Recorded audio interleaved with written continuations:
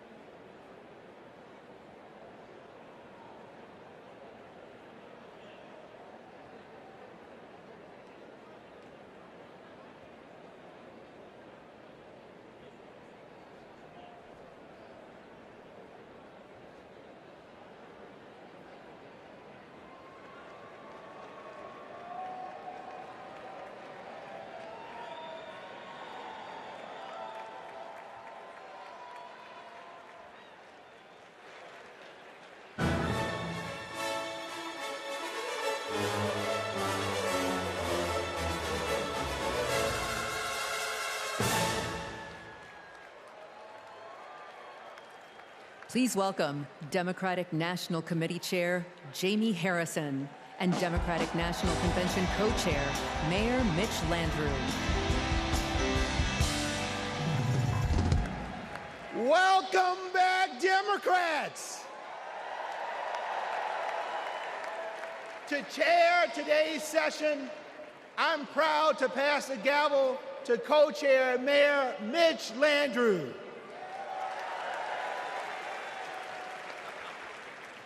Hello, America. Yeah, there you go. You want me to do it again? The second in-person session of the 49th Quadrennial National Convention of the Democratic Party will now come to order.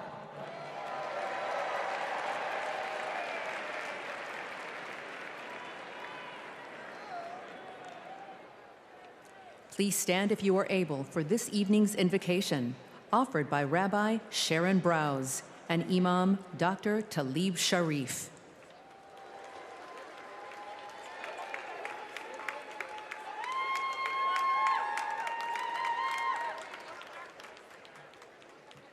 We have gathered together this week to craft a redemption story for America. My faith is sustained by a redemption story. A people beleaguered and bereft, traversing the desert on a journey from degradation to dignity, from darkness to light. Holy One, help us write America's redemption story, a story of ceaseless striving toward a true multiracial democracy, rooted in equal justice, where every person is treated as unique, mighty, and worthy of love. In this story, politics is not a vehicle for repression, bigotry, or personal profit, but a call to service. This story counters extremism with capaciousness and compassion. It rejects the inevitability of war, affirming that every one of us, Muslim and Jew, Christian, Black, White, Latino, AAPI, queer and straight, Israeli and Palestinian, deserves to live in dignity and in peace.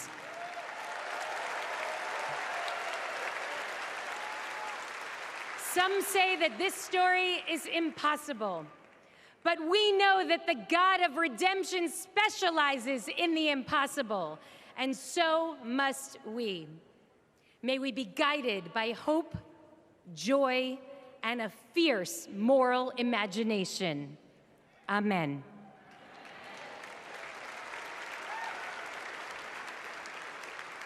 Greetings of peace. We pray that Almighty God, Allah, will bless this historic convention. Tonight, we build upon our pledge, one nation under God, indivisible, from Adam, created without racial, ethnic, or national identity, but the first identity, human. Bless us to embrace our shared identity and diverse expressions of life that contribute to the beauty and strength of our nation of nations, made up of people coming together from every land. E pluribus unum. In moving forward with a bold vision for the future, we pray it will reflect our nation's diversity and intrinsic nature to live together intelligently. Bless our leaders with wisdom to do the right thing, consistent with God's ways, to stand firm against inhumane acts, to treat all humans as the sacred creation of the Almighty. And may we remember the inalienable rights service members sacrifice to protect. That is the America we vote for. Amen.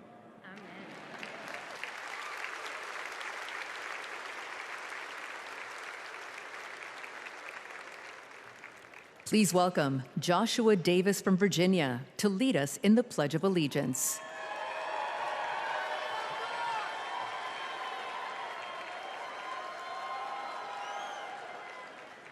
I pledge allegiance to the flag of the United States of America and to the republic for which it stands, one nation, under God, indivisible, with liberty and justice for all.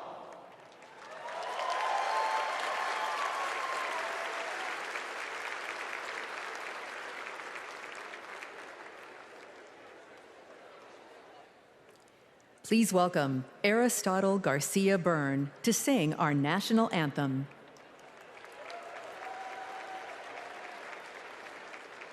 Oh, say, can you see by the dawn's early light what so proudly we hailed at the twilight's last gleaming, whose broad stripes and bright stars through the perilous fight o'er the ramparts we watched were so gallantly streaming, and the rocket's red glare, the bomb bombs bursting in air gave proof through the night that our flag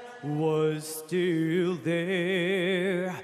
Oh, say does that star-spangled banner yet wave o'er the land of the free and the home of the brave.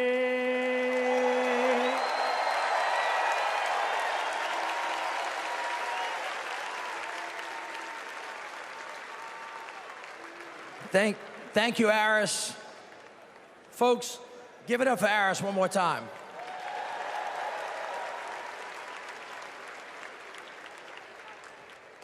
I'd like you to pause with me for a minute. 2 years ago, my dad died, the late Moon Landrieu. He was a great leader. He was a great mayor, secretary of HUD.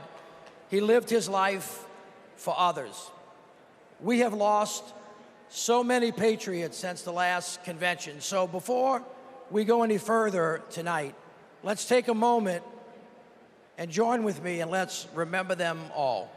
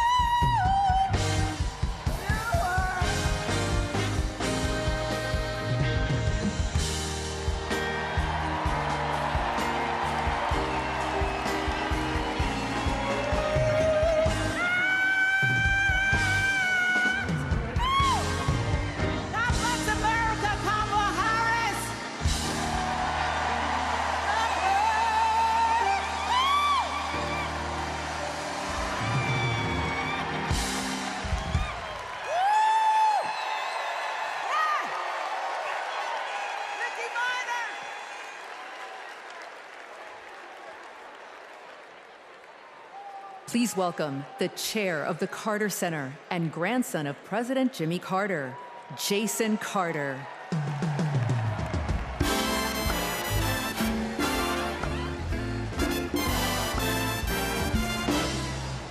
Hello, I'm Jason Carter. My grandfather, President Carter, will have his 100th birthday in October. I call him Pawpaw, and I can tell you that he wishes he could be here tonight. He and my grandmother led their lives with an unwavering faith in God, a respect for human dignity, honesty, and a commitment to loving their neighbors as themselves. Those principles guided them throughout their lives, including during their 4 years in the White House and the 4 decades since. For my grandfather, it was never about fame, recognition, accolades, or awards. His legacy is measured by the lives he has touched and the good he has done. Kamala Harris carries my grandfather's legacy. She knows what is right, and she fights for it. She understands that leadership is about service, not selfishness, that you can show strength and demonstrate decency, and that you can get a whole lot more done with a smile than with a scowl. Pawpaw is holding on. He's hopeful. And though his body may be weak tonight, his spirit is as strong as ever. My grandfather can't wait to vote for Kamala Harris. She reminds us all that the promise of America remains unchanged. We are one nation, indivisible, with liberty and justice for all. And my grandfather knows that with her as our next president, we will keep that promise. Thank you.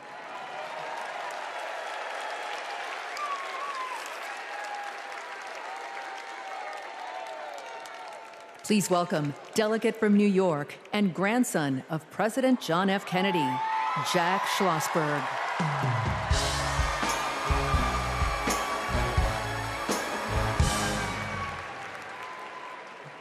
Hi, I'm Jack Schlossberg. President John F. Kennedy is my grandfather, and he's my hero. JFK was the youngest person ever elected president and the first Catholic. He sent a man to the moon, fought for civil rights, and navigated the Cuban Missile Crisis peacefully. Most of all, he inspired a new generation to ask what they could do for our country. Tonight, JFK's call to action is now ours to answer, because once again, the torch has been passed to a new generation, to a leader who shares my grandfather's energy, vision, and optimism for our future. That leader is Vice President Kamala Harris.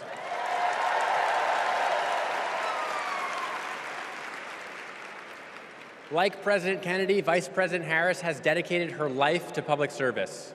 She believes in America, like my grandfather did, that we do things not because they're easy, but because they are hard.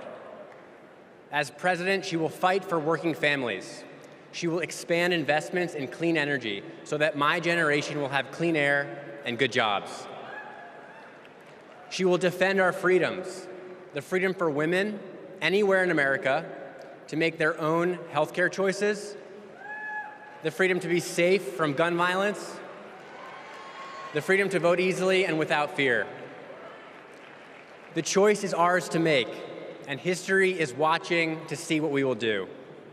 Now, let's elect Kamala Harris the next President of the United States. Thank you.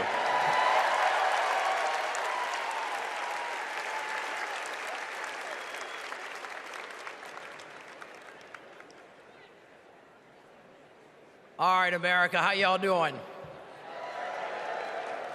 We about to have a fired up, ready to go, yes we can night. Are y'all ready? Well, as you can see, the torch has been passed to a new generation. So let's start off the night by talking about what's at the heart of the Harris-Walz agenda. Defending our freedoms, advancing opportunity, protecting our democracy. But the other guys, Donald Trump, J.D. Vance, They want to rip away our rights, crush the middle class, and destroy our democracy. Their version of freedom is the government creeping creepily closer to every part of our lives. They're coming for our books, they're coming for our marriages, they're coming for our bodies, they're even coming for women who don't have kids. But this just isn't about what we stand against. It's about what we stand for. Kamala Harris and Tim Walz have a bold vision for America's future, where every American has a fair shot at the American dream. Kamala Harris and Tim Walz will build a future that belongs to all of us, because we are one nation, not two. Indivisible, with liberty and justice for all, not some. We are part of one nation, pledging allegiance to one flag, and that is the flag of the United States of America. Hear this. America is great because of who we are, and more importantly, who we strive to be. My friends, our best days are ahead if we stick together. My friends, say it with me. Let them hear it to the rooftops. We are not going back. So now please help me welcome. Please help me welcome from the great state of Pennsylvania, the great Representative Malcolm Kenyatta.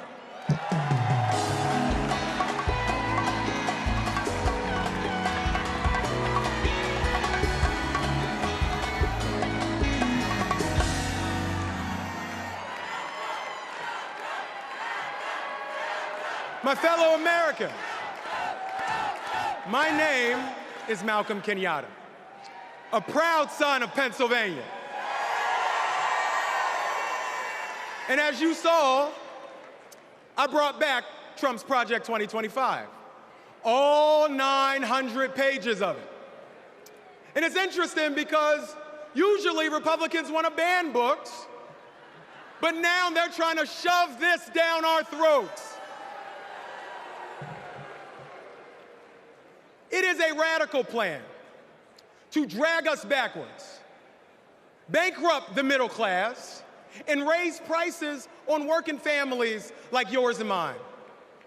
Under Project 2025, a family making just $75,000 a year with just 2 kids would pay $1,800 more in federal taxes. No, but there's more. Because on page 465, Project 2025 would stop Medicare from negotiating to lower the price of prescription drugs and capping out-of-pocket costs. And on page 587, Project 2025 would cut overtime pay for hard-working Americans. But my friend, these bad ideas aren't new. As long as we have been fighting to make America work for working families, there have been greedy corporate interests trying to take us back. In 2019, my grandma, a civil rights warrior, called me, her voice cracking, and she said, "I'm so sorry, baby. I'm so sorry. I thought my generation had fixed this. And here you are, fighting the same battles." But I want to tell you tonight, my friends, what I said to my grandma. I said, "It's okay, Grandma. It's just our turn. It's just our turn to stand up for working people and to stand up for our nation's promise. It's just our turn to defend our rights and to ensure that democracy doesn't die on our watch. It's our turn to make history, my friends, by electing Kamala Harris as the next President of the United States of America. God bless you. May God protect our troops.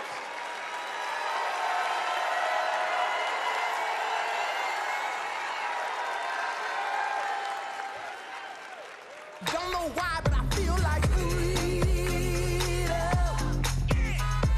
seeing how the Biden-Harris focus on making healthcare affordable for middle-class Americans has benefited so many of my patients. I support Kamala Harris because she fights for the working family and she thinks about the future of our country. Trump tried to take our country backward. She has taken action to make sure childcare and home care are accessible and affordable. I am a type 1 diabetic since the age of 10, and having my insulin is not an option. My name is Anne from Wisconsin, and this is my daughter, Isla. Isla qualifies for a type of Medicaid based on a level of care for children with disabilities. Donald Trump attempted to cut Medicaid every single year he was in office. Kamala Harris is the only candidate on the ticket this year that will actually continue to fight to get caps on insulin, and we need her in office. I am all in for Harris 2024.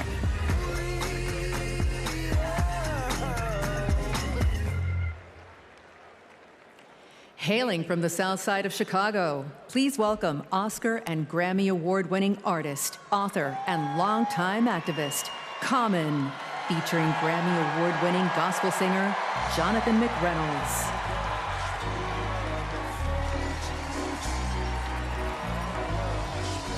I thank God for this moment in time where Kamala Harris will change the world for the better with love, hope, and grace. We fortunate. I'm fortunate to be alive. Can't explain how I got here, but we've arrived. The deliverance and diligence for which we strive. It's the feeling, there's no silliness when we rise. Fortunate to have friends who don't synthesize. I keep good company, we enterprise. Had a strong gauge since infant eyes. I guess I can see the power in the prize. Incentivized by the streets I identified.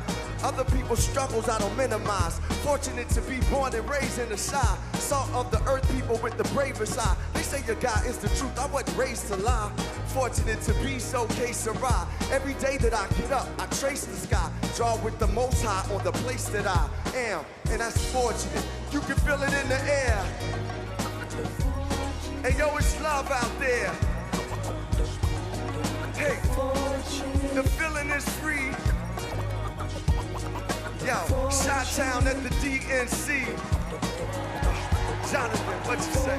May your struggles keep you near the cross, and may your troubles show that you need God, and may your battles end the way they should, and may your bad days prove that God is good, and may your triumphs keep you humble and high, and may your endings be worthy of every start. Hey, let's take this message to every hood, that your whole life will prove that God is good, and we are fortunate. You can feel it in the air. Hey, hey, yo, it's love out there. Hey, the feeling is free. Yo, we live at the DNC. Fortunate, I was raised by my Uncle Steve and my Uncle Charles. They both told me believe the seeds of a revolutionary. Evolution's very necessary to become fruits and berries of our labor. Told to search for a savior. Fortunate, I had a chance to raise her. In the days of the unknown, I'm fortunate to come home to blocks we fought and swung on. Fortunate the Lord put me on the path to use the microphone for a ride and a staff. Fortunate, yo, we got to go to Paris. We fortunate, y'all, for Kamala Harris. Yo, we fortunate. Yo, the love is in the air. Yo, can you feel it out there? Hey, yo, the feeling is free. Chi-Town, we live at the DNC. We are fortunate. Thank you, God.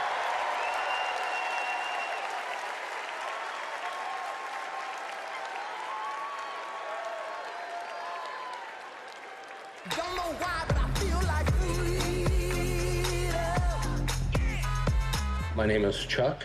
I voted for Trump in 2016. My name is Tom. I'm from Michigan, and I'm a former Trump voter. I'm Joanna. I live in Florida. I'm a former Trump voter. I just cannot vote for the man, and it can go from just being dishonest, from a criminal and an insurrectionist. He has no respect for Americans. He has no respect for the Constitution. I believe if Trump gets a second term, he's not leaving, he's staying. He broke the law. He doesn't believe they apply to him. The President of the United States exists to serve the people of the United States. In 2024, I'm voting for Kamala Harris.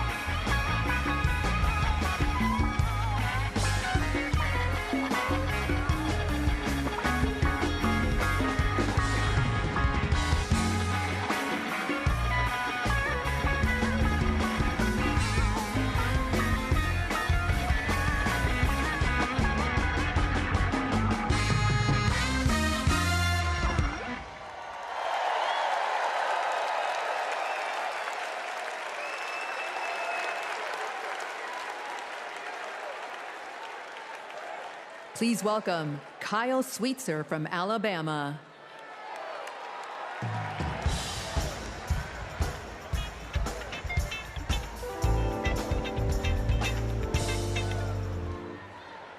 I voted for Trump not once, not twice, but 3 times. You see, I work in construction. I work with my hands. He told us he'd look out for blue-collar workers. So I made my first ever political donation to Trump, and I donated to him many times throughout his presidency.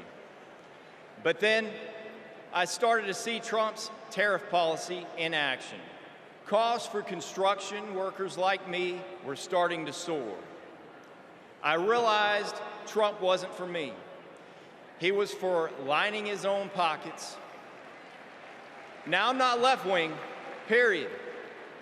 But I believe our leaders should bring out the best in us, not the worst. That's why I'm voting for Kamala Harris. She's tough. She's going to tackle inflation. Trump will make it worse. I'm voting for Kamala Harris because she'll make us proud to be American again.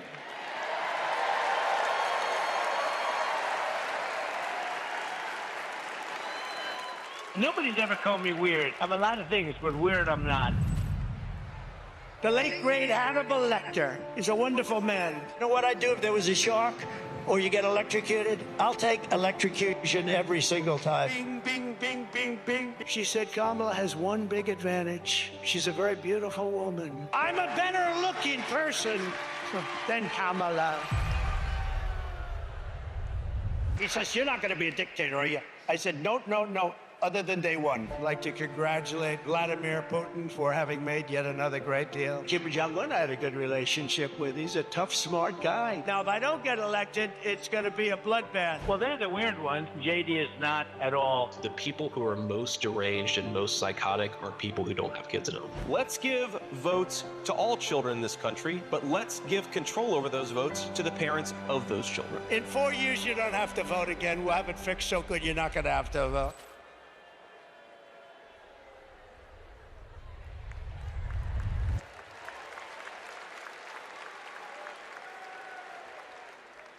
Please welcome Stephanie Grisham.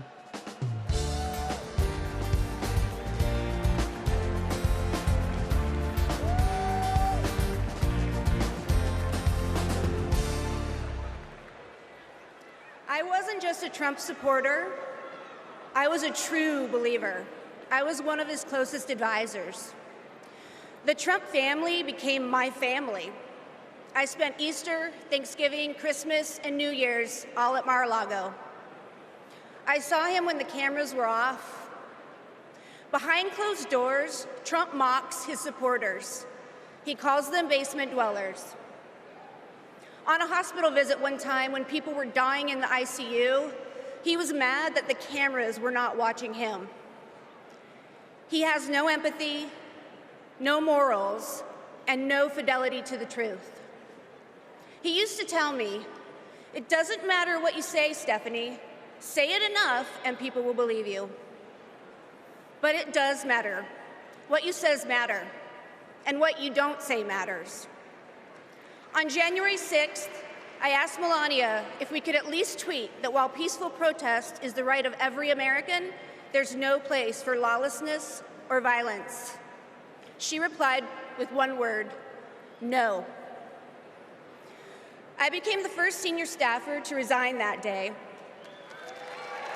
I couldn't be part of the insanity any longer. When I was press secretary, I got skewered for never holding a White House briefing. It's because, unlike my boss, I never wanted to stand at that podium and lie. Now here I am, behind a podium, advocating for a Democrat. And that's because I love my country more than my party. Kamala Harris tells the truth.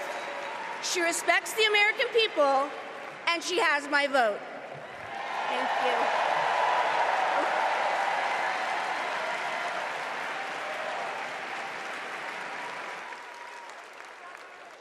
know why, but I feel like freedom. At our 12-week ultrasound, our worst nightmares came true. The baby had stopped growing, but my body had not let go. I was told I was not eligible for any treatment at that point. The Dobbs decision was official, and abortion was banned. In 2021, I needed an abortion. After an ectopic pregnancy, I was able to access life-saving medical care when I needed it, and now I'm turning to IVF to build my family. I'm supporting Kamala Harris because I'm an IVF mom. It's not just the headline-making stories that these bans impact. It impacts people trying to build families, just like me. All Americans deserve the right to build their families in the way they know is best for them. We need to band together and elect Kamala Harris as the next president of the United States.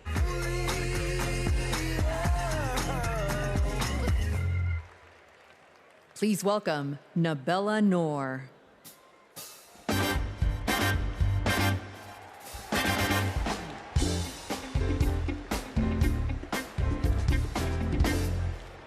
What calls me here tonight is hope.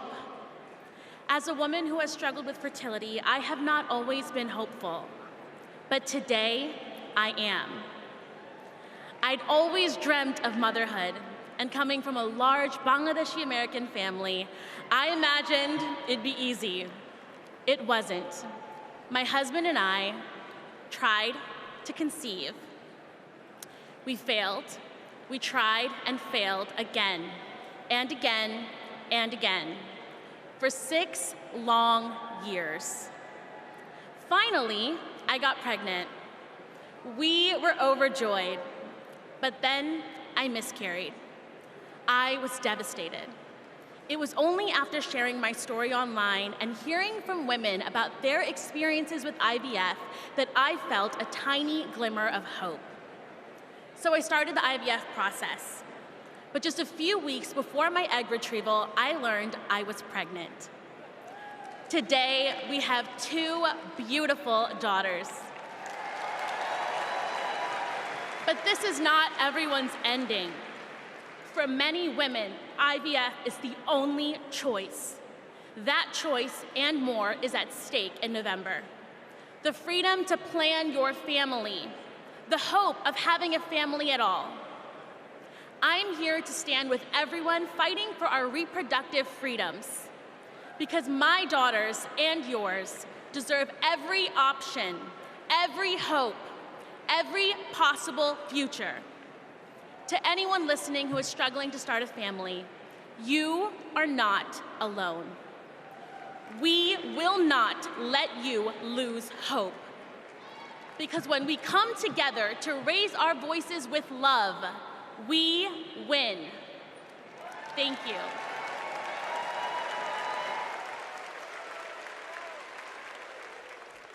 Please welcome Michigan Senator Gary Peters.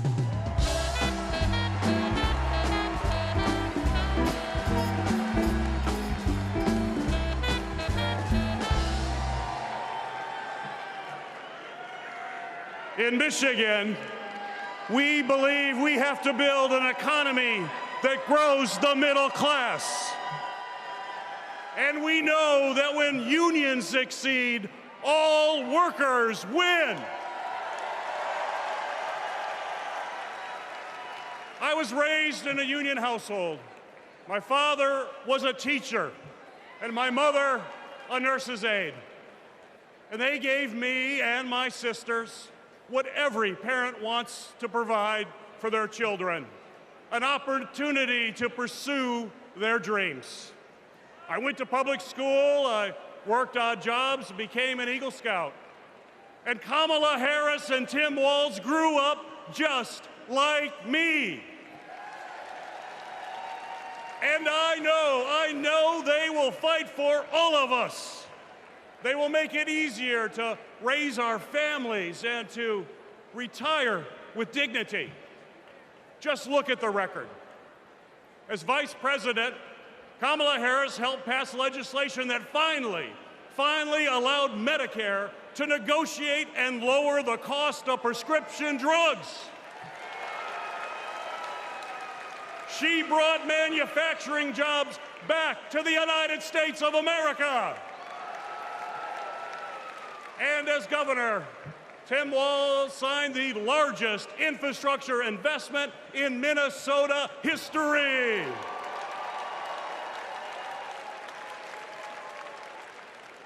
And on the other hand, we have Donald Trump and J.D. Vance.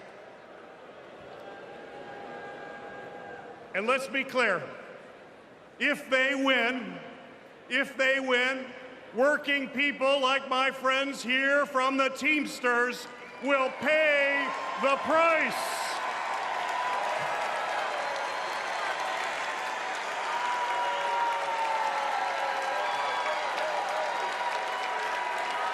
Their Project 2025 agenda is the same old, gut overtime pay, cut healthcare programs, and give billions in tax breaks to billionaires. We cannot let that happen, and we will not let that happen. And now I want to introduce some retired Teamsters and pension warriors, led by Ken Stribling, president of the National United Committee to Protect Pensions.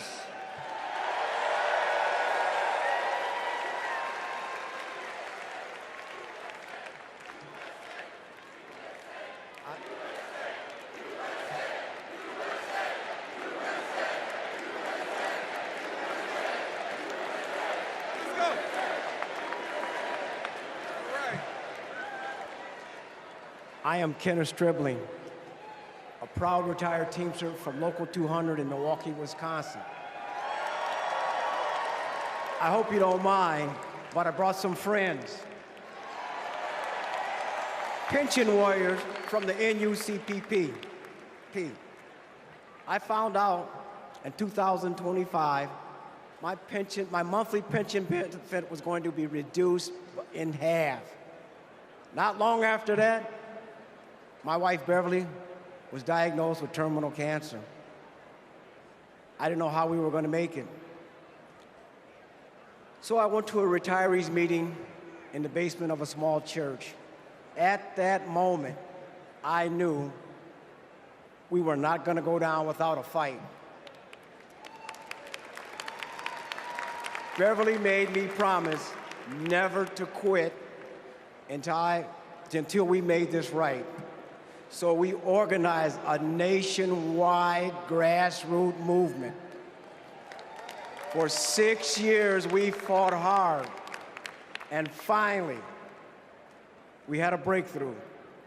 After 50 days in office, the Biden-Harris administration passed the American Rescue Plan, including the Butch-Lewis Act, to save our pensions and secure our retirement. They got it done without one single Republican vote in Congress. They saved over 1 million pensions, including 33,000 from my state, Wisconsin, 52,000 from Pennsylvania, 61,000 from Michigan. As president, I know Kamala Harris will have our backs. She will fight for our retirement, Social Security, and Medicare. Beverly passed away in 2019, but I kept my promise, because a promise is a promise is a promise. Thank you.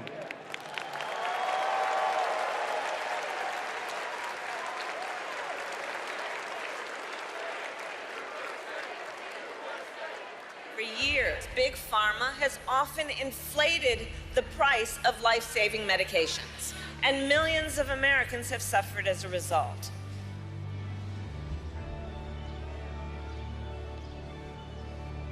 Those costs got passed on to our seniors, but not anymore.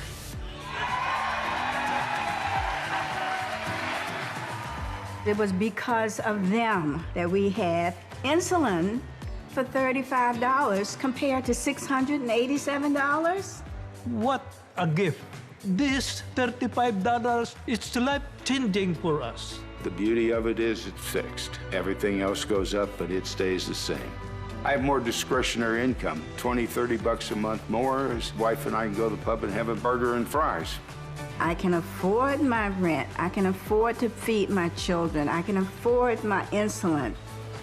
It's saving me a couple $1,000s a year, which is several trips to visit the grandkids. I am looking forward to that lifestyle where I can travel and be able to enjoy my grandchildren and maybe great-grandchildren. It meant I could enjoy life. President Joe Biden and Vice President Kamala Harris will be in Maryland this afternoon to unveil a new plan cutting prescription drug costs. 10 popular drugs are affected by this, including cancer, diabetes, heart disease, and blood clot medications. Seniors will save roughly $1.5 billion in out-of-pocket costs next year. With Kamala Harris, I feel so hopeful. I feel the future of America will be good.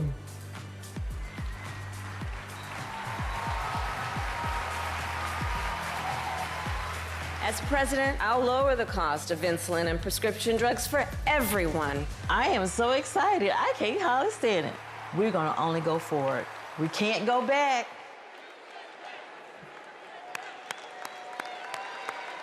Let's have another hand for our brothers and sisters from Teamsters and all of our brothers and sisters from the unions across America who are rebuilding it, brick by brick. I mean, after that, what do you talk about? Kamala Harris wants to throw a little bit of dirt. So here we go. After years of dead ends and broken promises, President Biden and Vice President Harris brought Republicans and Democrats together to actually get something done. Trump promised Infrastructure Week but never built anything.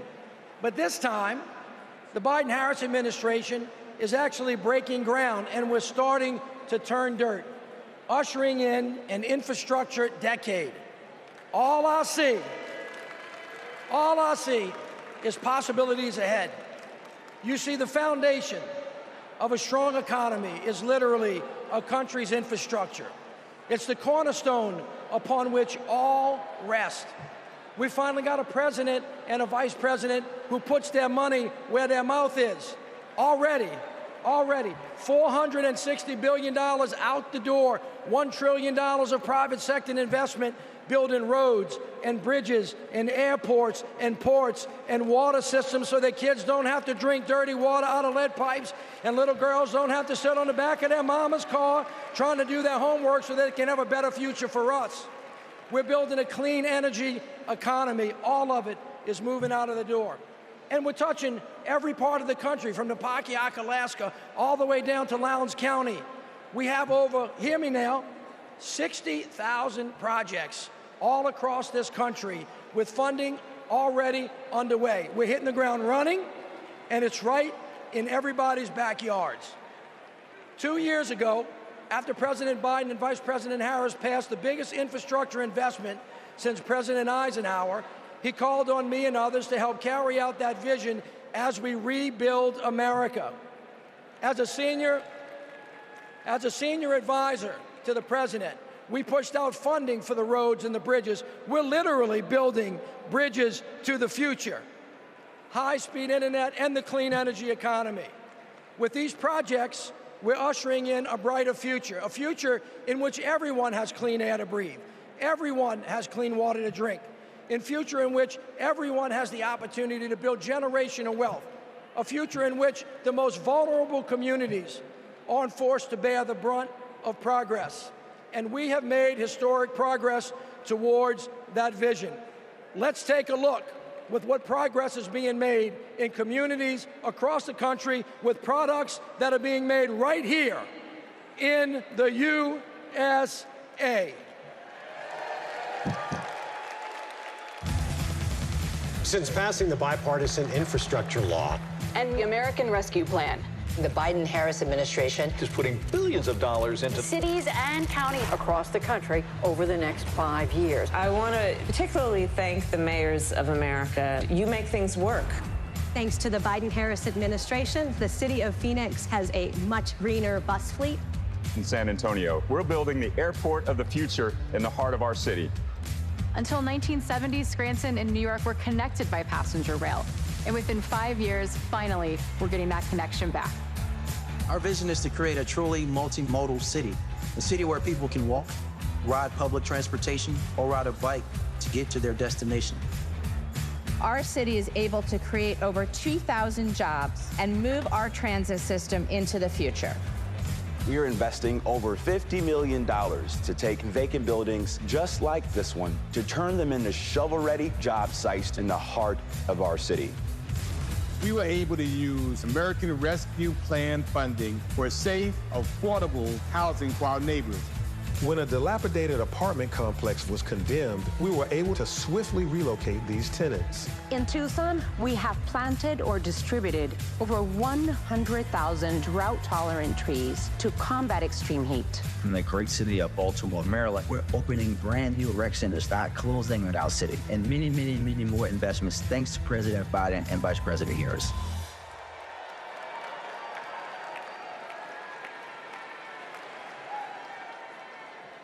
All right, everybody, what a way to start.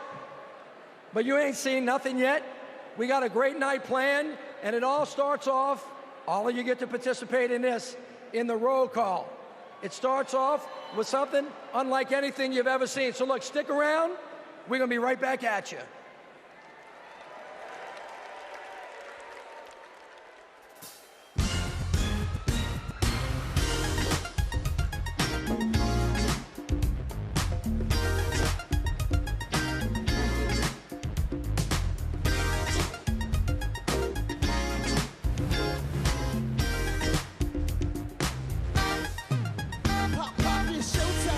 Showtime, guess who's back again? Oh, they don't know, oh, they don't know. I bet they know as soon as we walk in. I'm wearing Cuban links, designer minks, Inglewood's finest shoes. Don't look too hard, might hurt yourself. Don't look at the red, the blue. Woo! I'm a dangerous man with some money in my pocket. Keep up. So many pretty girls around me and they're raking up the rocket. Keep up. Don't be mad, fix your face, and I thought they all be talking. Keep up. Players only. Put your pinky, put your tip up. Girls, what y'all trying to do? 24 karat magic in the air. It's all so bad. Sing your face for the hustlers, gangsters, and your little friends. I cannot preach, I gotta show them how I'm built, get it in first. Do your dip, spend your money like money ain't. Woo, woo. Gotta blame it on Jesus, hashtag praise, y'all ready for me, I'm a dangerous man with some money in my pocket, keep up. So many pretty girls around me and they're raking up the rocket, keep up. Don't be mad, fix your face, and I thought they all be talking, keep up. Players only, come on, put your pinky, put your to the moon. Cut. 24 karat magic in the air. So, so bad. Everywhere I go, they be like, huh. Everywhere I go, they be like, everywhere I go, they be like, don't fight the feeling, invite the feeling, just put your pinky up to the. What's that sound? Come on now. The feeling, invite the feeling, put your pinky up to the. Girls, what y'all trying to do? 24 karat magic in the air. It's all so bad.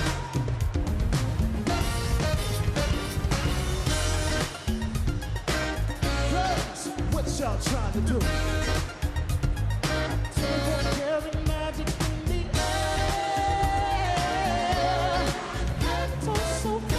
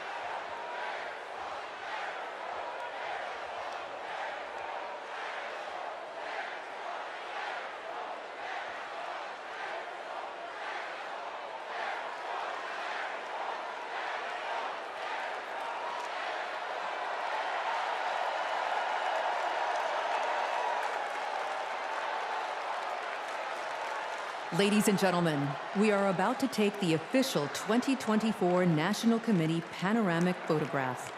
At this time, we would ask all of the delegates and guests to take their seats and get ready for this historic photo. During the photo, there should not be any movement in the hall. If anyone moves, anyone behind them will be blurred. There will be one digital rotation. There will be one photo taken with a 110-year-old film camera by Abbas Shir Mohammadi, fourth-generation photographer who has captured all of the past Democratic and past 10 swearing ceremonies. The camera is ready.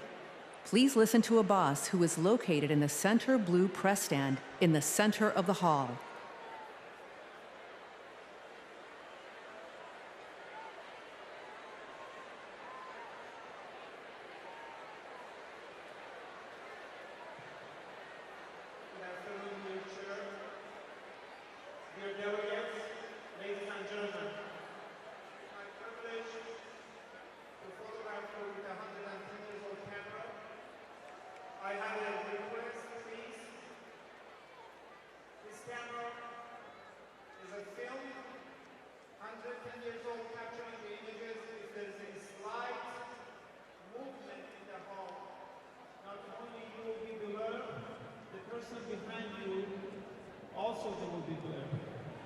I would appreciate if everyone, please, wherever you are, regarding your seat or somewhere else, stand still, look into the camera in the center platform of the press, and hold your hands in the front, please. Do not move. The camera is going to start in about 22 seconds. Please do not move. There are some moving in the hall. Please, wherever you are, stay right there. You're going to make other people glare. Please hold it right there. I greatly appreciate that.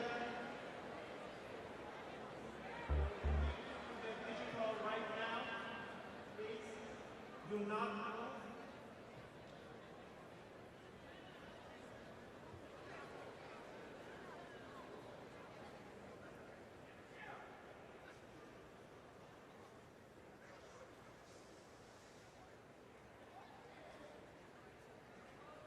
There's some movement, please stay right where you are.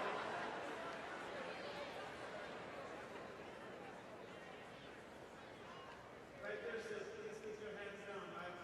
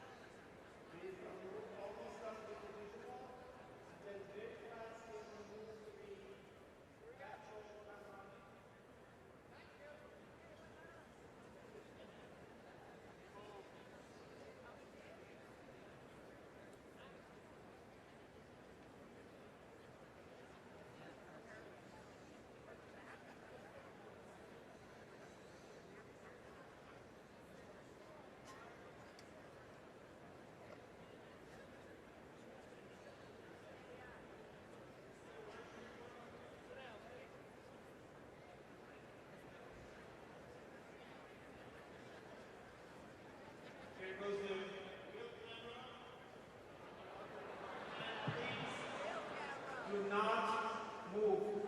It's an extremely sensitive camera. Thank you.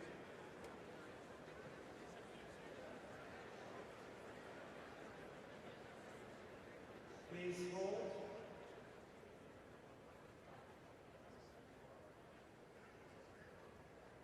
You can see this photograph at democraticphotos.com. 48 hours.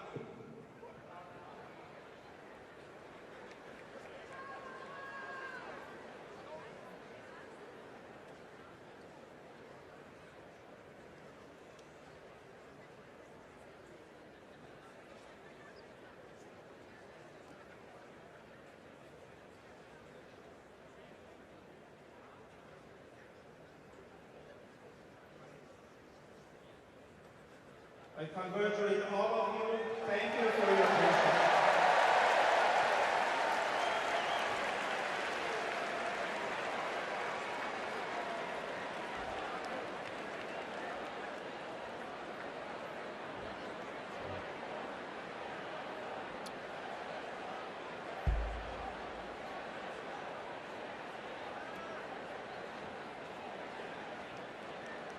Delegates and guests, please put on your wristbands at your seats.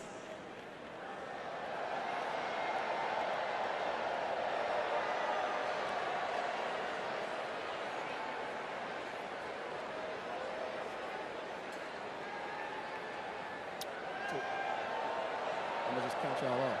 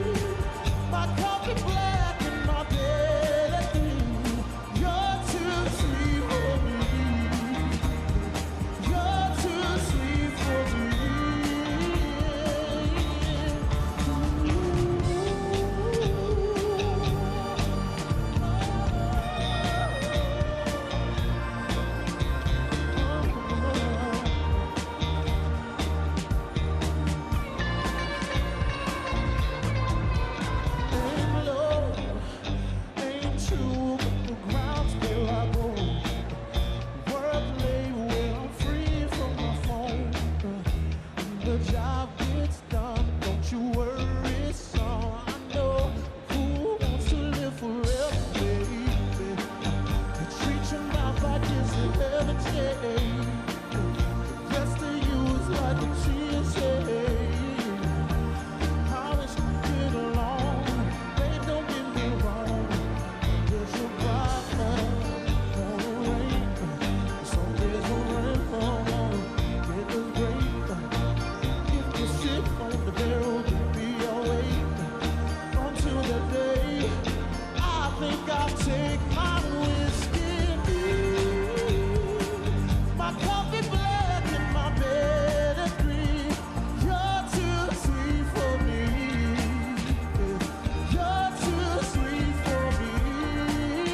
I'll take my whiskey, my coffee black and my bed at 3. You're too sweet for me. You're too sweet for me.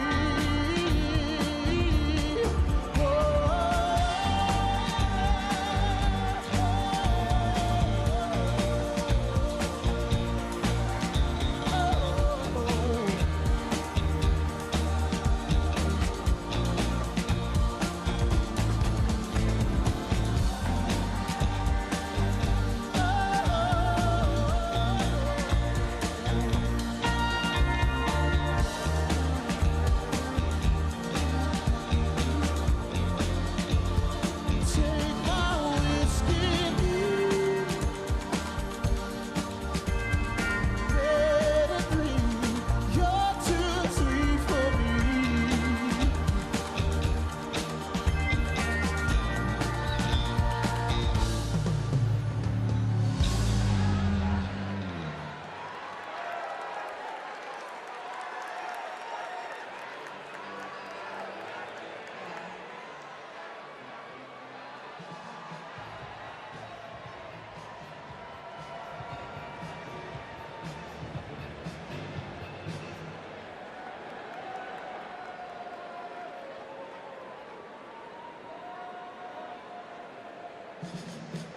One, two, 1, 2. Check, check, 1, 2. Check, check, 1, 2, 1, 2. Check, check, 1, 2. Ladies and gentlemen, 1, 2, 1, 2. Check, check, 1, 2.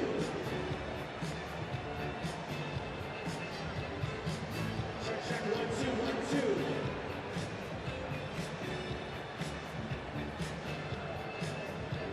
1, 2, 1, 2, 1, 2.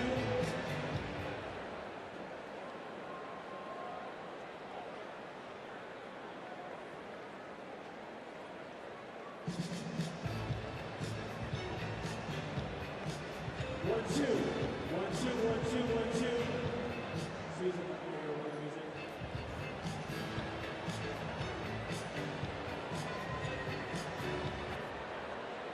I need a little more Susan.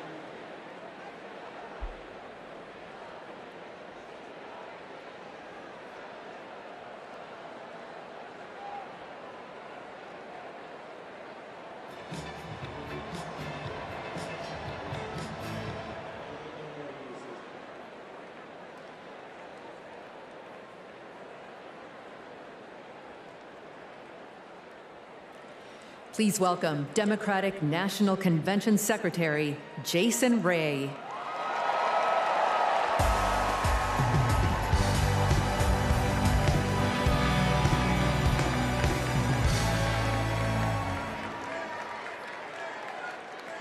Well, good evening, delegates.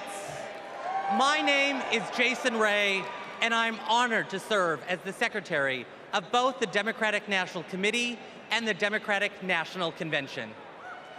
I remember watching my very first convention on television when I was just 10 years old.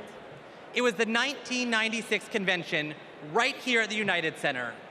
Now, nearly 3 decades later, I could not be more thrilled to join you in making history as we nominate Vice President Kamala Harris.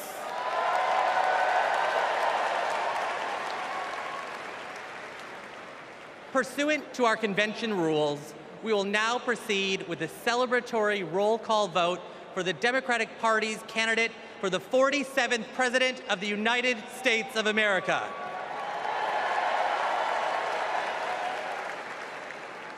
As a reminder, our nomination was made official on August 6th upon the certification of the virtual roll call.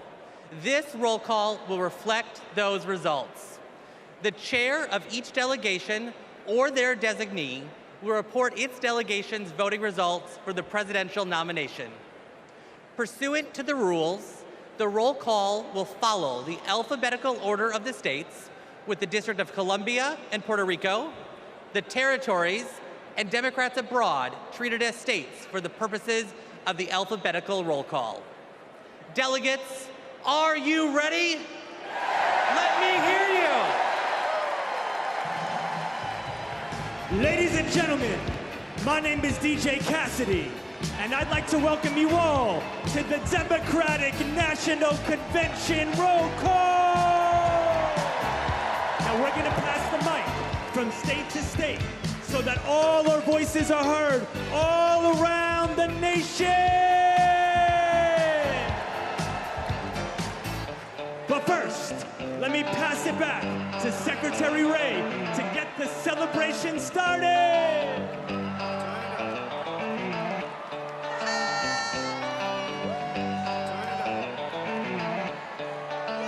Alabama, how do you cast your votes?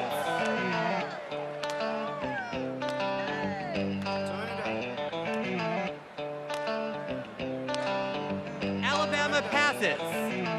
Delaware, how do you cast your votes? On behalf of the great state of Delaware, home of our beloved 46th President of the United States, Joseph Robinette Biden Jr., it is our honor to unanimously cast our 34 votes for the next President of the United States, Vice President Kamala Harris!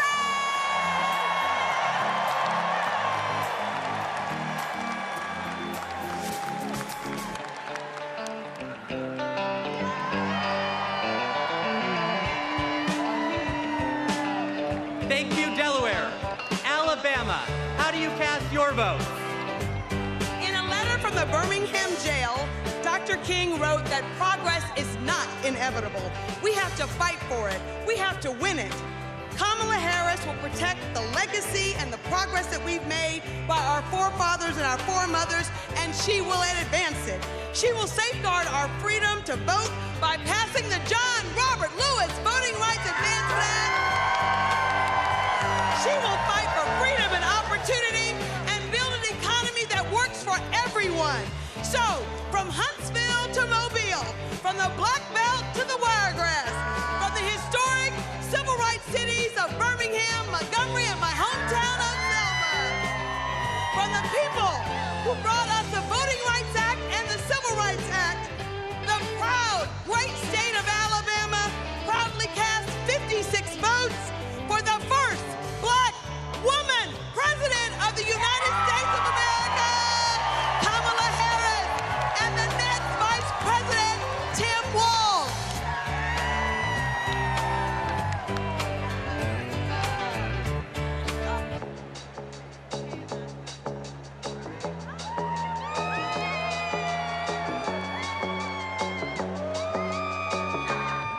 Alaska, how do you cast your vote? Alaska's motto is North to the Future, and that's exactly where Kamala Harris and Tim Walz are going to take us. A future full of opportunity for everyone. As a teacher, a union member, and a proud Black woman, it is my honor to cast Alaska's 19 delegates for the next President of these United States, Kamala Harris.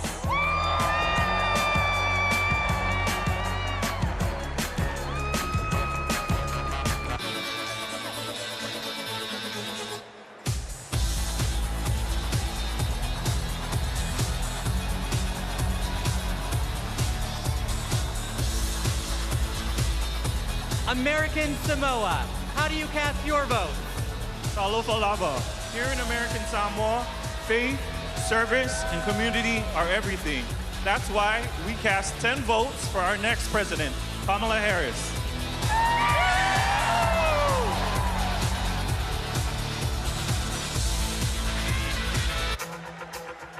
Now, once again, my name is DJ Cassidy, and this is the DNC roll call. So let's pass the mic around the nation.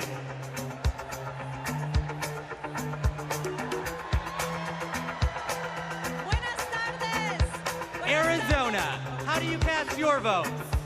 Buenas tardes from the Grand Canyon state of Arizona, the future of the Democratic Party, where we've been bringing the heat since 2020, electing Democrats up and down the ballot. Our diverse coalition is proud to cast our 85 votes for Kamala Harris.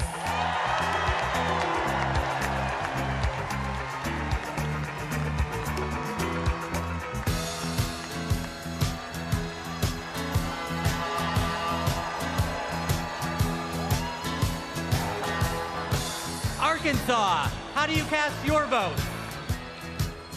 On behalf of the great state of Arkansas, home of American legends Johnny Cash and Sister Rosetta Tharpe, home of the trailblazing civil rights leaders Daisy Bates and the Little Rock Nine, and home of the birthplace of President William Jefferson Clinton, who inspired all of us in a place called Hope. Arkansas casts our votes for Vice President Kamala Harris and Governor Tim Walz.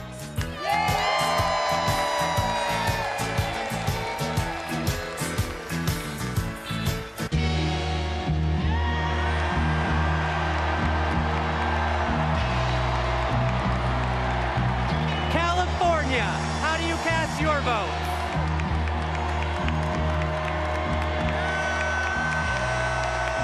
Mr. Secretary, the great state of California passes at this time.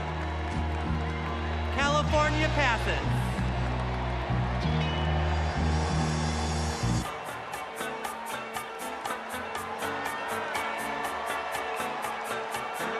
Colorado, how do you cast your vote?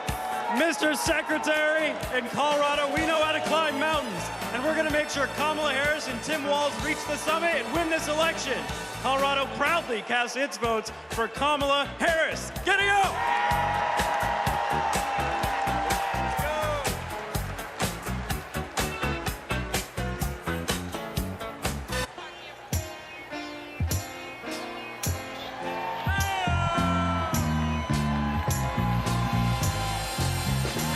Connecticut, how do you cast your vote? Connecticut, the Constitution state, home of the submarine, home of the jet engine, home of the Yukon Huskies slam dunk, home of Keith Richards lead guitar. We vote. Tonight, we cast 73 votes and one president for the first female president of the United States of America, Kamala Harris.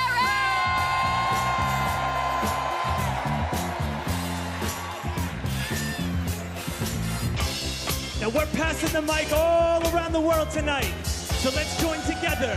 Here we go, here we go, here we go. Let's go!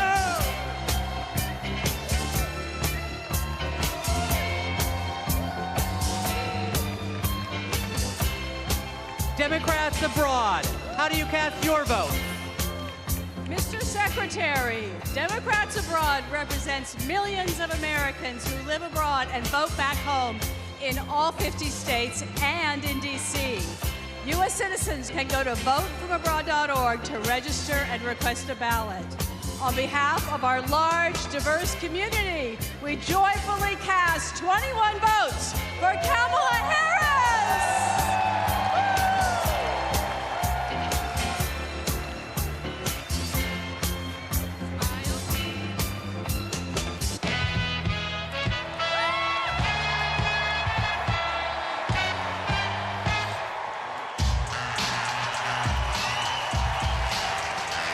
The District of Columbia, how do you cast your vote? We are Washington, D.C., home to 700,000 Americans.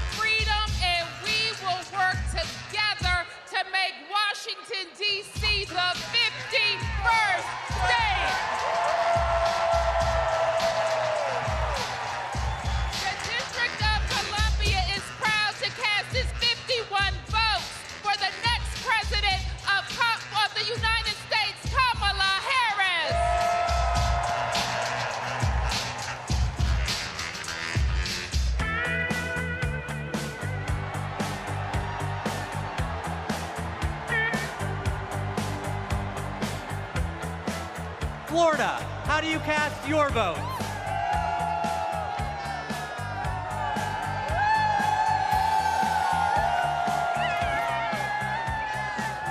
Florida is worth fighting for. That's why we're fighting back against Project 2025 and Republican extremism. We won't go back. We won't back down. I cast 4 votes present and 243 votes from the great state of Florida for the first president, first female president of the United States, Kamala Harris.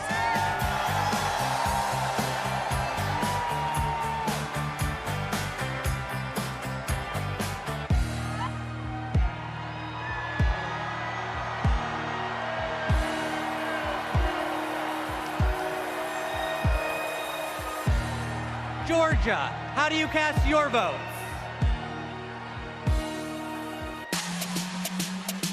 Yeah! Ladies and gentlemen, we are here tonight to officially nominate Kamala Harris for president. Five, get loud, another round of shots. DNC, turn out for what? Turn out for what? Hey, turn out for what? Yeah! Turn out for what? Let's go, let's go! Turn out for what? Hey, everybody get your hands up! Hey, everybody get your hands up! Hey, everybody get your hands up! Now, say, we're not going back! We're not going back! We're not going back! We're not going back! VP Harris! Coming to Walz! VP Harris! Giving the Walz! Hey!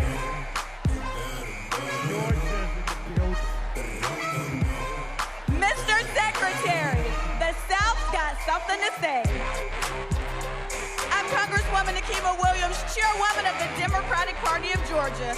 Georgia, the home of President Jimmy Carter, the cradle of the civil rights movement, where we fight for our freedom.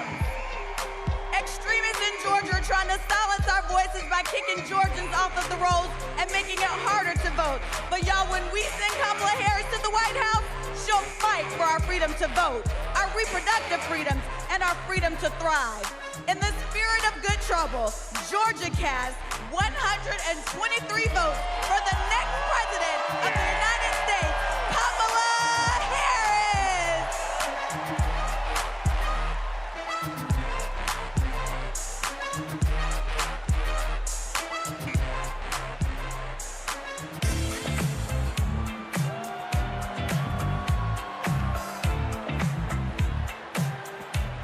Guam, how do you cast your vote? Todo Centro. I am Governor Noom Young Guerrero, the first female governor of our beautiful island of Guam. The home of the indigenous Chamorro people. And where America's Day begins. And we proudly cast our 12 votes to the next first female president of the United States of America. Viva Kamala! Viva Kamala! Viva Kamala!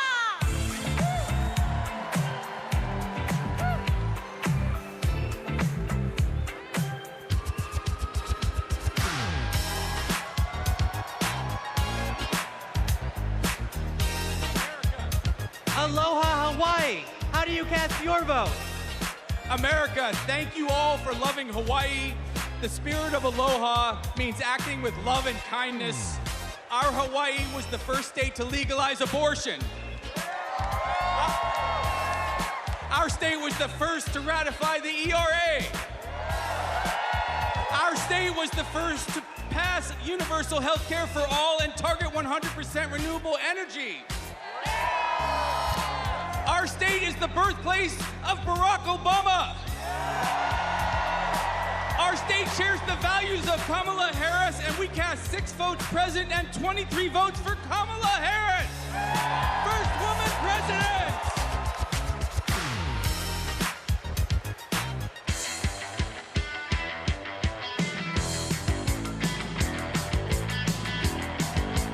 Idaho, how do you cast your vote?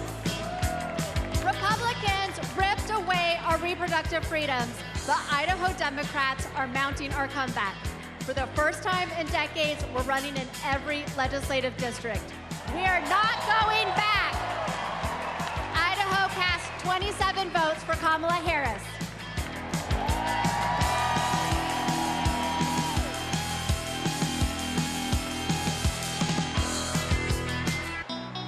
Ladies and gentlemen, today is a celebration of democracy, a celebration of freedom, a celebration of future. Chicago, are you ready?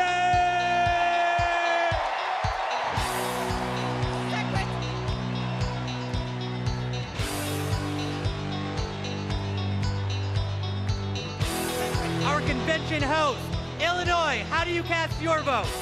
Secretary, Illinois Democrats are doing the work to win in November, and I am proud to introduce my partner in the fight, my governor, J.B.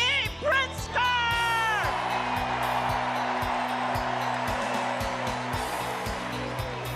The great state of Illinois, the prairie state, home of 4 presidents, including President Barack Obama.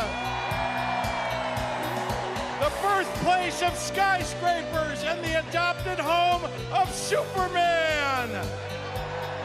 The cornerstone of the Midwest Blue Wall. The first state to ratify the 13th Amendment ending slavery. And the 19th Amendment granting women the right to vote. Illinois casts 1 vote present and 176 votes for the next president of the United States, future Madam President Kamala Harris.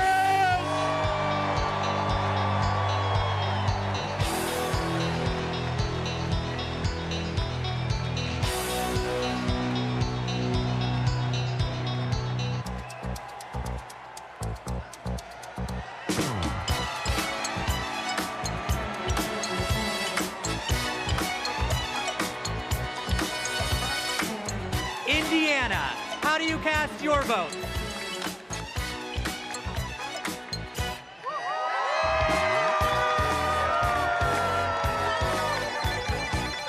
Indiana welcomed me into its heart.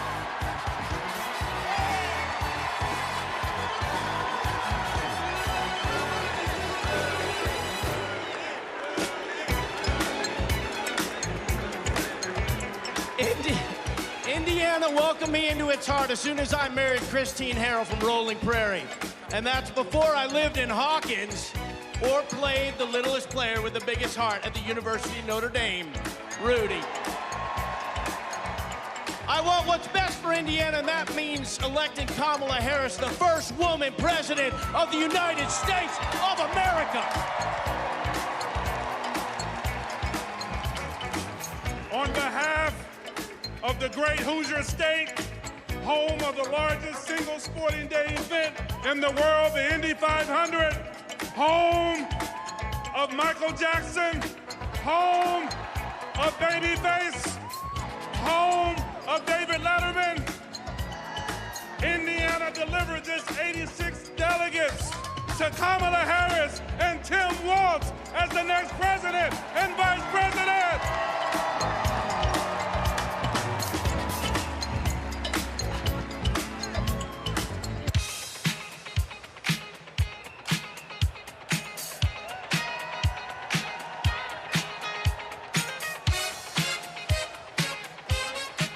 Iowa, how do you cast your vote? Thank you, Mr. Secretary. The tall corn state of Iowa, the state that launched Barack Obama on his way to the presidency. The nation on its state quarter. And the state that feeds and fuels the world casts 1 vote absent and 45 votes for the next president of the United States of America, Kamala Harris.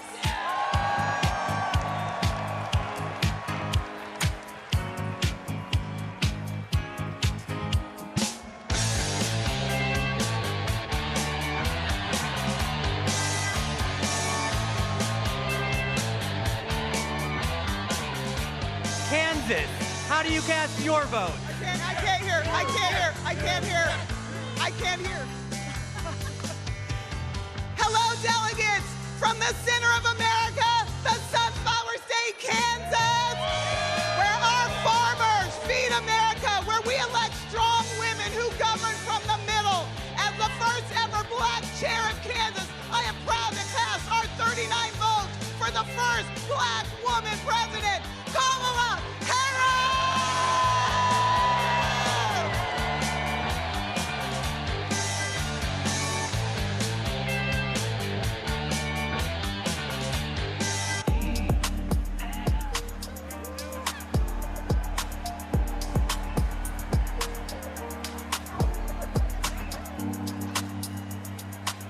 The Commonwealth of Kentucky, how do you cast your vote?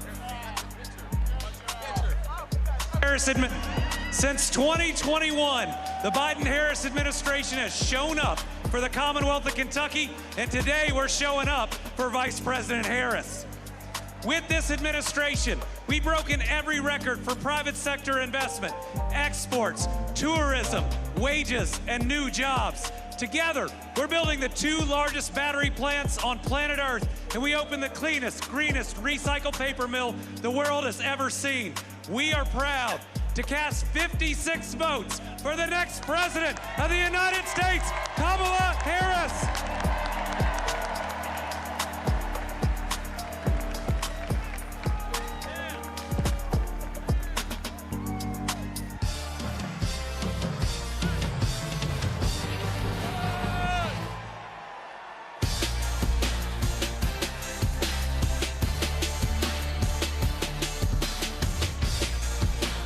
Louisiana, how do you cast your votes?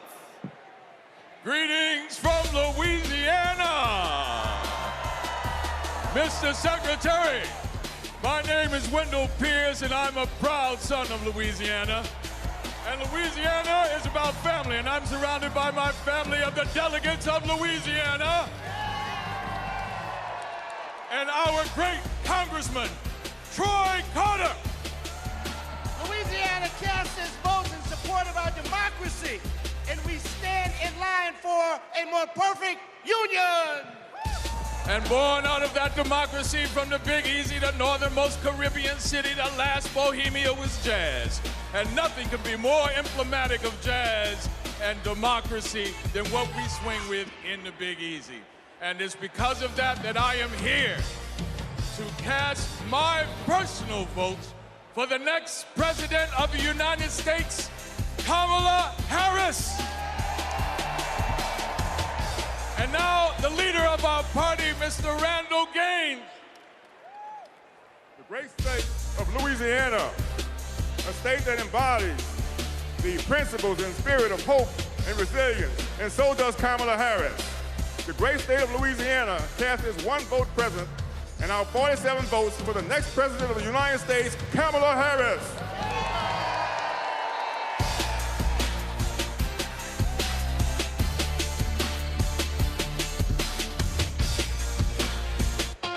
Ladies and gentlemen, we're halfway there.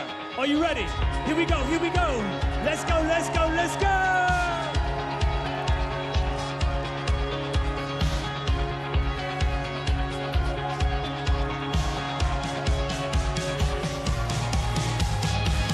Next up is Maine. Maine, how do you cast your vote? Mr. Chair, great state of Maine, home of environmental climate activists and champions like Edmund S. Muskie and George Mitchell. Happy birthday today, George.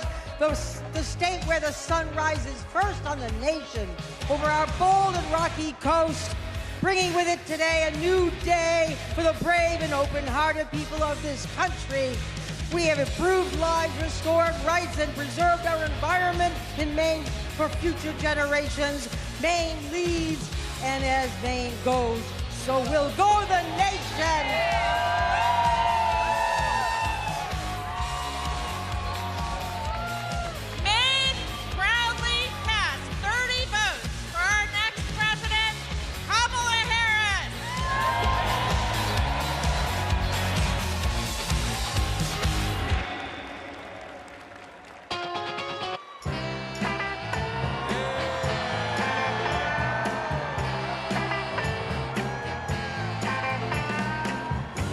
Maryland, how do you cast your vote?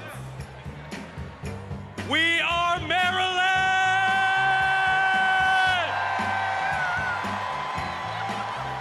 And we represent Marylanders past and present who have contributed to America's greatness. We are the birthplace of Harriet Tubman. We are the birthplace of Thurgood Marshall. We are the birthplace of Frederick Douglass. We are the place where soldiers defended our freedoms in Baltimore and also in Antietam, and the home of thousands of veterans who call Maryland home. And this community of patriots is proud to cast our votes for the next President of the United States, Kamala Harris!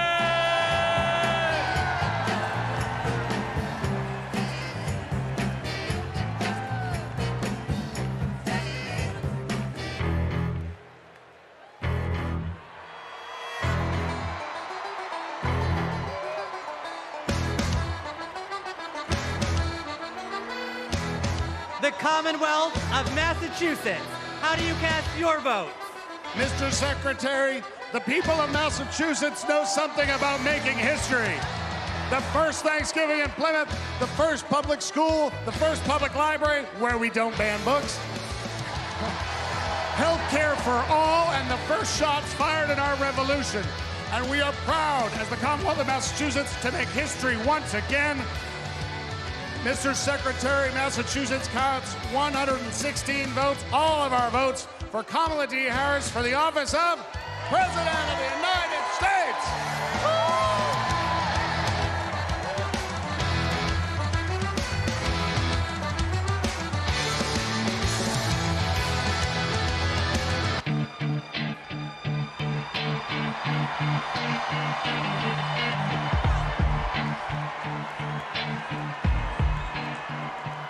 Michigan, how do you cast your votes?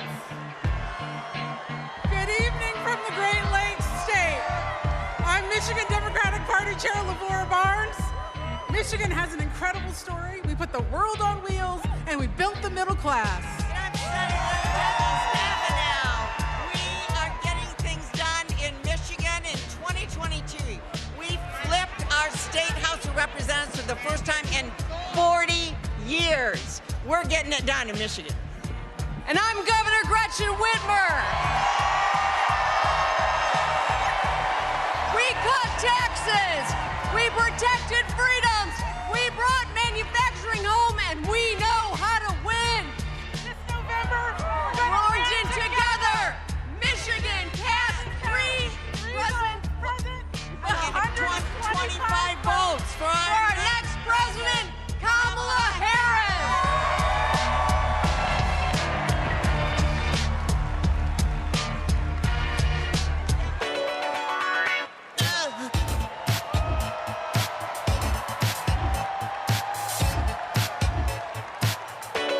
Minnesota, how do you cast your votes?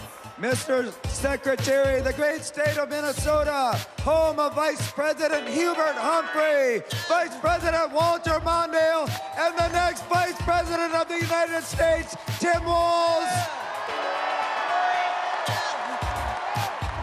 We pass. Minnesota passes.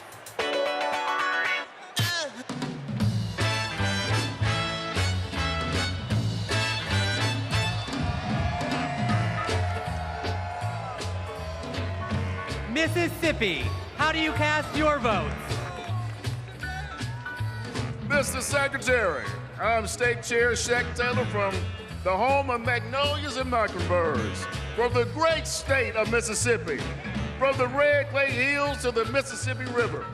To our Gulf Coast, we're proud of our heroes such as Fannie Lou Hamer and our special guest, Mr. January 6th, the Honorable Benny T. Thompson. With great joy, Mississippi delivers 40 votes for our future president, Ms. Kamala Harris.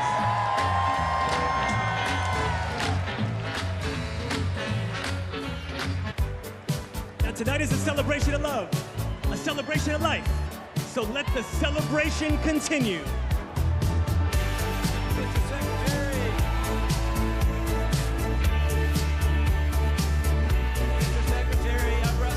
Missouri, how do you cast your vote?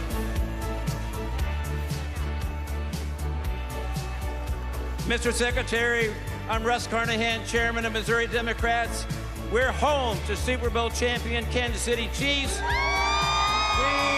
are home to common sense leaders like President Truman, Senators Eagleton, Carnahan, McCaskill, and we will fire Josh Hawley and hire Marine veteran Lucas Coons. Our voters will reclaim reproductive freedom. Kamala Harris has sent a lightning bolt of energy and hope across this country, and we proudly cast 2 votes present and 68 votes for Kamala Harris and our Midwestern friend, Tim Walz.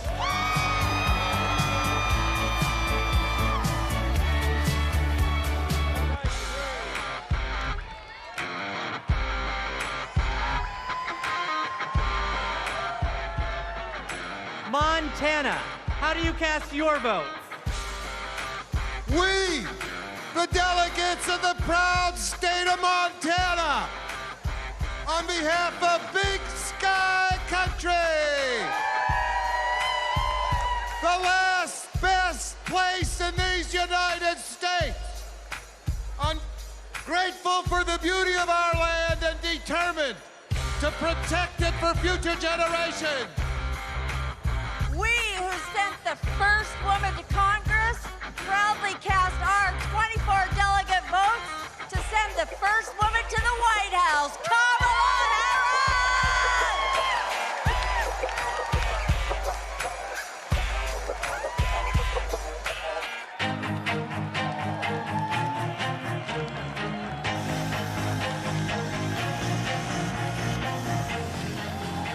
Nebraska, how do you cast your vote?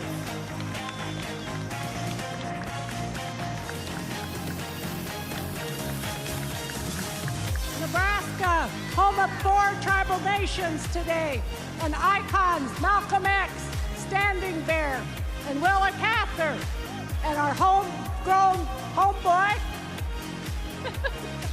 Tim Walz. And the quality of life capital of the country, Lincoln, capital of Husker Nation, where the Biden-Harris team and unions are rebuilding the heartland. In Omaha, now affectionately known as Kamaha, but we will protect the blue dot. We are ready for it. Nebraska proudly casts our 34 votes for Kamala Harris and Coach Tim Walz.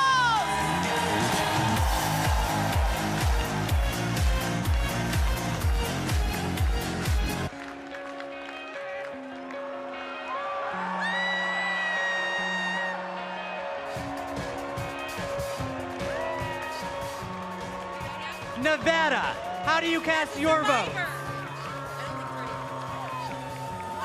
As a survivor of the largest mass shooting in modern American history, I'm voting for Kamala Harris because America is done running from gun violence. No more pretending books are more dangerous to second graders than assault rifles. No more stolen lives. No more silent streams. No more shattered families. As Vice President, she helped pass the nation's first significant gun safety law in 30 years. Nevada is the battle-born state, and Kamala Harris was born for this battle! Now our chairs and Yo Moreno. Nevada is the most diverse battleground state in the country, home of the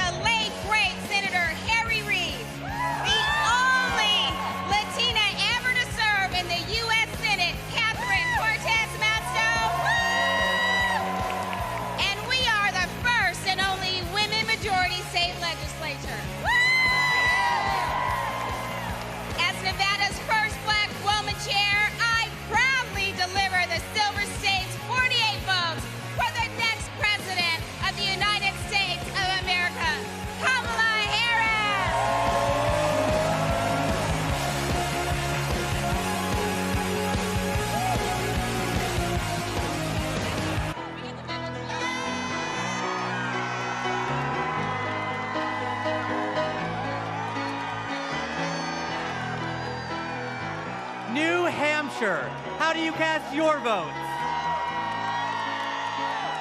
Good evening. My name is Joanne Dowdell from the great state home of the nation's first primary, New Hampshire, where we stand granite strong.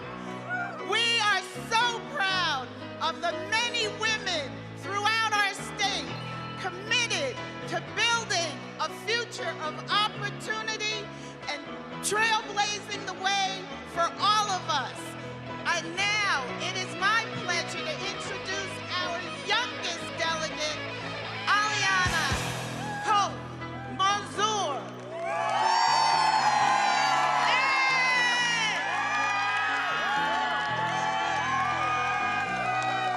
The great Live Free or Die state of New Hampshire casts all 34 of our votes for our next Black woman and first South Asian president, Kamala Harris.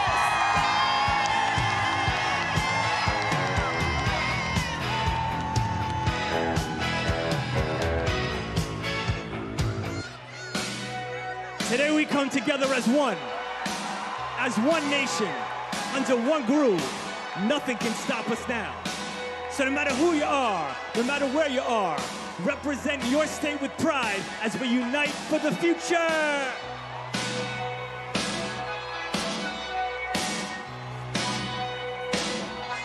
New Jersey, how do you cast your vote? Everybody, I'm Governor Phil Murphy. We're from Jersey, baby, and you're not. In the great Garden State, we care about protecting women's rights and lifting up vulnerable communities. That's what we mean when we say the great Garden State. My name is Dr. Joey Perella, pronouns she, her, hers. I'm a proud resident of the Garden State. I'm proud to stand with Kamala Harris and Tim Walz because they stand with the LGBTQ community.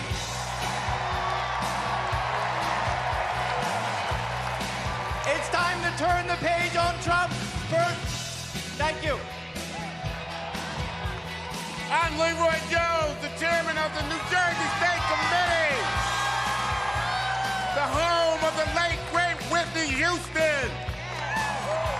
And New Jersey and these amazing delegates cast 2 votes present and 142 votes for Kamala Harris, President of the United States of America. When we fight, we win. When we fight, we win. When we fight, we win.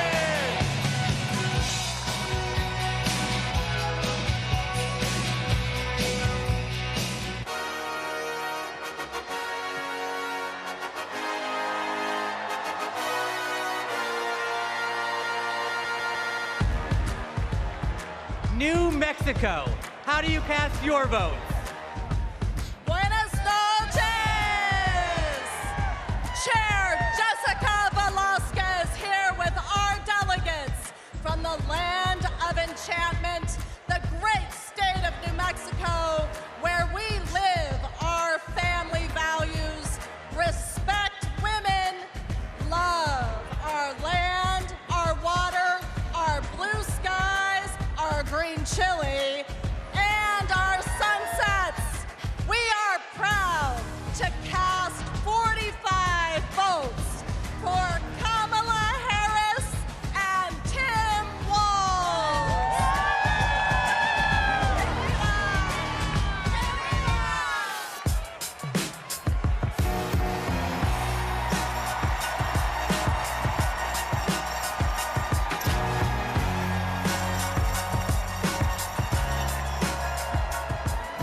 New York, how do you cast your vote?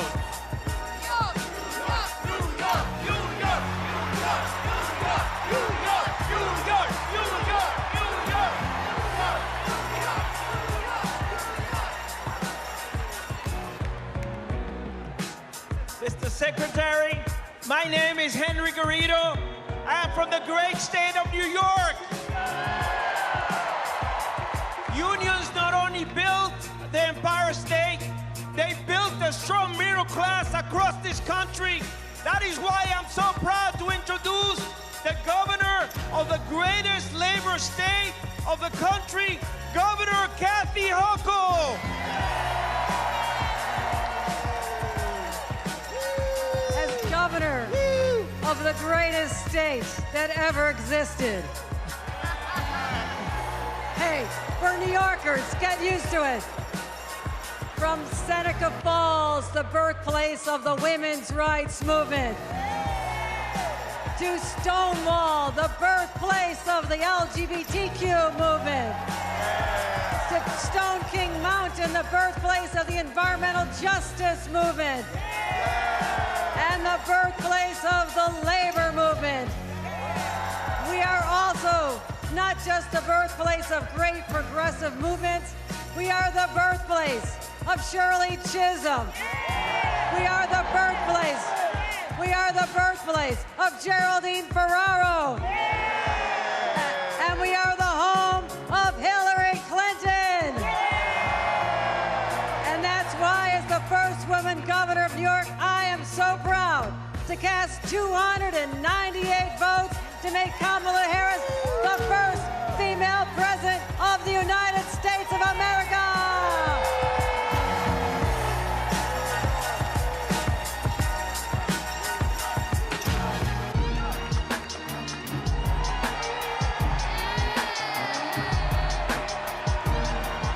North Carolina, how do you cast your votes?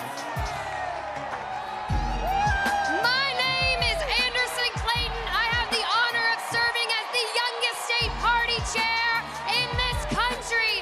And North Carolina is the home of folks like Anthony Hamilton. Yeah, Governor Jim Hunt, Dr. Reverend William Barber, Nina Simone. We represent a new South. And we are proud to be that again this year by electing Josh Stein, Allison Riggs, Wesley Harris, Anita Earls, and everyone else that's on our ballot this year. We are going to make sure that we put Democrats on the ballot and in people's hearts and minds. North Carolina gives 131 votes to the phenomenal Kamala Harris.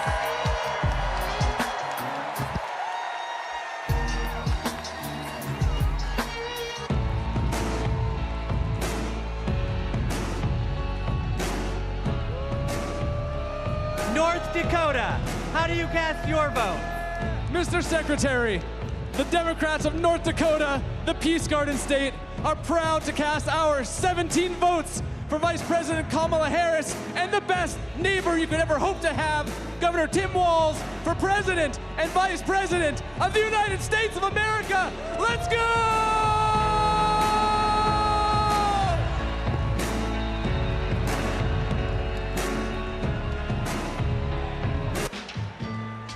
So now, ladies and gentlemen, my name is DJ Cassidy. This is the DNC Roll Call, and tonight, your voice is the future.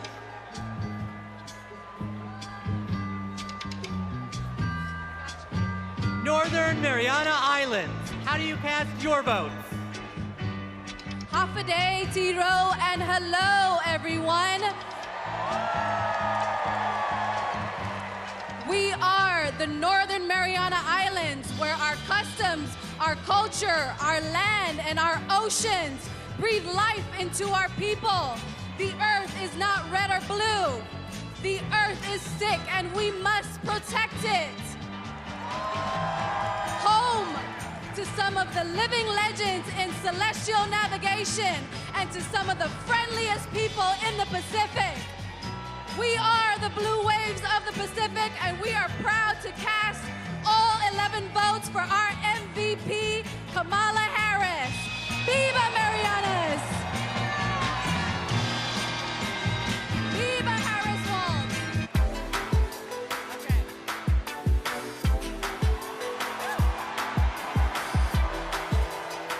Ohio, how do you cast your vote?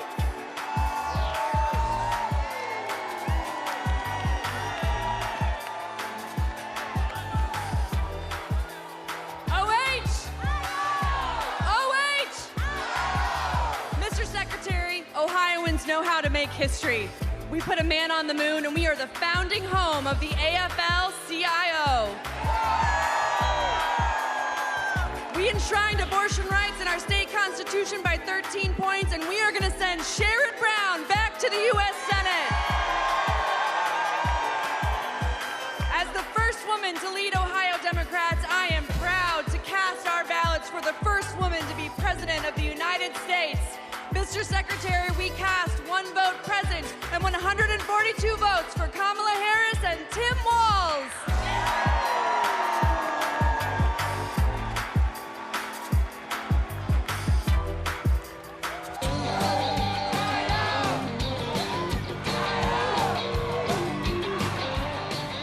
Oklahoma, how do you cast your vote?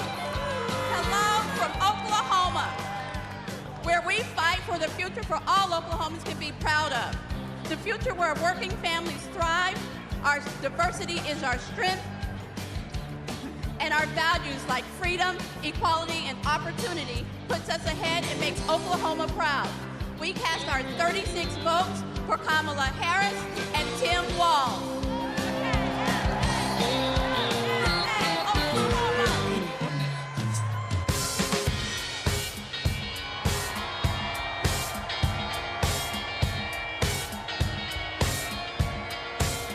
Oregon, how do you cast your vote?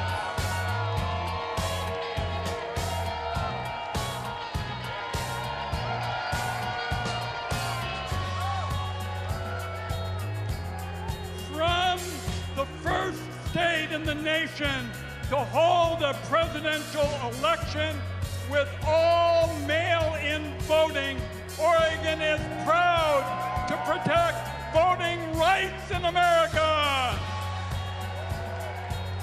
And Haley, from the heart of the beautiful Pacific Northwest, Oregon protects our planet and fights for LGBTQ equality.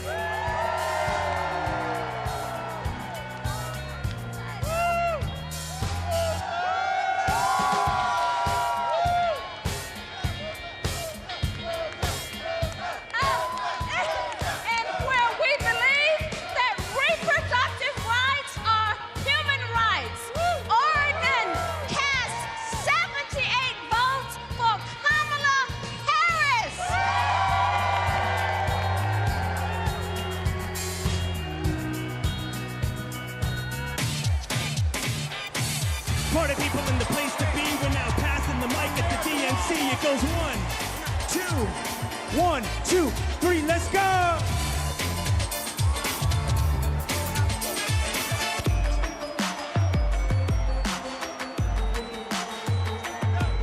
The Commonwealth of Pennsylvania, how do you cast your vote?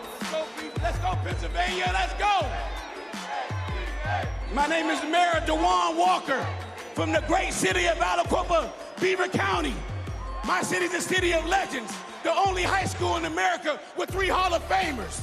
I took this seat in 2009 when my sister was murdered. I wanted to do better. 15 years she's been gone.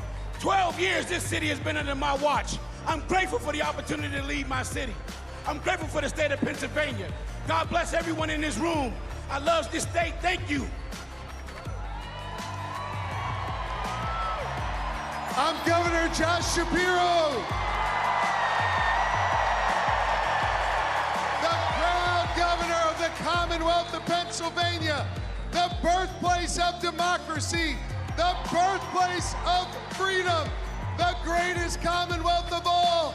And together, Pennsylvania cast 178 votes for the next Madam President of the United States, Kamala Harris, and Vice President Tim Walz.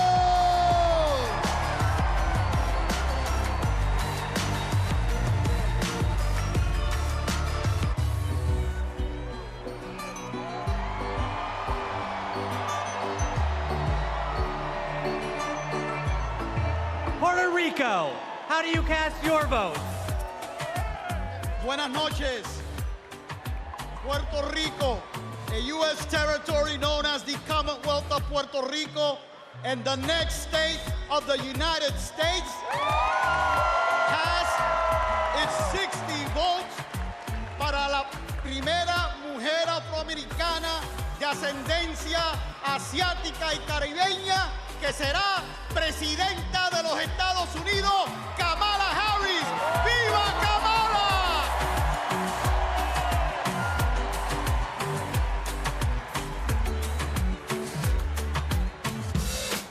DNC, let's go! Roll call, keep it coming now. Roll call, keep it coming now. Roll call, keep it coming now. 1, 2, 1, 2, 3, let's go!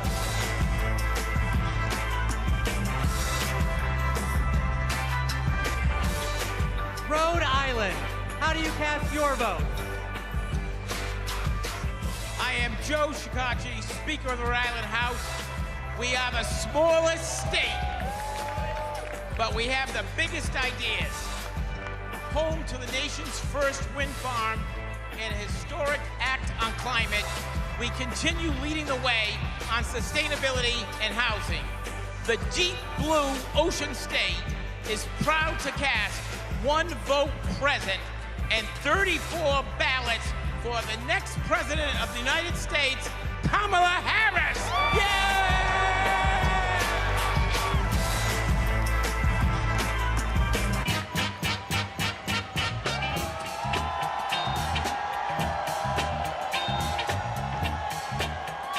South Carolina, how do you cast your vote? I'm Crystal Spain. I'm Crystal Spain, Chair of the South Carolina Democratic Party. Hello from the great state of South Carolina, where we pick presidents. The home of the DNC Chair, Jamie Harrison. The home of the first Black Panther, Chadwick Boseman. The home of the national basketball champions, the mighty Lady Gamecocks. I'm Senator Margie Bright Matthews, one of the sister senators, and John F. Kennedy Profiles in Courage Award winner. We stopped the total abortion ban in South Carolina. Like us, Kamala has proven that she has the courage to fight and will fight for all Americans. South Carolina is not going back.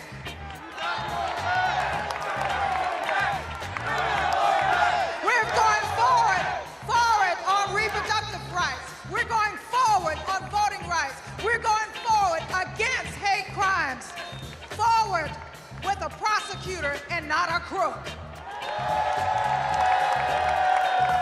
That's why we are proud to cast our 65 delegates for Kamala Harris. ¡Sí se puede!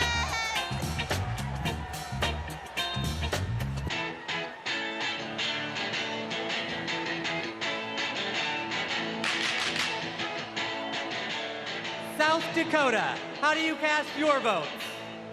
How mitakiapi, chante washte na bechuzapalo. In my beautiful Lakota language, that means hello, my relatives. I shake your hand with a happy heart. That is the spirit of my beloved South Dakota. My name is Chante Redis, and I want to say that my people, the Ocheti Shakoan, are still here. The 7 council fires are still here. Let me tell you what a Kamala Harris presidency will mean for me, my friends, and my community. More importantly, more opportunities, more good-paying jobs, better access to health care, and a quality education. That is the future we deserve, and it is the future we will win on November 5th when we elect Kamala Harris. Thank you, Mr. Secretary. The state of South Dakota is proud to be part of such a historic moment in our country's history. We are a land that is proud of our hardworking farmers and ranchers, that celebrates 9 tribal nations and their incredible cultures, where natural beauty can be seen from the Big Sioux River to Mount Rushmore. South Dakota is honored to cast all 20 of our votes for Vice President Kamala Harris, who will soon be known as Madam President.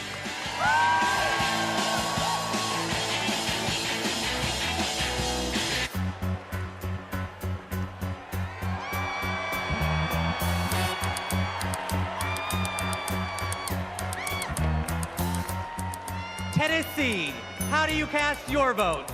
Mr. Secretary, the great state of Tennessee, birthplace of rock and roll, hometown to the blues, the home of 7 HBCUs, and the state that gave women the right to vote.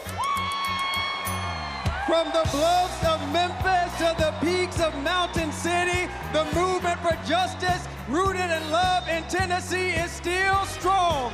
It is a movement where kids are free from gun violence, a movement where women have the right to choose, a movement where working people get access to economic opportunity, a movement where those who have been pushed to the periphery are brought to the center, a movement where those who have been pushed down are lifted up. It is alive in Tennessee because we believe that justice will roll down like waters and righteousness like an ever-flowing stream, which is why we are so proud to have been the first state in the union to have pledged all of our delegates to Kamala D. Harris.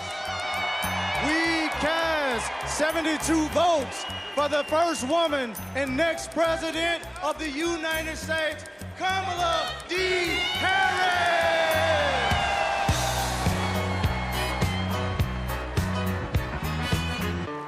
Party people, come on.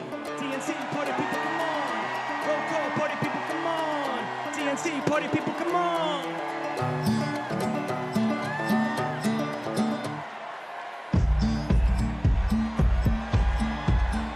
Texas, how do you cast your votes?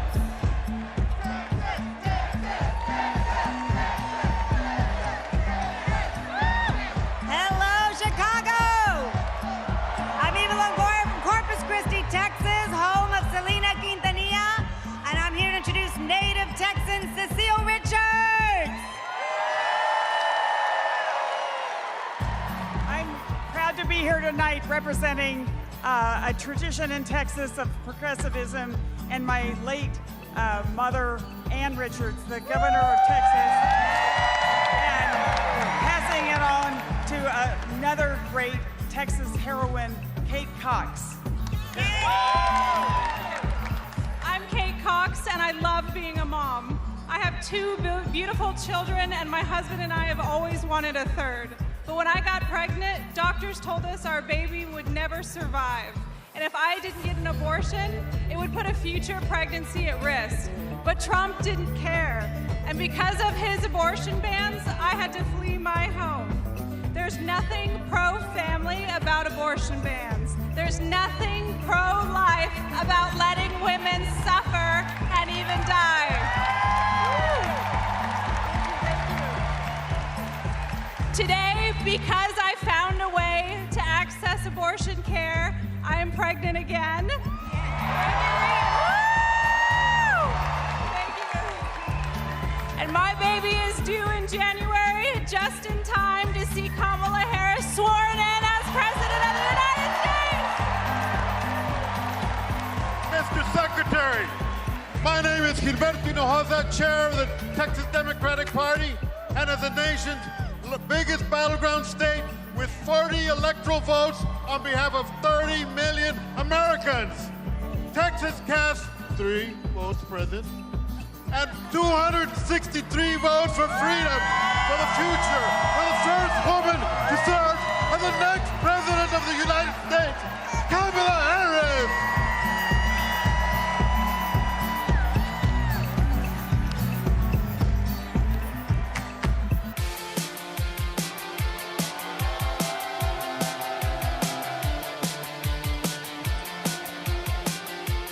Utah, how do you cast your vote? Utah, home of 8 tribal nations, the crossroads of the West, the Beehive State, the host of the 2034 Winter Olympics, the youngest and fastest growing state in the nation, and the next battleground state. Mr. Secretary, we proudly cast 34 votes for Vice President Kamala Harris!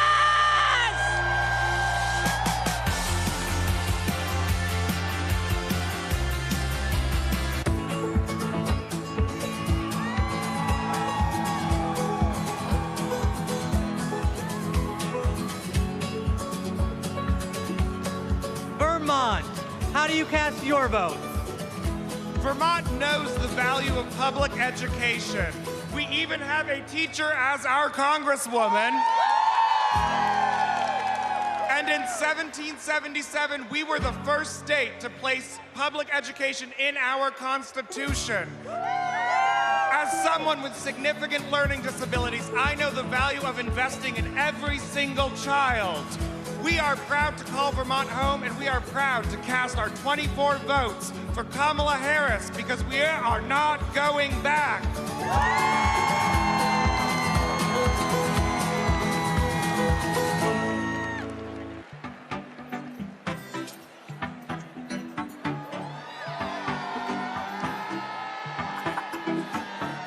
The U.S. Virgin Islands. How do you cast your vote? Mr. Secretary, we are proud to call the Virgin Islands of the United States our home, a place of resistance and freedom, home of Alexander Hamilton, the first slave rebellion in the Western Hemisphere, the fire-burned queens. We are proud to celebrate a nominee of Caribbean heritage. From America's Caribbean, the place where the sun rises first in America, from the place of great liberty and the vacation home of President Joe Biden, the Virgin Islanders are strong, resilient, and committed and passionate to vote for the next President of the United States. All 13 votes to Kamala Harris!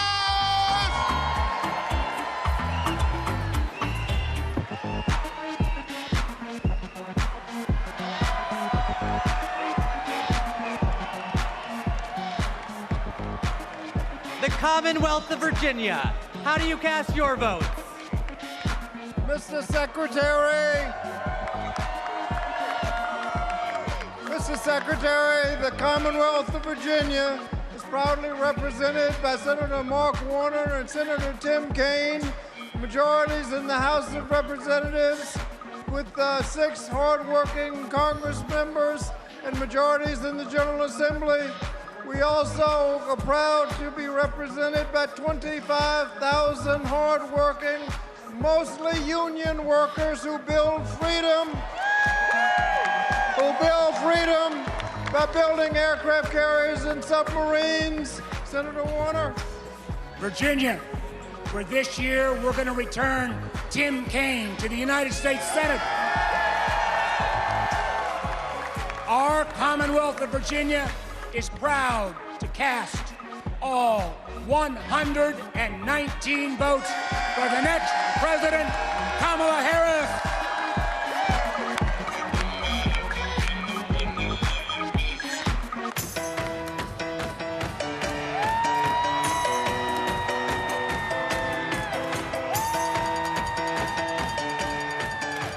Washington.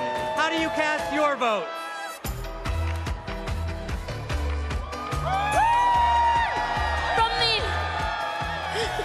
From the amber waves of grain and verdant origins of eastern Washington to the iconic waters of the Salish Sea, Washington stands proud as a part of the blue Walz. I, the first South Asian woman leading a state party, am honored to pledge 9 votes present and a lucky 101 votes for Vice President Kamala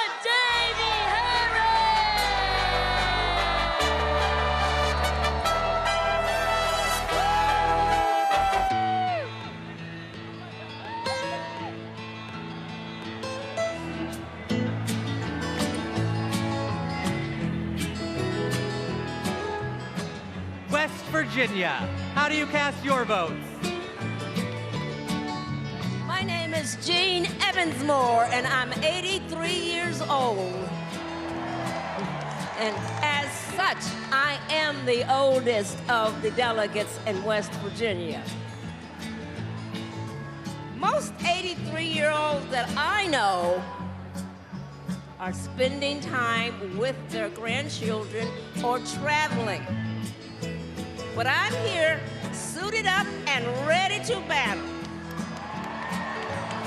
Because I will not, I repeat, I will not let everything I've fought for be taken away by Donald Trump.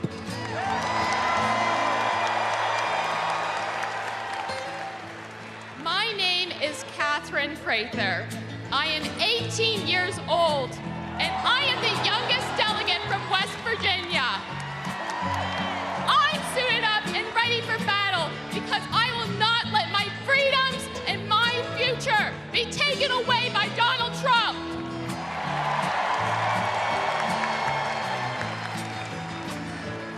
That's why we're proud to cast West Virginia's 24 delegates for the next President of the United States, Kamala Harris!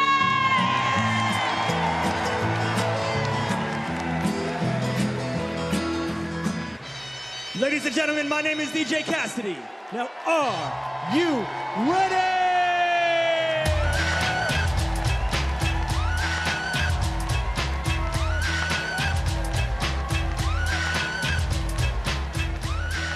My home state of Wisconsin, how do you cast your vote? Thank you, Badger Jason Ray, for all your good work. As a proud governor of the great state of Wisconsin, we're home of the Green Bay Packers. We're home of the Wisconsin Badgers.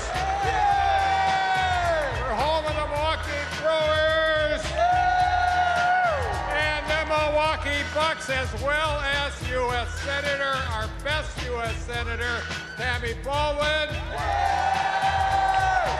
And our great congressional folks, Gwen Moore and Mark Pocan. I'm here because I'm jazzed as hell to announce that Wisconsin passed one vote present and 94 votes who are we at? Got me going here.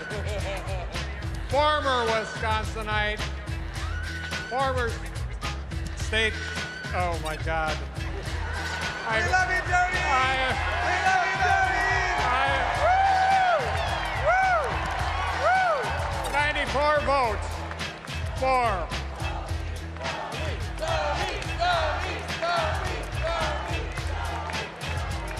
I'll get there, Jason, I'll get there.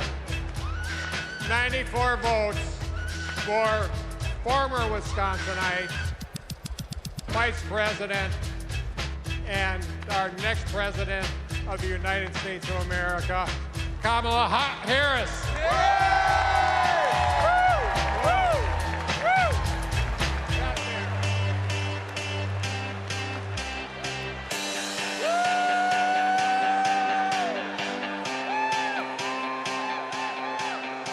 Wyoming, how do you cast your vote? Mr. Secretary, delegates, my name's Joe Barbudo, and these folks around me, we are honored to be representing the great state of Wyoming. Both the first state and territory in this nation to recognize a woman's right to vote, and the state that 100 years ago elected Democrat Nellie Taylor Ross, our nation's first female governor. With that legacy in mind and heart, the Equality State cast all of our votes for the woman who will be the first woman president of the United States. Say it with me now, Kamala Harris!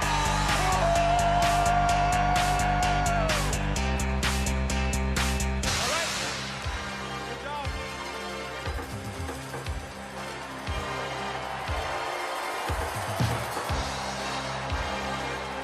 The great state of Minnesota, how do you cast your vote? Hello, Minnesota! My name is Hans Storbeck, and Tim Walz was my neighbor, coach, and favorite teacher. We were excited to go to his classroom every day, and if you've ever been in high school, you know that can be rare. He opened our eyes to the world. He taught us how to talk about global issues with respect, curiosity, and kindness, even and especially when we disagreed. But he wasn't just a great teacher. He was also a great neighbor and friend. In fact, when he was in the midst of a budget battle as governor of our state, he still found time to attend my brother's funeral. Mr. Walz means the world to my family. He's always been there for us, and that's how I know he'll always be there for you as vice president.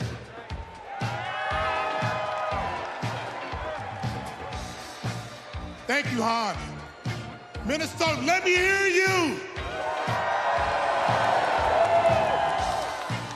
There you go. 14 years in the National Football League taught me a lot about leadership. A good leader cannot be selfish. He has to look out for his team. Coach Walz is as unselfish as they come. He has led Minnesota with honesty and integrity. And in November, Minnesota is going to send Tim Walz and Kamala Harris to the White House. Let's go! I'm Amy Klobuchar, the senator from the great state of Minnesota, where nearly everyone votes and purple reigns. And I'm Tina Smith from the great state of Minnesota, the home of the next Vice President of the United States, Tim Walz. Minnesota, we cast 10 votes present, and we deliver 81 votes for Kamala Harris and Tim Walz.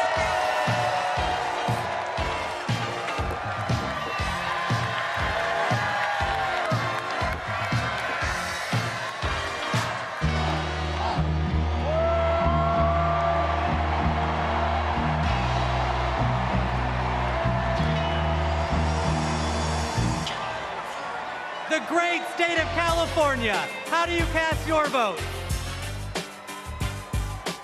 My name's Governor Gavin Newsom. From the great state of Nancy Pelosi. I come from a state, like our nation, of dreamers, of doers, of entrepreneurs, of innovators, that prides itself on being on the leading and cutting edge of new ideas.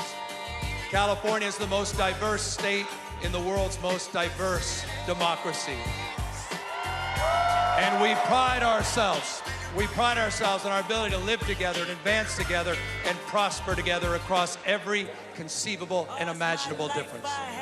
But the thing we pride ourselves most on is that we believe the future happens in California first.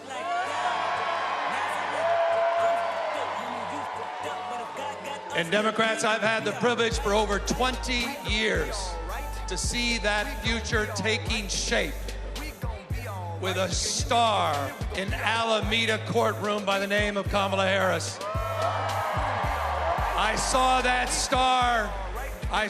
star fighting for criminal justice, racial justice, economic justice, social justice. I saw that star get even brighter as Attorney General of California, as a United States Senator, and as Vice President of the United States of America. Kamala Harris has always done the right thing. A champion for voting rights, civil rights, LGBTQ rights, the rights for women and girls. So Democrats and independents, it's time for us to do the right thing, and that is to elect Kamala Harris as the next President of the United States of America. California, we proudly cast our 482 votes for the next President, Kamala Harris.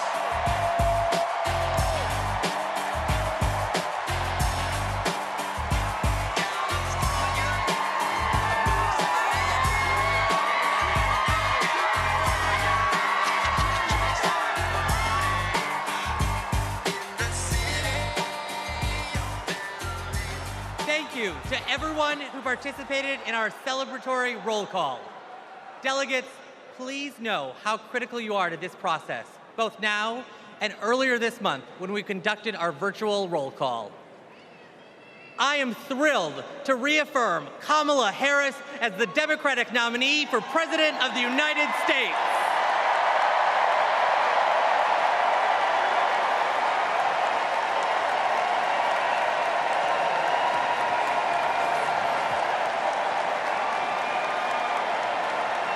Pursuant to the convention rules of procedure, Vice President Kamala Harris has been invited to make an acceptance speech, which she will give on Thursday, August 22nd.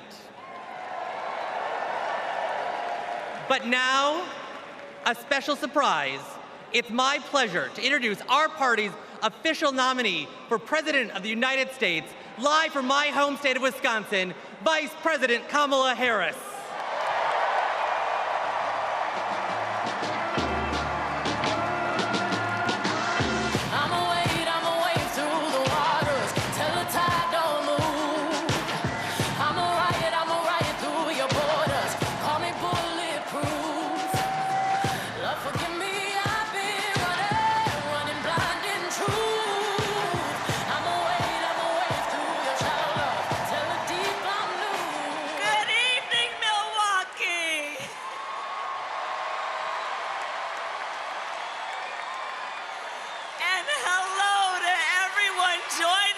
From exciting Chicago. The delegates at the Democratic National Convention, well, they just completed their roll call. And they have nominated Coach Walz and me to be the next Vice President and President of the United States of America.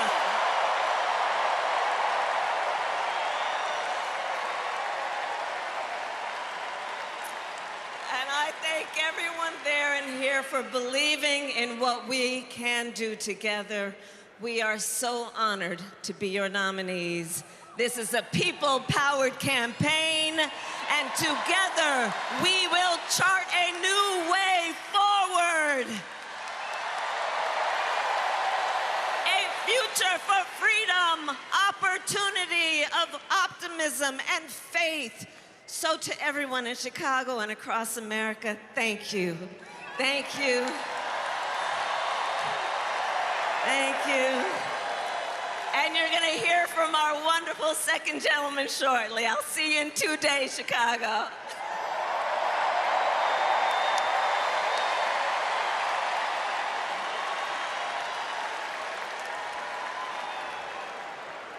Please welcome TV personality, loud and proud Latina, Ana Navarro.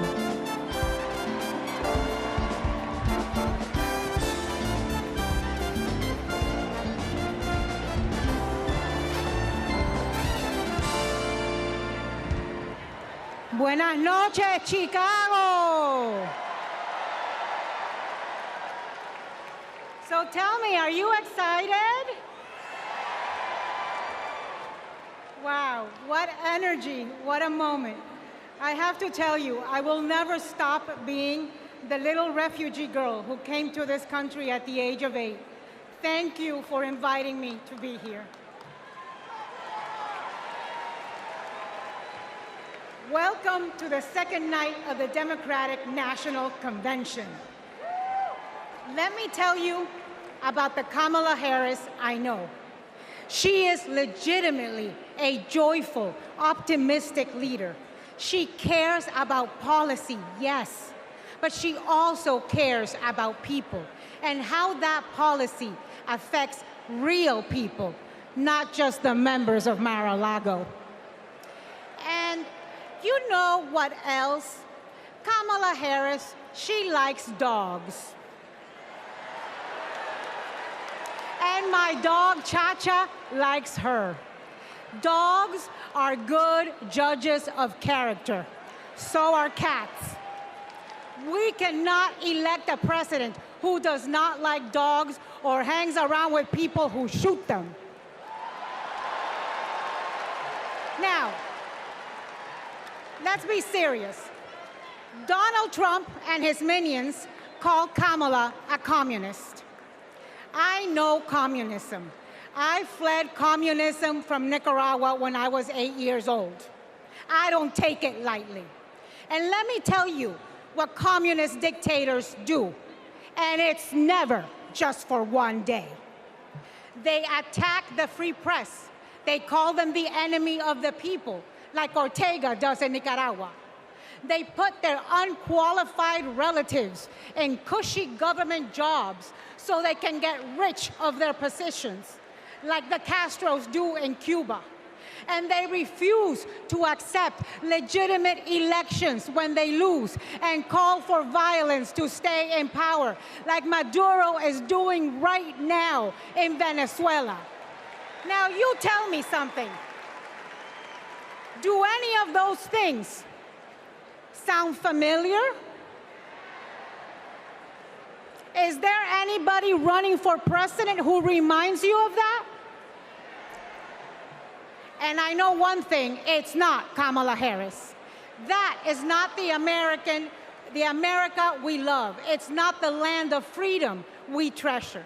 Last night, we heard President Biden say that he loves his job, but he loves his country more. Every American needs to love our country more. Every American has the duty to put our country first. Country first before party. Country first before political ambition. Country first before habit.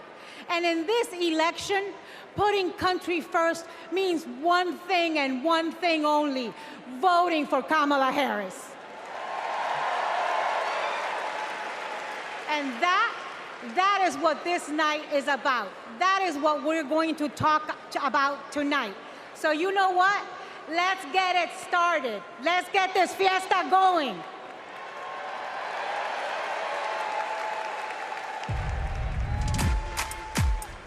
The ayes are 50, the nays are 50. The Senate being equally divided, the Vice President votes in the affirmative, and the nomination is confirmed.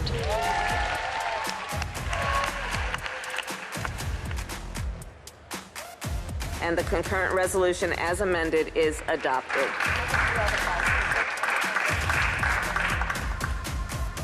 The Vice President votes in the affirmative, and the motion to proceed is agreed to. On this vote, the yeas are 50, the nays are 50. The Senate being equally divided, the Vice President votes in the affirmative, and the bill as amended is passed.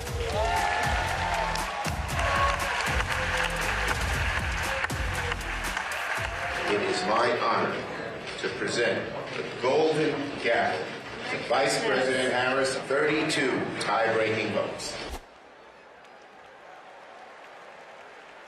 Please welcome Senate Majority Leader and New York Senator Chuck Schumer.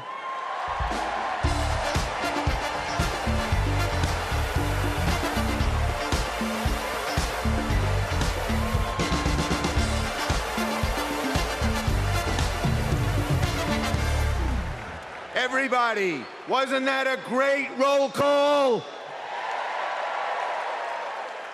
Now just let me hear you if you're ready for President Kamala Harris.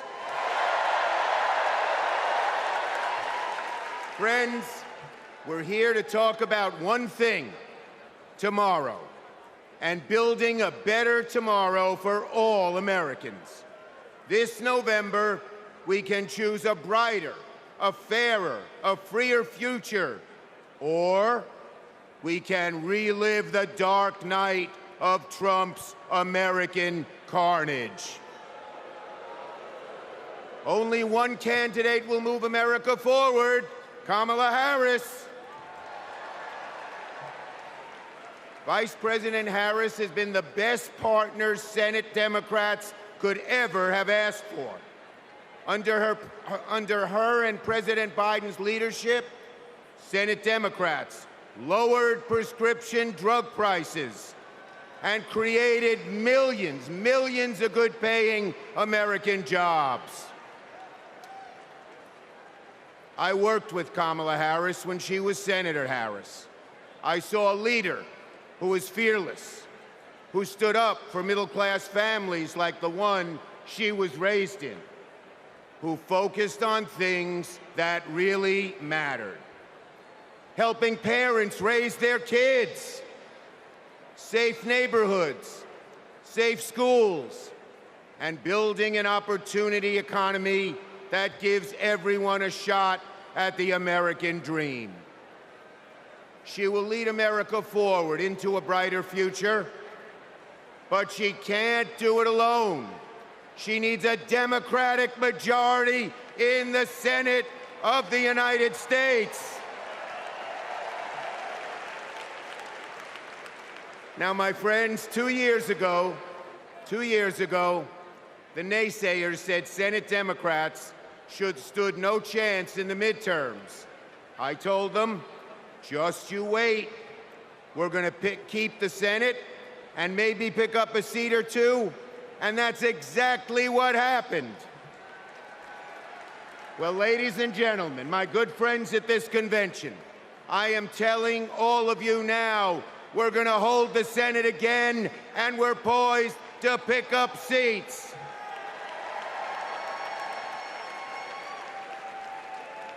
A Democratic majority to create good-paying jobs and lower costs, to defend a woman's right to choose, to deliver for communities back home. Our senators are doing it, like Jackie Rosen, delivering high-speed rail for Nevada. John Tester, bringing high-tech jobs to Montana. And Bobby Casey and Sherrod Brown and Tammy Baldwin and Martin Heinrich fixing bridges in Pennsylvania and Ohio and Wisconsin and New Mexico. We also have amazing candidates. Ruben Gallego, Angela Alsobrooks, Andy Kim, Alyssa Slotkin, Lisa Blunt, Rochester, Colin Allred, Debbie Mucarsel-Powell. And folks, listen to this. More than half of our candidates are candidates of color. We're making the Senate look like America. Now let's compare that with Senate Republicans.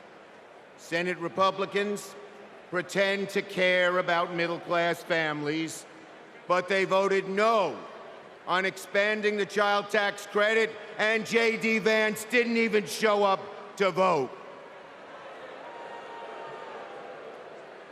Senate Republicans pretend to care about the border, but they voted no on the strongest border bill in a decade.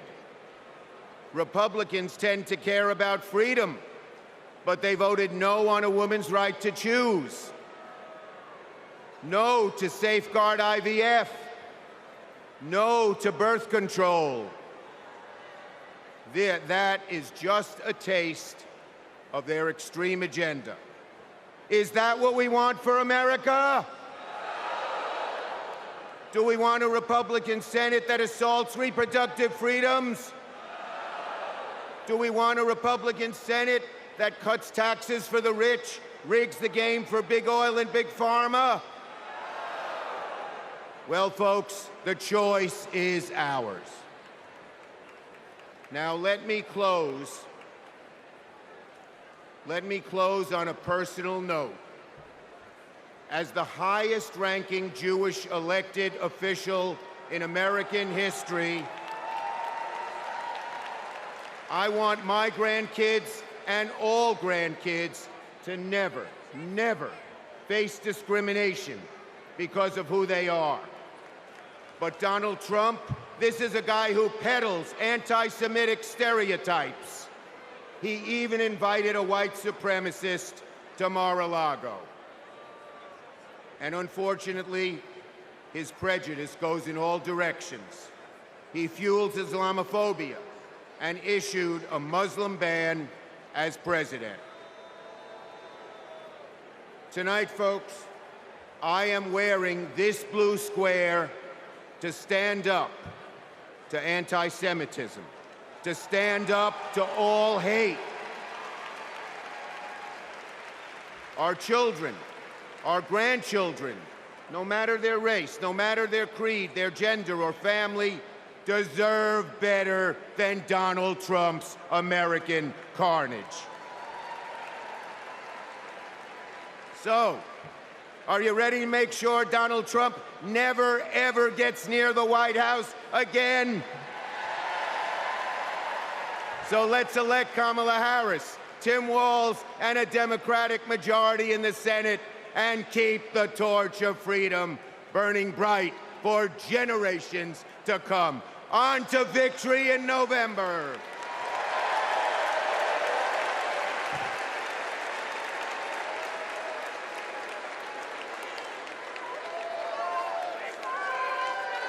Together, we will build what I call an opportunity economy. I will take on the high costs that matter most to most Americans. Compare my plan with what Donald Trump intends to do. He wants to impose what is, in effect, a national sales tax on everyday products and basic necessities that we import from other countries. It will mean higher prices on just about every one of your daily needs. Donald Trump's plan would cost a typical family $3,900 a year. He wants to repeal the Affordable Care Act, which 45 million Americans rely on for health care. He plans to give billionaires massive tax cuts year after year, and he plans to cut corporate taxes by over $1 trillion. That if you want to know who someone cares about, look who they fight for. We capped the price of insulin at $35 a month and the total cost of prescription drugs at $2,000 a year for seniors. And just yesterday, we announced that we are lowering the price for 10 more life-saving drugs. As president, I will work to build the housing we need, and by the end of my first term, we will end America's housing shortage by building 3 million new homes and rentals that are affordable for the middle class. More than 100 million Americans will get a tax cut by restoring the Earned Income Tax Credit and the Child Tax Credit, through which millions of Americans with children got to keep more of their hard-earned income. We will provide $6,000 in tax relief to families during the first year of a child's life. Now is the time to chart a new way forward. I will fight to give money back to working and middle-class Americans. Increase the security and stability financially of your family and expand opportunity for working and middle-class Americans.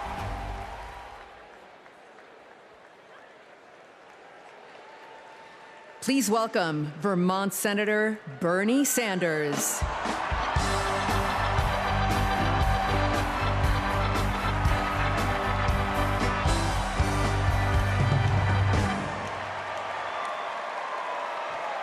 Thank you.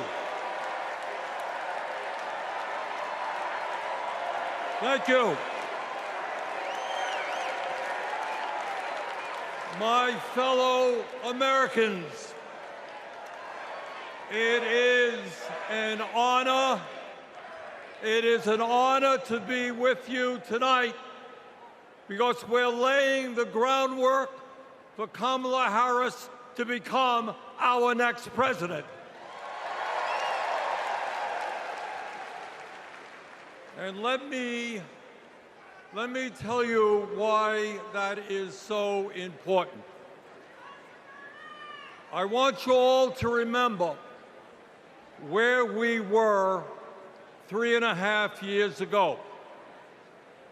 We were in the midst of the worst public health crisis in 100 years and the worst economic downturn since the Great Depression.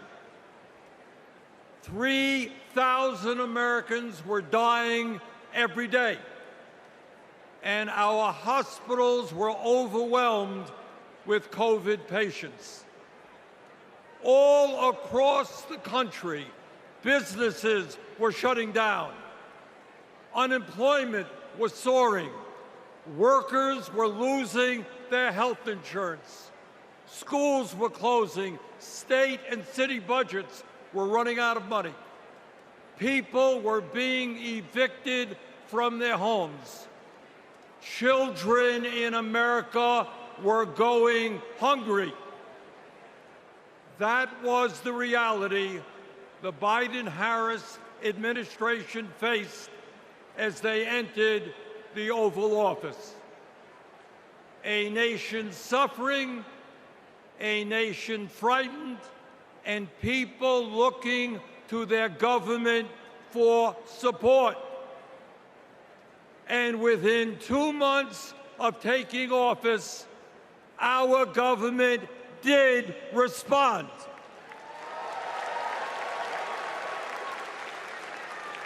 We passed the American Rescue Plan, which provided $1,400 for every man, woman, and child in the working class. We extended and expanded benefits for the unemployed. We provided emergency assistance for small businesses to stay open. We guaranteed health care coverage to tens of millions of Americans through one of the largest expansions of Medicaid in history. We provided rent relief and mortgage assistance, which prevented tenants and homeowners from being evicted. We established emergency food programs for hungry children and the elderly, and protected the pensions of millions of union workers and retirees from being slashed by up to 65%. Oh, and by the way, we cut childhood poverty by over 40% through an expanded child tax credit. Thank you, President Biden. Thank you, Vice President Harris. Thank you, Democratic Congress.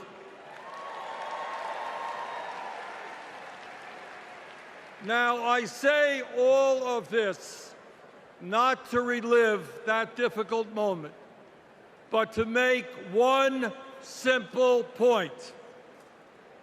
When the political will is there, government can effectively deliver for the people of our country.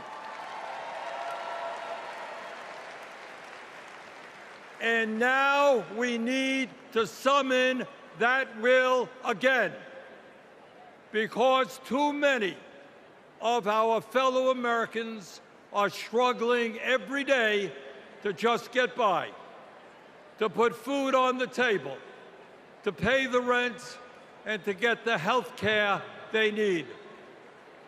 Brothers and sisters, bottom line, we need an economy that works for all of us, not just the billionaire class.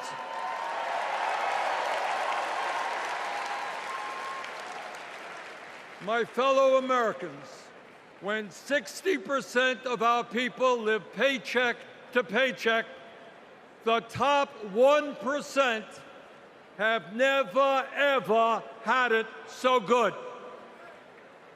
And these oligarchs tell us we shouldn't tax the rich. The oligarchs tell us we shouldn't take on price gouging. We shouldn't expand Medicare to cover dental, hearing, and vision. And we shouldn't increase Social Security benefits for struggling seniors. Well, I've got some bad news for them.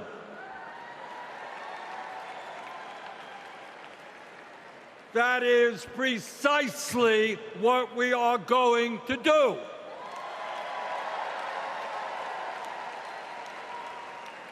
And we're going to win this struggle because this is precisely what the American people want from their government. And my friends, at the very top of that to-do list is the need to get big money out of our political process.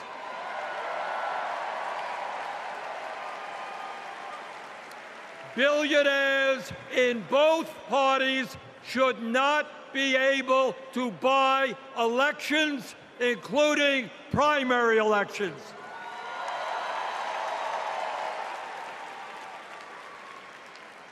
For the sake of our democracy, we must overturn the disastrous Citizens United Supreme Court decision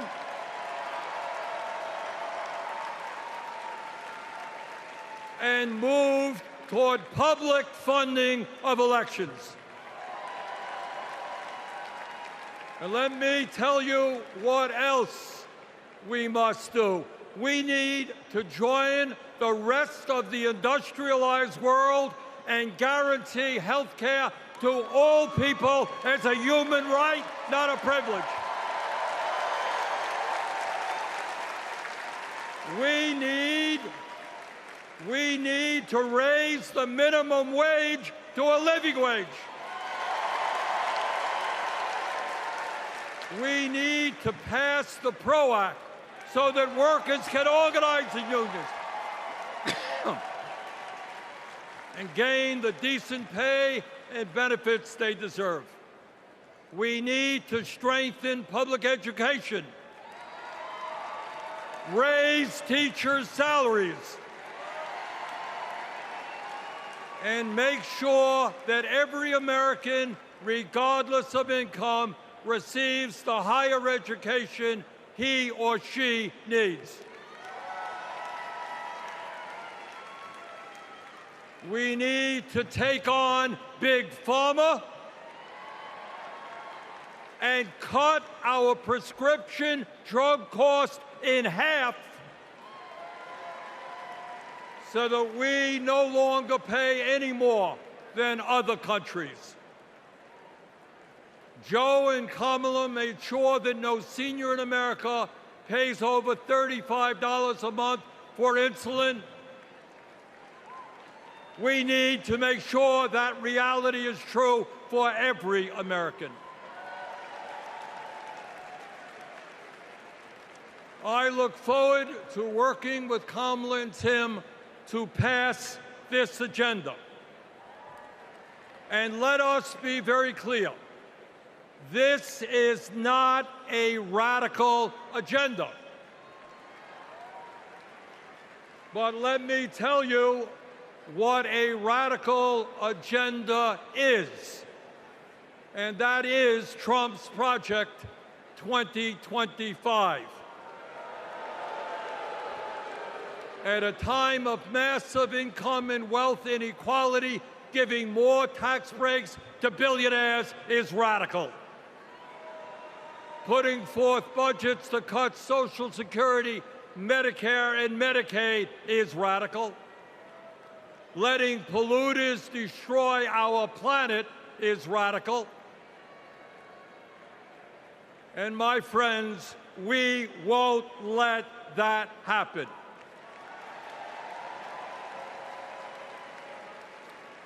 Fellow Americans, in the last 3.5 years, working together, we have accomplished more than any government since FDR. But much, much more remains to be done. We must summon the courage to stand up to wealth and power and deliver justice for people at home and abroad. Abroad, we must end this horrific war in Gaza.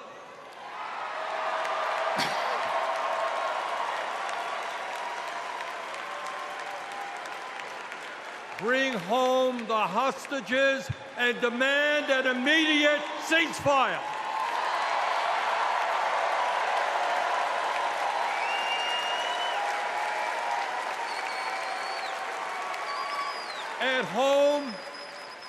At home right here, we must take on Big Pharma, Big Oil, Big Ag, Big Tech, and all the other corporate monopolists whose greed is denying progress for working people.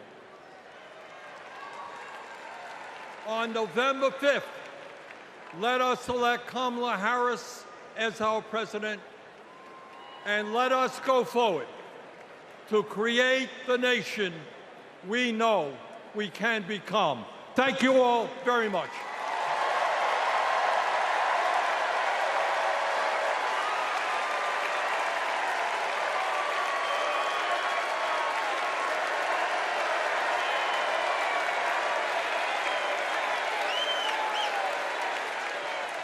Please welcome Illinois Governor J.B. Pritzker.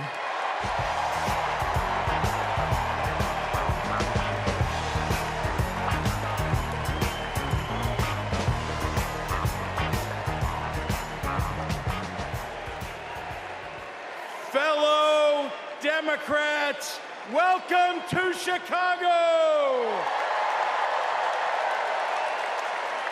We're a great American city in a proud blue state. Our patriotism was formed in frost and in fire, and in the steel we forged to survive both. Our love of country has been a tapestry of faith that weaves from Abraham Lincoln reuniting a house divided to Barack Obama declaring blue states and red states make one United States.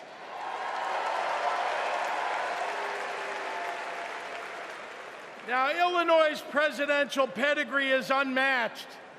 And given that Vice President Kamala Harris spent some of her early life right here, I speak for the entire Illinois delegation when I say we claim her too.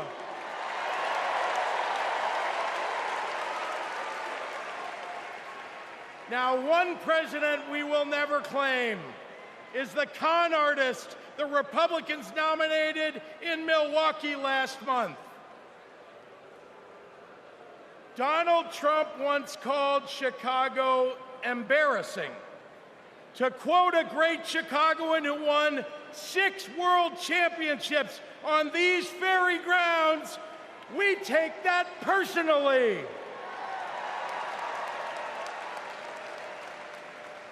I had to govern for 2 years while Trump was president. Let me tell you what's embarrassing. In Illinois, we passed a massive bill to fix our roads and bridges. When Donald Trump proposed his own plan, he turned right around and called it stupid. We eliminated the grocery tax. Donald hasn't been in a grocery store since his first bankruptcy. Illinois invested in clean energy and the jobs it brings. Donald claimed that windmills in the ocean made the whales a little batty.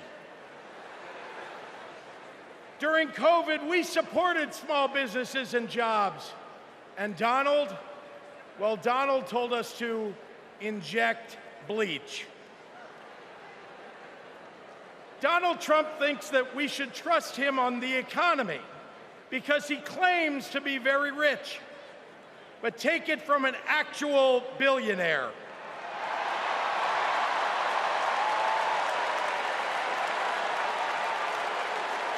Trump is rich in only one thing: stupidity.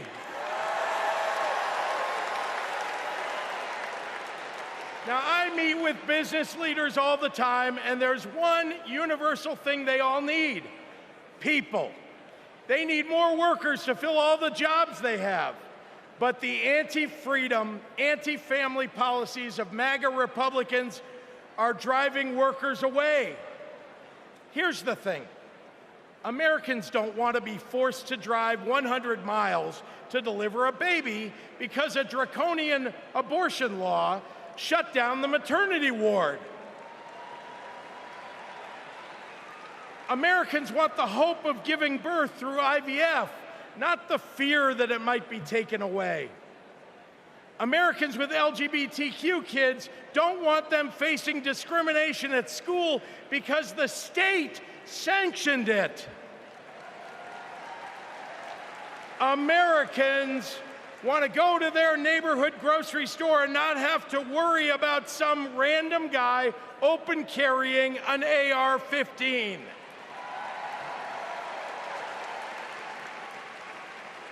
Americans don't want their kids to be taught in history class that slavery was a jobs program. And if Americans are black or brown, they want to get promoted at work without being derided as a DEI hire for the sin of being successful while not white.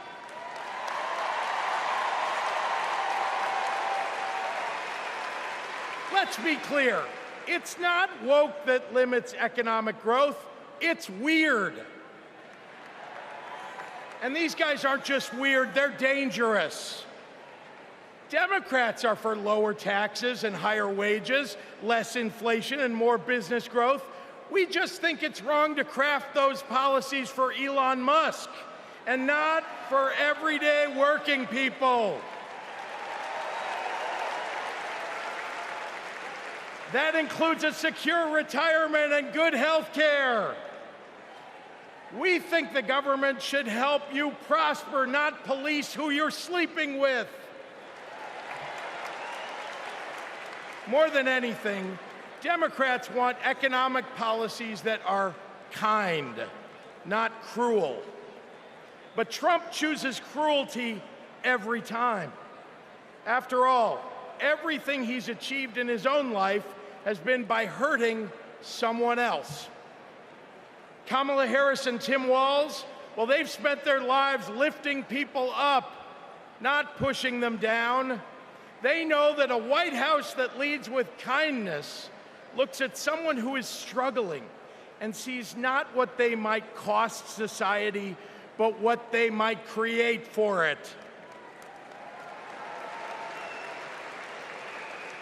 Americans want policies that give every American a chance to make it to the middle class. They want to grow small businesses, and Democrats want to cut taxes for everyday people. More than anything, Kamala Harris and Tim Walz want a country where we can all live with a little serenity. The serenity that comes with a balanced checkbook, an affordable grocery bill, and a housing market that has room for everyone. And if there's one thing I know about Donald Trump, he's not bringing anyone any kind of serenity. We have a choice, America, between the man who left our country a total mess and the woman who has spent 4 years cleaning it up.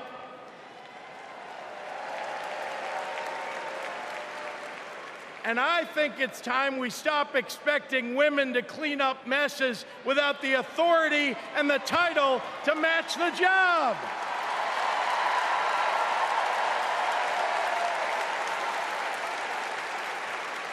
Vice President was a good title for Kamala Harris, but you know an even better one?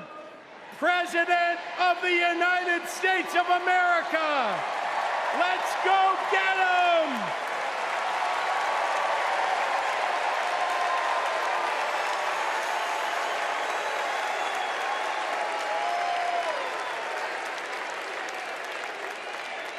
Please welcome former chair and CEO of American Express and current chair and managing director of General Catalyst, Ken Chenault.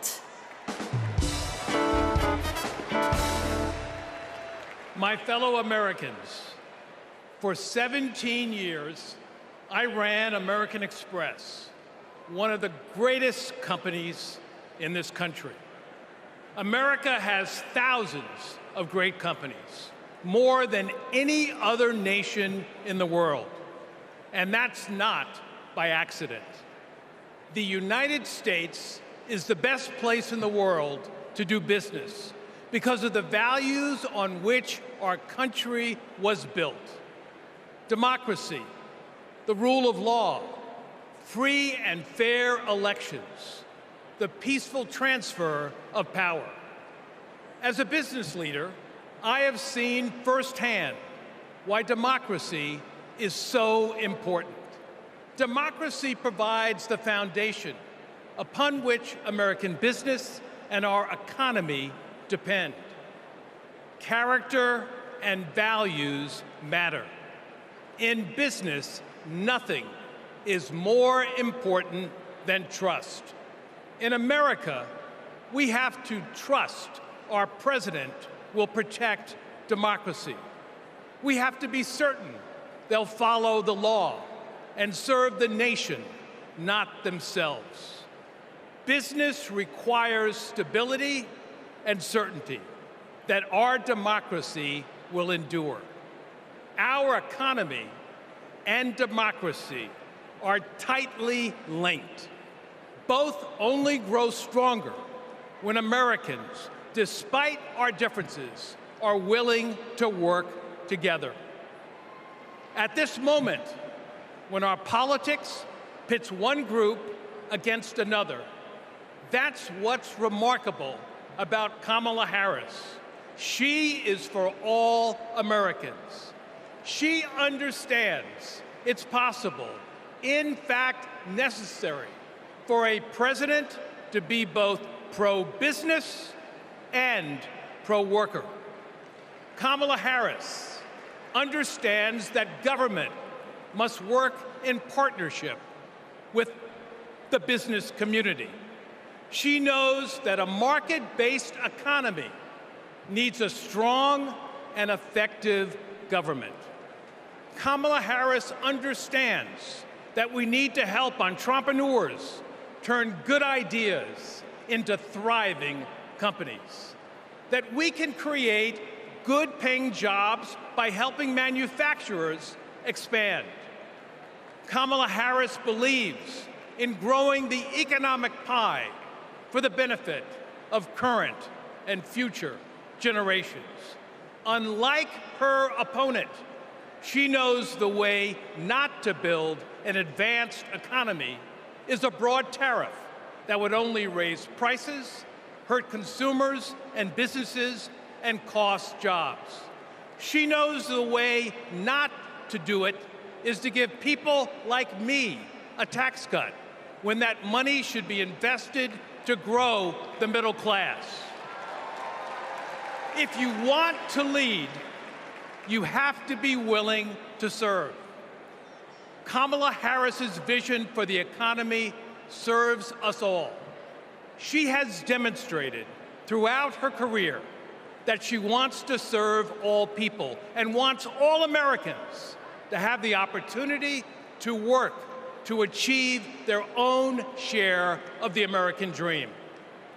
Our economy goes up and down, but the reason America is the strongest nation in the world is because of her commitment to something bigger than ourselves, our commitment to each other, to democracy.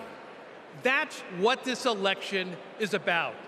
It's more than a choice between two parties or sets of policies. It's a choice about who we're going to be as a country.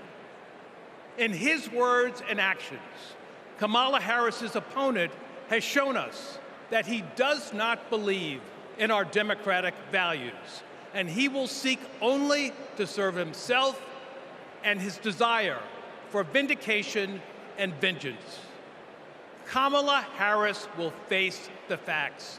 She will navigate this country, the greatest country in the world, through the inevitable challenges, while also leading with the hope and values that America was founded on.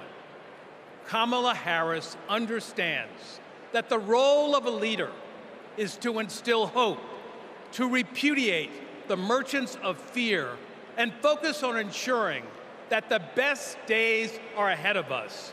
She believes in America, its principles, the hopes and dreams of our people, and the promise of our future. That is why I believe Kamala Harris should be the next president of the United States of America. God bless America.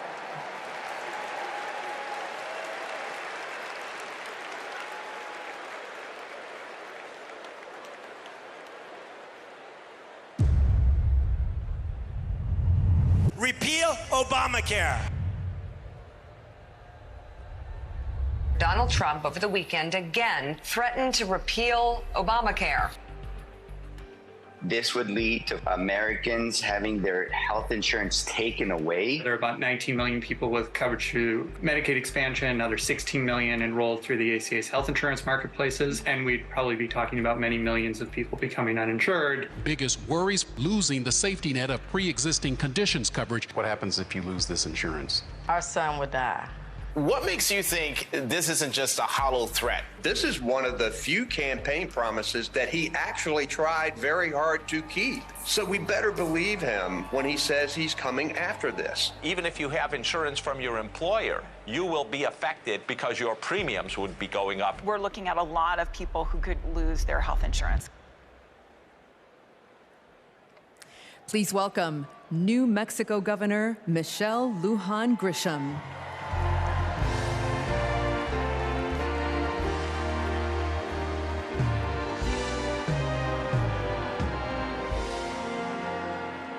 Good evening, America. I'm Michelle Lujan Grisham, governor of the great state of New Mexico. And in my state, we like things spicy, a little chili on everything, a little kick in our campaigns.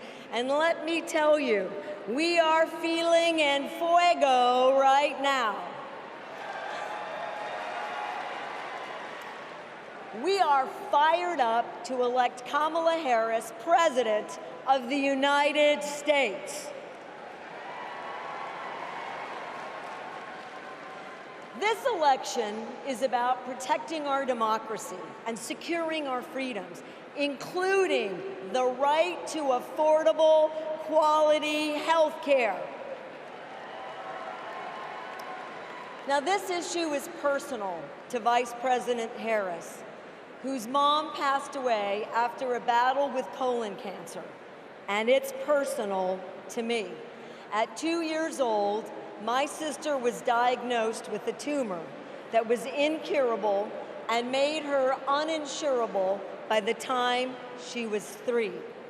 And it's personal to Americans across the country who know what it's like when someone they love gets sick. Donald Trump and J.D. Vance want to dismantle our healthcare system, repeal the Affordable Care Act, and eliminate protections for pre-existing conditions. Either these guys don't get it, or they just don't care. You know who gets it? Kamala Harris gets it, and she cares.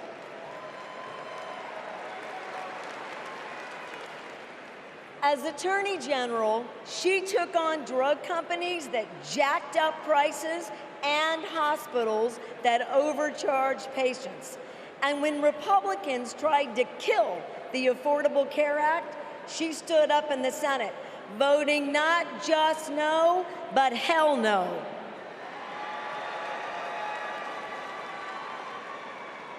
And Kamala Harris hasn't just stopped Republicans from making our healthcare system worse. She fights every day to make it better. And I know, I spent 20 years working to get Medicare the ability to negotiate lower drug prices. As Vice President, Kamala Harris delivered it. You know what Donald Trump delivered? Junk plans, higher premiums, and abortion bans. And if you don't think a second term would be worse, then I've got a box of Trump steaks to sell you. We have not just a better choice. America, we have the best choice. Yes, we do. Kamala Harris will protect your right to care. She'll cap drug costs. She'll go after corporate price gougers and ensure every woman who needs it can access reproductive health care.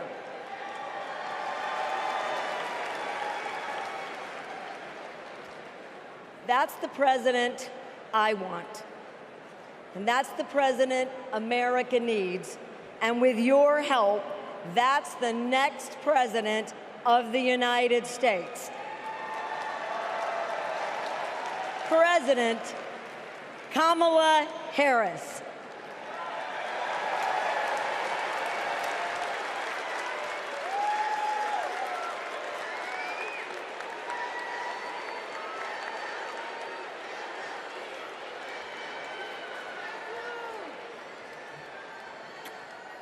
I love you too. Y en español, los quiero.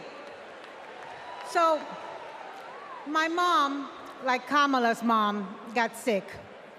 When my mom died in 2021, Kamala called me. She had lost her mother to cancer in 2009. Kamala helped me navigate my grief. She said that heartbreak and loss are the price for having loved and having been loved. How I wish our mothers could be here to see this moment.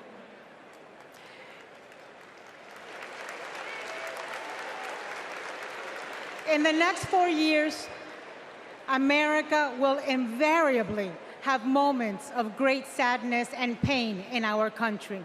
Some will be natural disasters. Some will be man-made disasters. We need a president who can not only be commander-in-chief, but also consoler-in-chief.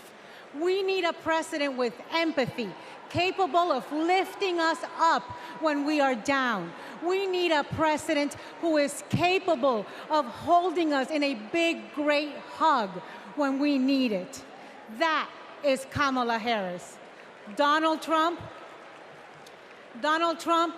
is only capable of holding two things, a grudge and a golf club.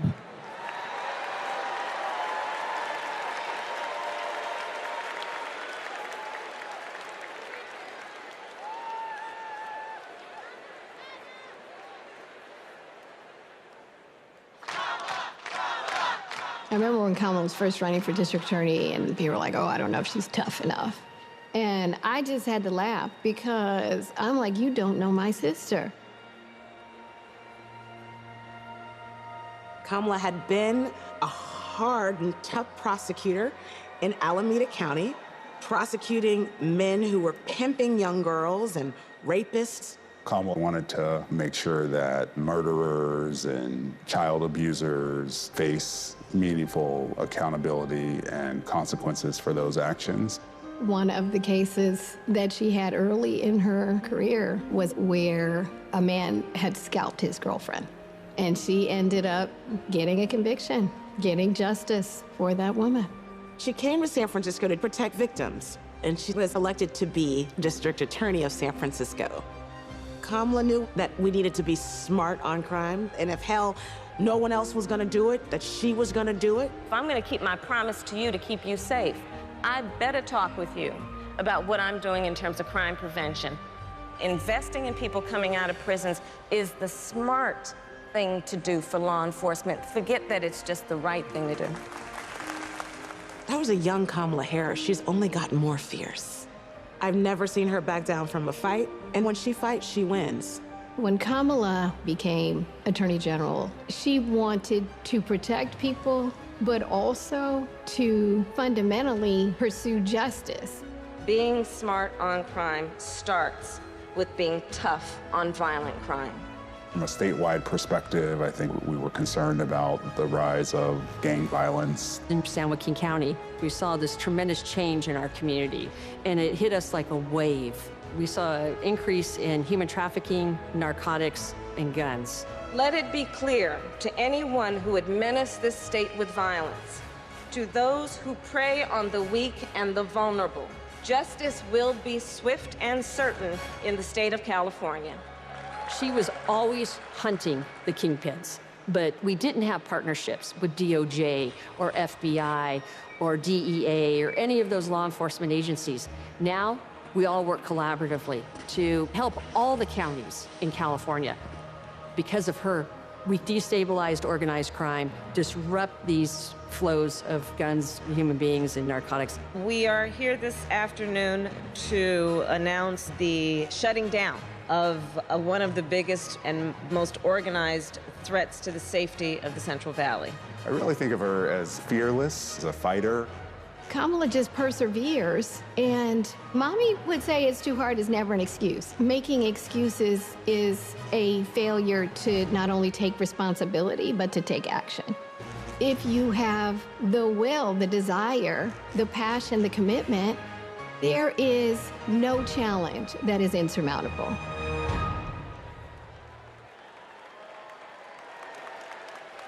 Please welcome the Democratic nominee for Senate in Maryland, Angela Alsobrooks.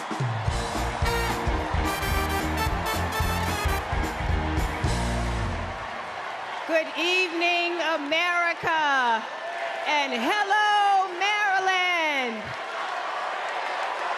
People like me, thank you.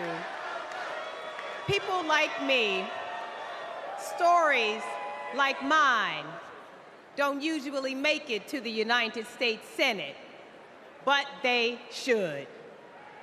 I'm the proud granddaughter of a housekeeper, Sarah Daisy, who raised her 3 children in a 1-bedroom apartment.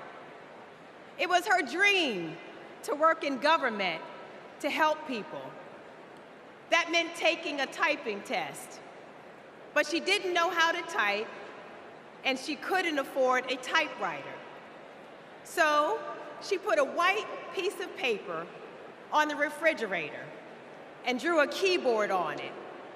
And every night, she stood in front of that refrigerator and taught herself to type. She took the test, passed it, and got the job she dreamed of. I am her legacy.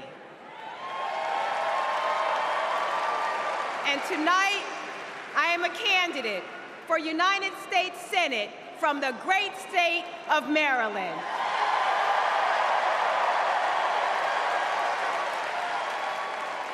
I've always been inspired by women like my grandmother, women who imagine a better future and then have the grit to make it a reality.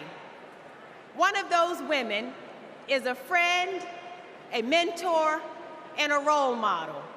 That woman is Kamala Harris. Let me tell you about the Kamala I've known for 14 years. I first heard about her in 2009 when I was running for state's attorney in Prince George's County, Maryland. I read a story in Essence magazine about a district attorney in San Francisco using new ideas to keep her community safe. Few had a better record prosecuting violent crime. She put rapists, child molesters, and murderers behind bars.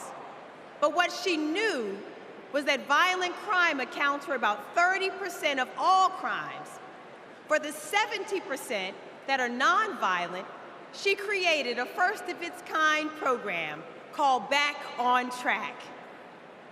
After serving time and pleading guilty, these low-level offenders would get the job training, GED help, and apprenticeships they needed to find a job. The result? The recidivism rate plummeted. Now, after reading about this super bad district attorney, I talked nonstop about her on the campaign trail. 2 days after I won the election, my phone rings.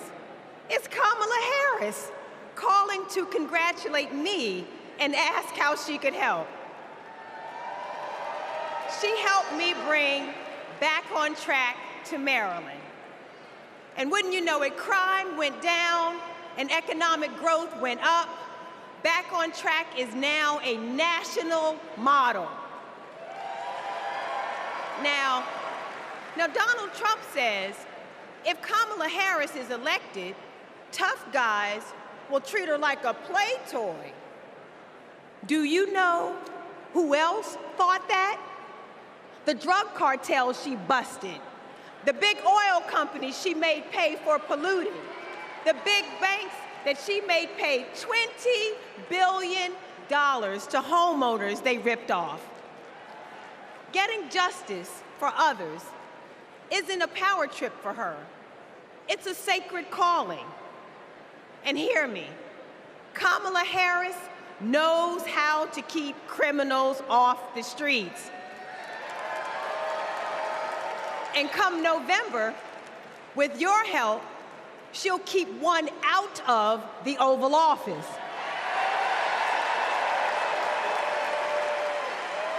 Ever since Donald Trump rode down that ridiculous escalator, we as a nation have felt trapped.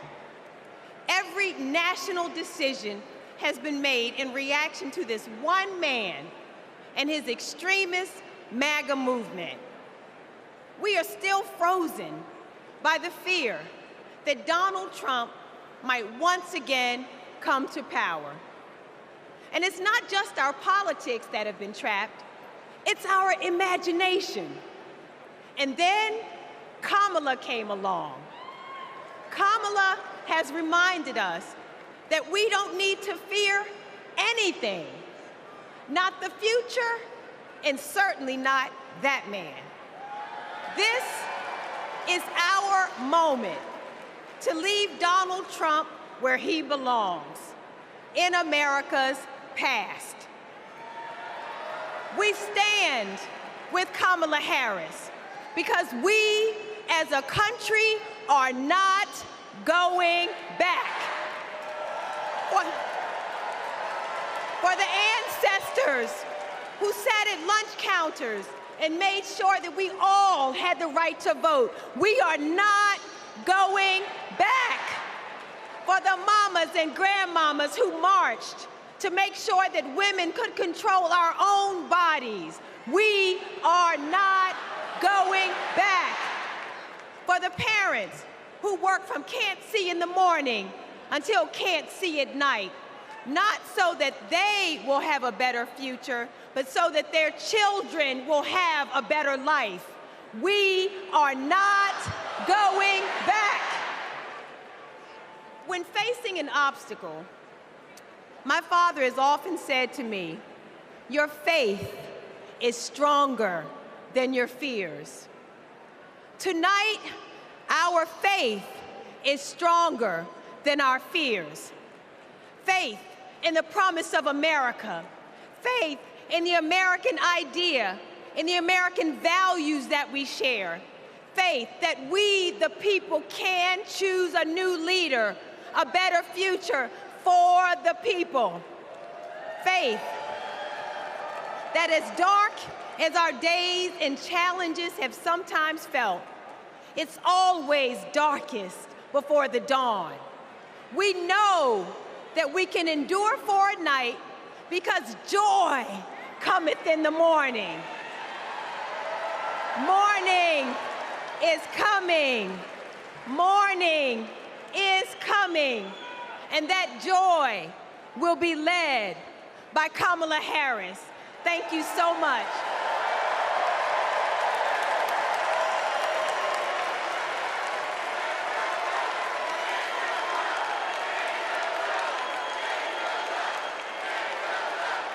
Please welcome Mesa, Arizona Mayor John Giles.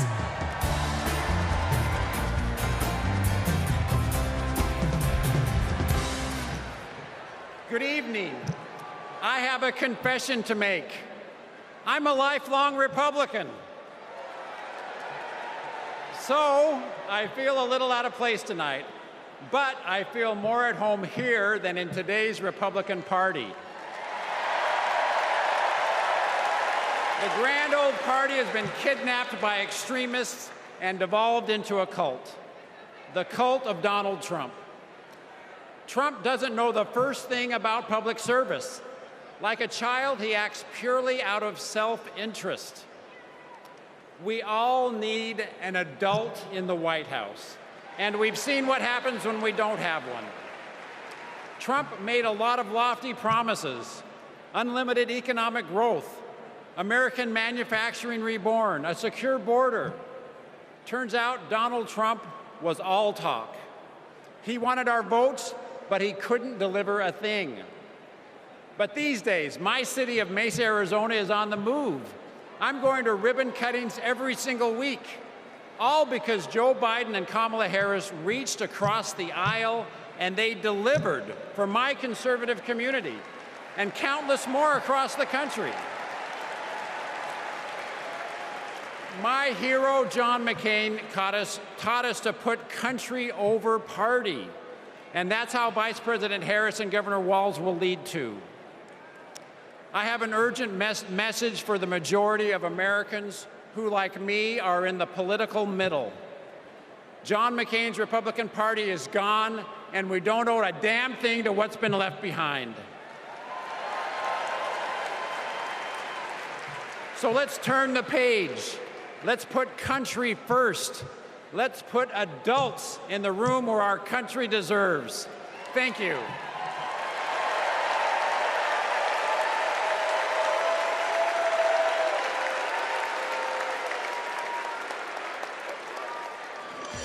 It's our dream to have a large family. Being a parent, it's the most important thing in my life. For decades, Americans have turned to the miracle of IVF treatments.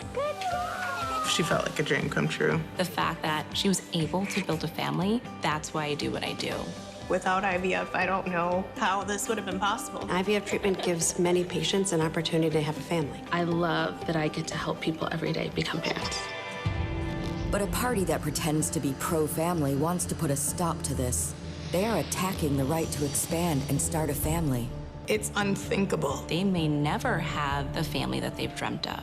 In the U.S. Senate, Republicans blocked a Democratic bill that would have established protections for in vitro fertilization. Mr. Vance, no. If Republicans actually cared as much about protecting IVF, this would have been a simple yes vote. Family means support. To me, family is your whole world. It's the life that you build. IVF made my family. It made my heart whole.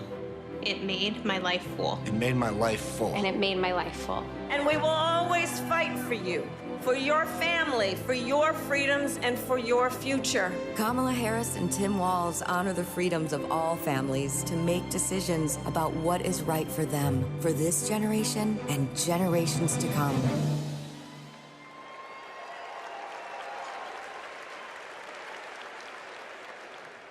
Please welcome Illinois Senator Tammy Duckworth.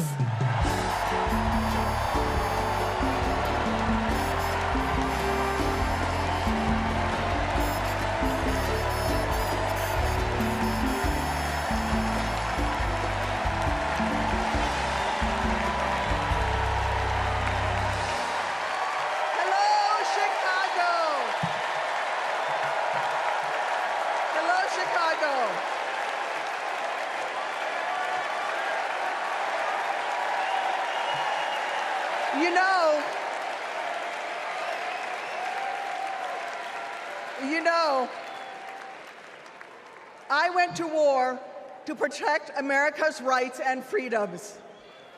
So I take it personally when a five-time draft-dodging coward like Donald Trump tries to take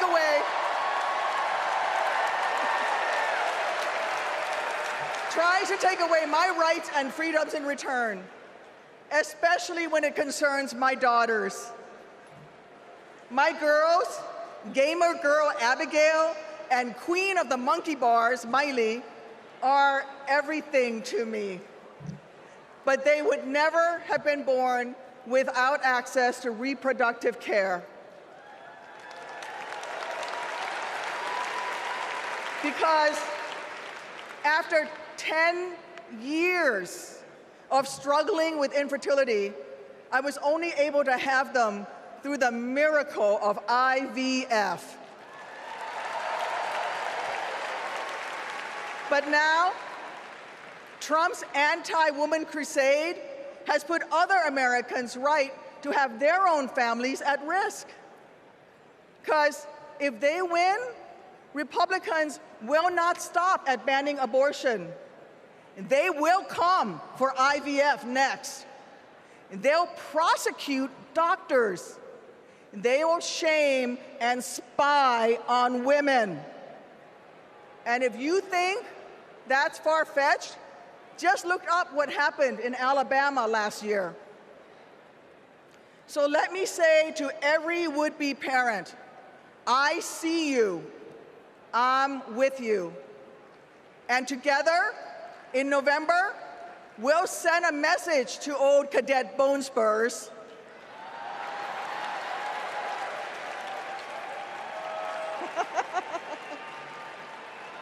Stay out of our doctors' offices, and while you're at it, out of the Oval Office too.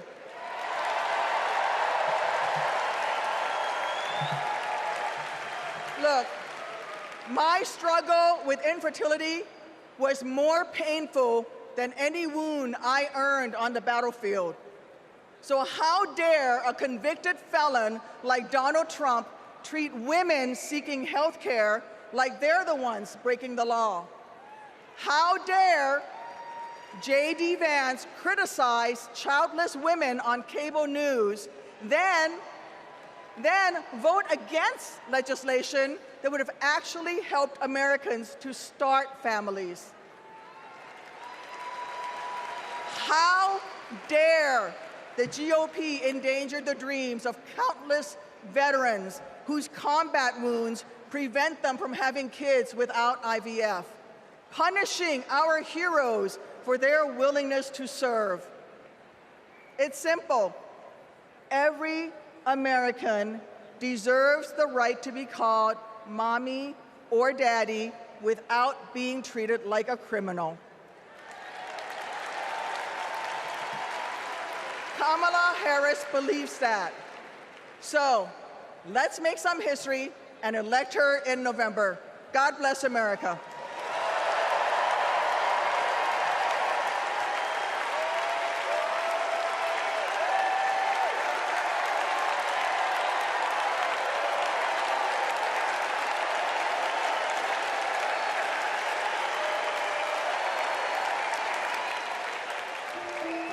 This is my dad, Doug.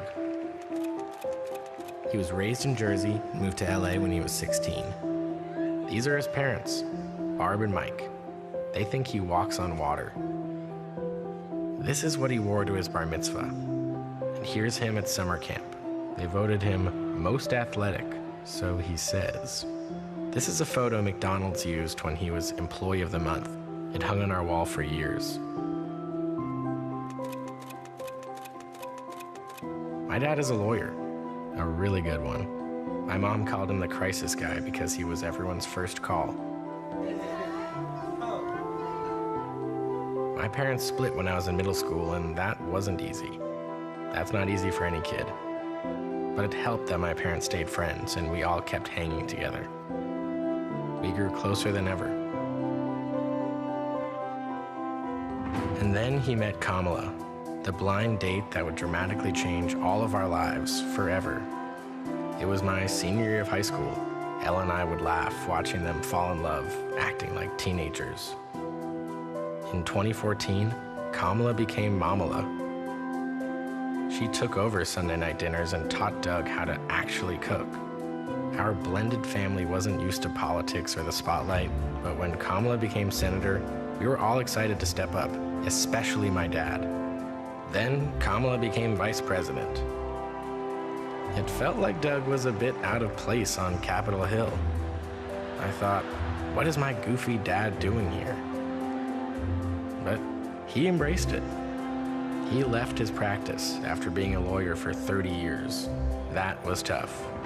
I was so proud to watch him do it, to stand by her side, an example of true partnership. I just got married myself, and he's inspired me as a new husband. Anyone who really gets close to him knows he's kind, loving, and fiercely protective. I mean, just look at this face. This is my dad, the first second gentleman in the history of this nation. He's found his voice around the issues that matter to him. You have no choice but to speak up and speak out. There is an epidemic of hate, including a crisis of anti-Semitism in our country and around the world. What they are doing on reproductive freedom and freedom in general is just outrageous. And next, he's gonna make history again as the first gentleman. I can't wait for everyone to get to know why we all love him. He's the glue that keeps this family together.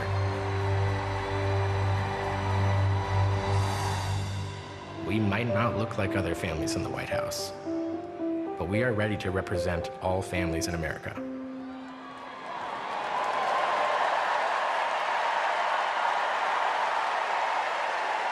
Please welcome my dad, the second gentleman of the United States, Doug Emhoff.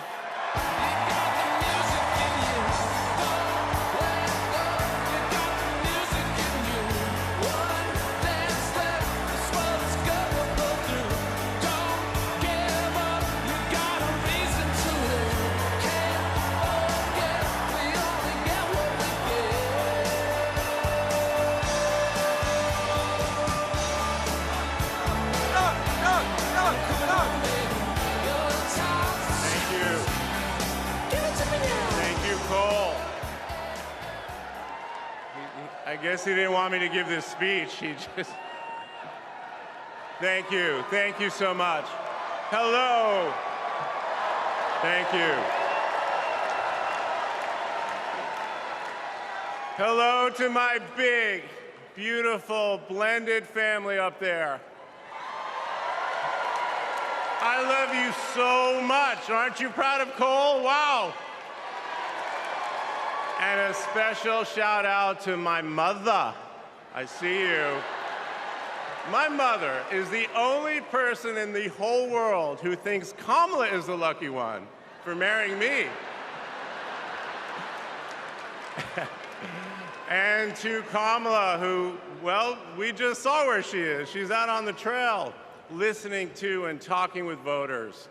Honey, I can't wait for you to come back to Chicago because we're having a great time here.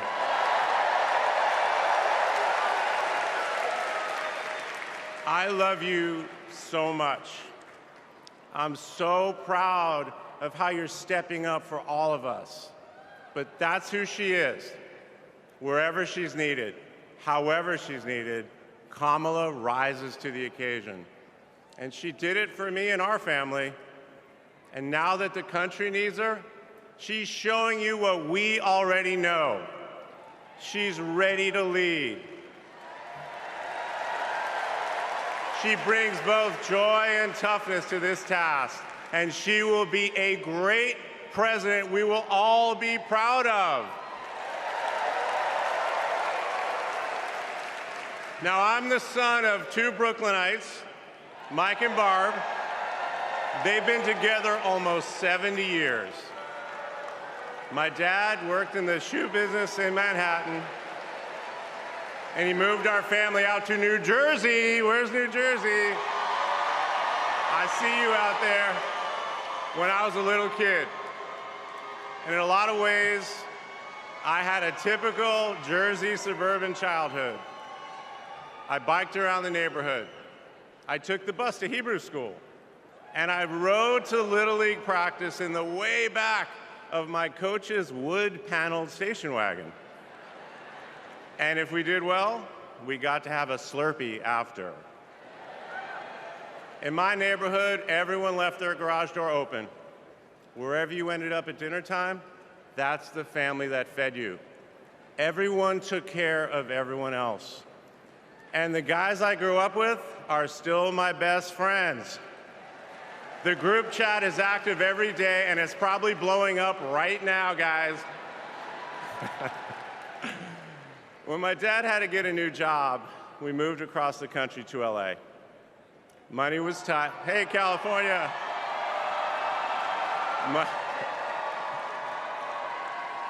Money was tight, So I worked at McDonald's in high school for some extra cash. Not only was I Employee of the Month, but I still have the framed picture, which you just saw, and there was a ring, golden arches and all.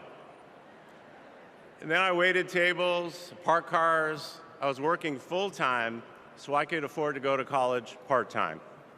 And thanks to partial scholarships, student loans, and a little help from my dad, I got myself through law school. And I got my first job as a lawyer, which is also where I met the guys in my fantasy football league.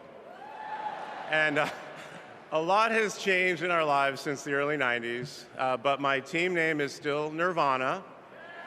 Yes, after the band. I worked hard, and I love being a lawyer.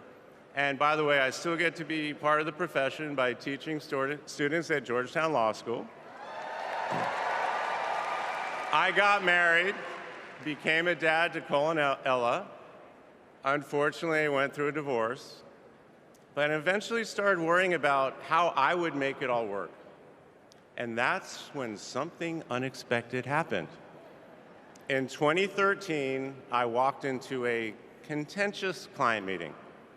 We worked through the issue, and by the end of the meeting, the now happy client offered to set me up on a blind date, which is how I ended up with Kamala Harris's phone number. Now, for generations, people have debated when to call the person you're being set up with. And never in history has anyone suggested 8:30 a.m. And yet, that's when I dialed. I got Kamala's voicemail, and I just started rambling. Hey, it's Doug. I'm on my way to an early meeting. Again, it's Doug. I remember I was trying to grab the words out of the air and just put them back in my mouth.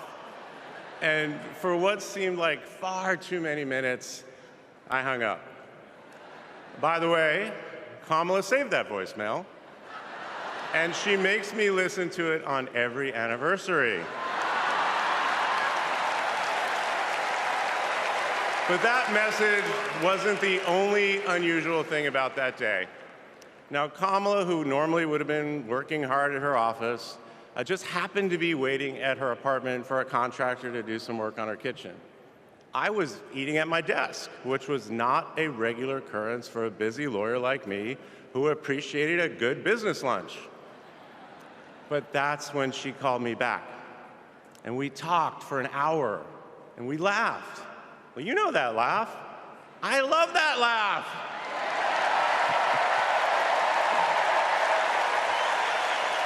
And maybe that counted as our first date. Or maybe it was that Saturday night when I picked her up and told her, buckle up, I'm a really bad driver. Because you can't hide anything from Kamala Harris, so you might as well own it. And as I got to know her better and just fell in love fast, I learned what drives Kamala. And it's what you've seen over these past 4 years, and especially these past 4 weeks. She finds joy in pursuing justice. She stands up to bullies just like my parents taught me to. And she likes to see people do well, but hates when they're treated unfairly. She believes this work requires a basic curiosity in just how people are doing. Her empathy is her strength.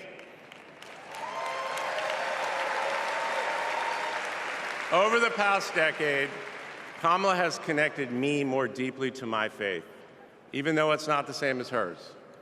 She comes to synagogue with me for high holiday services, and I go to church with her for Easter. I get to enjoy her mom's chili relleno recipe every Christmas, and she makes a mean brisket for Passover. It brings me right back to my grandmother's apartment in Brooklyn. You know, the one with the plastic-covered couches.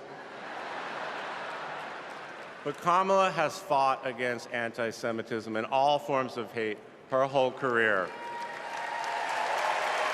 She's the one who encouraged me as second gentleman to take up that fight, which is so personal to me. And those of you who belong to blended families know that they can be a little complicated. But as soon as our kids started calling her Mamala, I knew we'd be okay. Ella calls us a three-headed parenting machine. Kamala and Kirsten, thank you both. Thank you both for always putting your family and the kids first. Now, Cole and Ella's friends knew that when they'd come over for Sunday dinner with Mamala, it was going to be real talk. In between taking cooking instructions, they'd have to answer questions about what problem they wanted to solve in the world. They learned that you've always got to be prepared because Kamala is going to prosecute the case. And in the same breath that Cole and Greenlee told us that they were engaged, they asked Kamala to officiate their wedding. And in the same way that she always steps up when it matters, Kamala put so much time into those remarks, and she bound them in a book that matched her dark red dress, and then turned that into a gift for the happy couple. A few days ago, during this incredible time we're going through, there was a brief window when Kamala was back at home. And I saw her sitting on her favorite chair, and in the middle of a wild month, I just hoped that she was having a quiet moment to herself. But then I realized she was on the phone. And of course, my mind went to all the potential crises that the vice president could be dealing with. Was it domestic? Was it foreign? Was it campaign? I could see she was focused, and all I knew was that it must be something important. And it turns out it was. Ella had called her. That's Kamala. That's Kamala. Those kids are her priorities, and that scene was a perfect map of her heart. She's always been there for our children, and I know she'll always be there for yours too. Kamala is a joyful warrior. It's doing for her country what she has always done for the people that she loves. Her passion will benefit all of us when she's our president. And here's the thing about joyful warriors. They're still warriors. And Kamala is as tough as it comes. Just ask the criminals, the global gangsters, and the witnesses before the Senate Judiciary Committee. She never runs from a fight. And she knows the best way to deal with a coward is to take him head on. Because we all know cowards are weak, and Kamala Harris can smell weakness. She doesn't tolerate any BS. You've all seen that look, and you know that look I'm talking about. That look is not just a meme. It reflects her true belief in honest and direct leadership. And it's also why she will not be distracted by nonsense. Kamala knows that in order to win, we cannot lose focus. America, in this election, you have to decide who to trust with your family's future. I trusted Kamala with our family's future. It was the best decision I ever made. This Thursday will be our 10th wedding anniversary, which I know it means I'm about to hear that embarrassing voicemail again. However, that's not all I'll be hearing. That same night, I'll be hearing my wife, Kamala Harris, accept your nomination for President of the United States. And with your help, she will lead with joy and toughness, with that laugh and that look, with compassion and conviction. She'll lead from the belief that wherever we come from, whatever we look like, we're strongest when we fight for what we believe in, not just against what we fear. Kamala Harris was exactly the right person for me at an important moment in my life. And at this moment in our nation's history, she is exactly the right president. Thank you so much.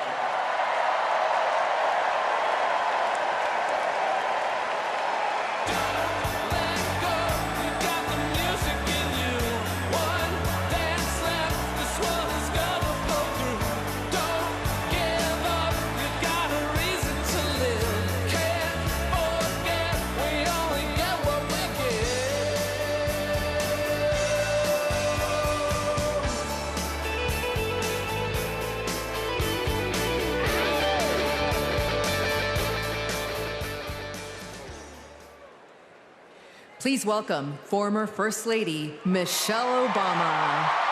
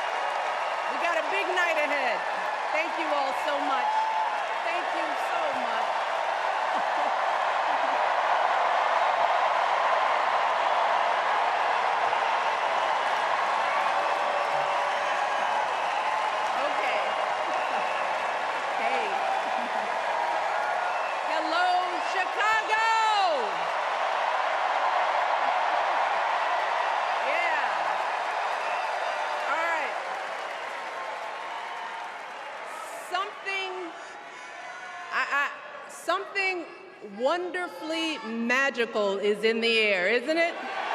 Yeah. You know, we're feeling it here in this arena, but it's spreading all across this country we love. A familiar feeling that's been buried too deep for far too long. You know what I'm talking about. It's the contagious power of hope. The anticipation, the energy, the exhilaration of once again being on the cusp of a brighter day. The chance to vanquish the demons of fear, division, and hate that have consumed us and continue pursuing the unfinished promise of this great nation, the dream that our parents and grandparents fought and died and sacrificed for. America, hope is making a comeback.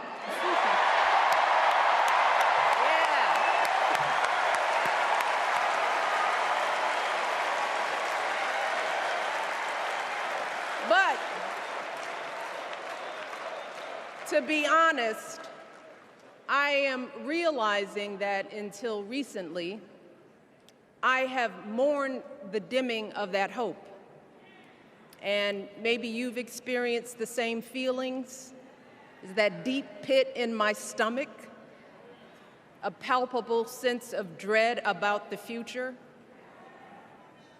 And for me, that mourning has also been mixed with my own personal grief. The last time I was here in my hometown was to memorialize my mother, the woman who showed me the meaning of hard work and humility and decency, the woman who set my moral compass high and showed me the power of my own voice. Folks,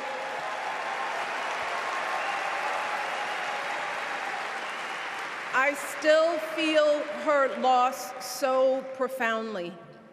I wasn't even sure if I'd be steady enough to stand before you tonight, But my heart compelled me to be here because of the sense of duty that I feel to honor her memory and to remind us all not to squander the sacrifices our elders made to give us a better future.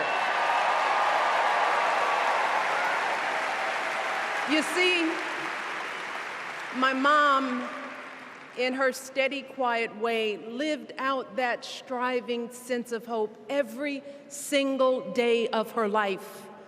She believed that all children, all people have value, that anyone can succeed if given the opportunity. She and my father didn't aspire to be wealthy. In fact, they were suspicious of folks who took more than they needed. They understood that it wasn't enough for their kids to thrive if everyone else around us was drowning. So my mother volunteered at the local school. She always looked out for the other kids on the block. She was glad to do the thankless, unglamorous work that for generations has strengthened the fabric of this nation. The belief that if you do unto others, if you love thy neighbor, if you work and scrape and sacrifice, it will pay off. If not for you, then maybe for your children or your grandchildren. You see, those values have been passed on through family farms and factory towns, through tree-lined streets and crowded tenements, through prayer groups and National Guard units and social studies classrooms. Those were the values my mother poured into me until her very last breath. Kamala Harris and I built our lives on those same foundational values. Even though our mothers grew up an ocean apart, they shared the same belief in the promise of this country. That's why her mother moved here from India at 19. It's why she taught Kamala about justice, about the obligation to lift others up, about our responsibility to give more than we take. She'd often tell her daughter, "Don't sit around and complain about things, do something." So, with that voice in her head, Kamala went out and she worked hard in school, graduating from an HBCU, earning her law degree at a state school. And then she went on to work for the people, fighting to hold lawbreakers accountable, strengthening the rule of law, fighting to get folks better wages, cheaper prescription drugs, a good education, decent health care, child care, elder care. From a middle-class household, Kamala worked her way up to become Vice President of the United States of America. My girl, Kamala Harris, is more than ready for this moment. She is one of the most qualified people ever to seek the office of the presidency. And she is one of the most dignified. A tribute to her mother, to my mother, and to your mother too. The embodiment of the stories we tell ourselves about this country. Her story is your story. It's my story. It's the story of the vast majority of Americans trying to build a better life. Look, Kamala knows, like we do, that regardless of where you come from, what you look like, who you love, how you worship, or what's in your bank account, we all deserve the opportunity to build a decent life. All of our contributions deserve to be accepted and valued. Because no one has a monopoly on what it means to be an American. No one.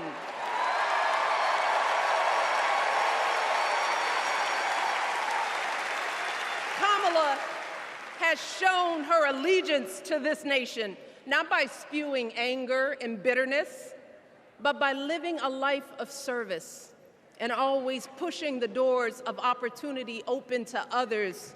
She understands that most of us will never be afforded the grace of failing forward. We will never benefit from the affirmative action of generational wealth.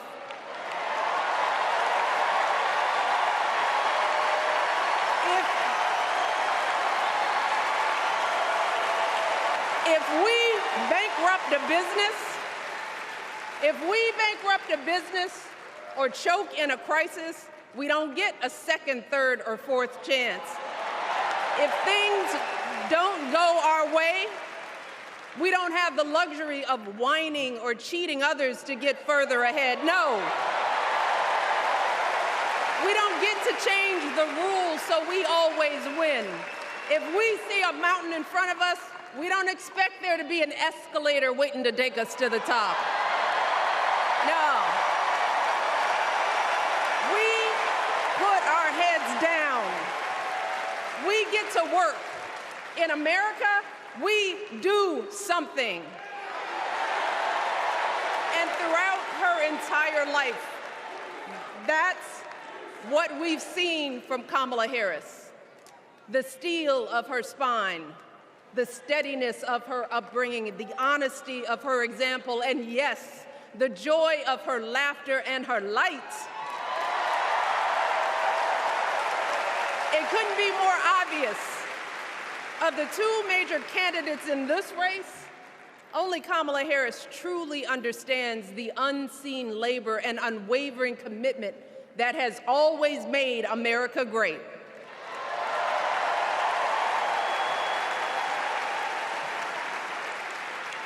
Now, unfortunately, we know what comes next.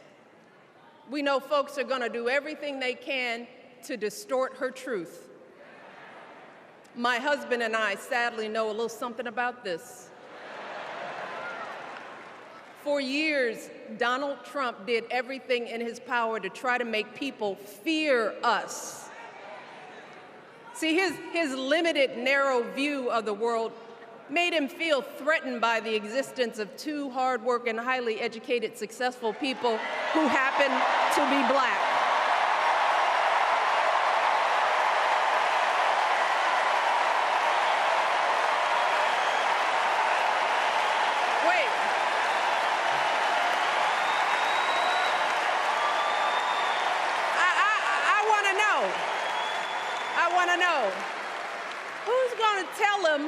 Who's going to tell him that the job he's currently seeking might just be one of those black jobs?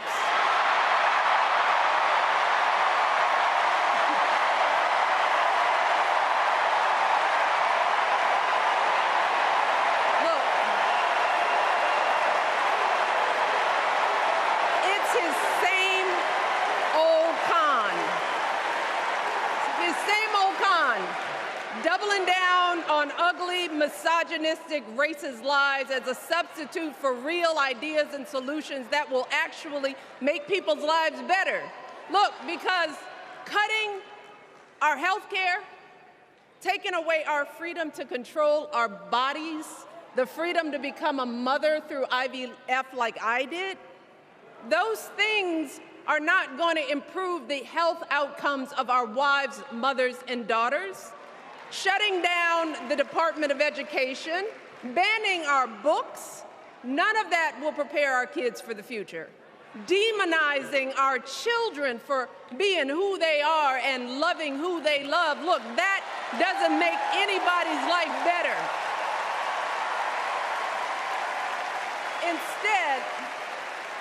Instead, it only makes us small. And let me tell you this, going small is never the answer. Going small is the opposite of what we teach our kids. Going small is petty, it's unhealthy, and quite frankly, it's unpresidential.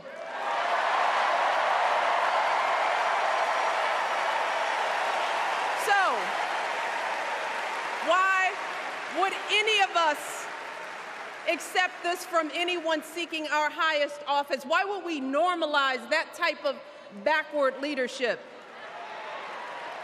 Doing so only demeans and cheapens our politics.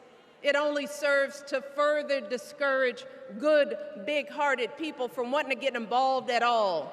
America, our parents taught us better than that, and we deserve so much better than that. That's why we must do everything in our power to elect 2 of those good, big-hearted people. There is no other choice than Kamala Harris and Tim Walz.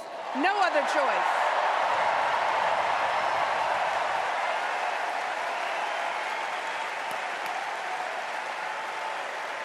But as we embrace this renewed sense of hope, let us not forget the despair we have felt. Let us not forget what we are up against. Yes, Kamala and Tim are doing great now. We're loving it. They're packing arenas across the country. Folks are energized. We are feeling good. But remember, there are still so many people who are desperate for a different outcome, who are ready to question and criticize every move Kamala makes, who are eager to spread those lies, who don't want to vote for a woman, who will continue to prioritize building their wealth over ensuring that everyone has enough. So no matter how good we feel tonight or tomorrow or the next day, this is going to be an uphill battle. So folks, we cannot be our own worst enemies. No. See, because the minute something goes wrong, the minute a lie takes hold, folks, we cannot start wringing our hands.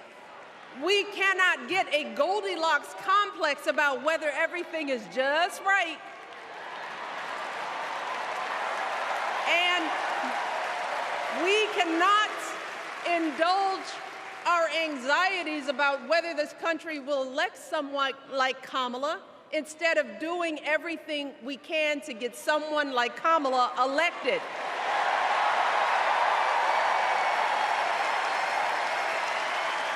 Kamala and Tim, they have lived amazing lives. And I am confident that they will lead with compassion, inclusion, and grace. But they are still only human. They are not perfect. And like all of us, they will make mistakes. But luckily, y'all, this is not just on them. No, this is up to us, all of us, to be the solution that we seek. It's up to all of us to be the antidote to the darkness and division. Look, I don't care how you identify politically, whether you're Democrat, Republican, Independent, or none of the above. This is our time to stand up for what we know in our hearts is right.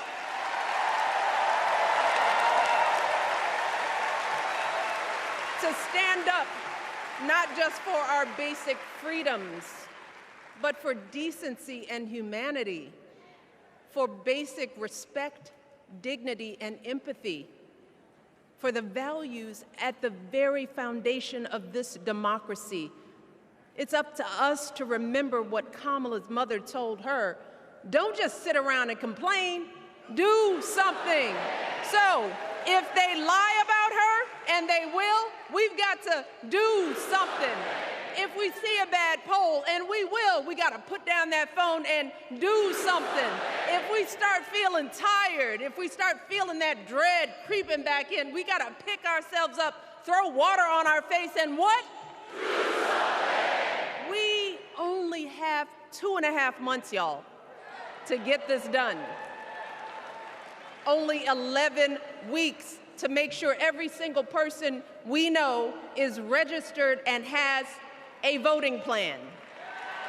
So we cannot afford for anyone America to sit on their hands and wait to be called. Don't complain if no one from the campaign has specifically reached out to you to ask you for your support.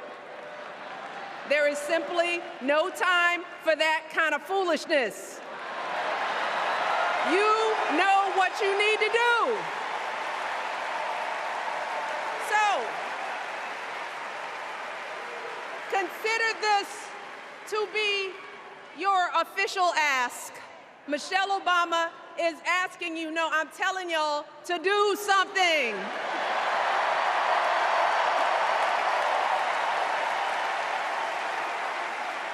Because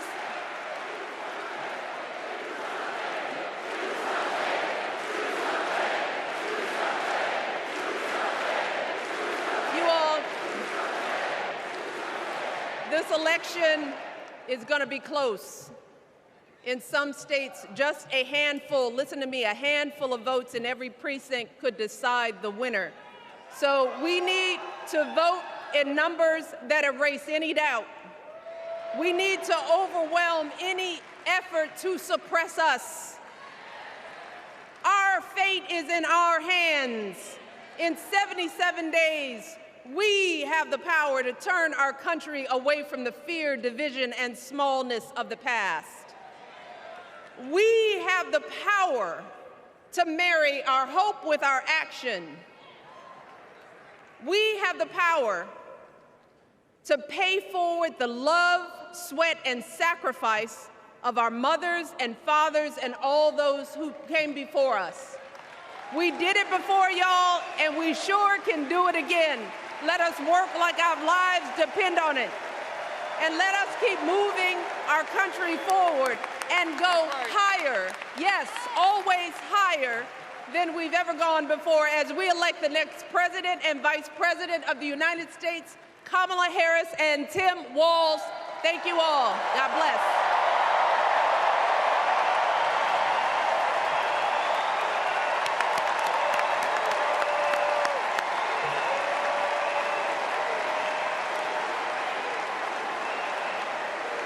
Now, before I go,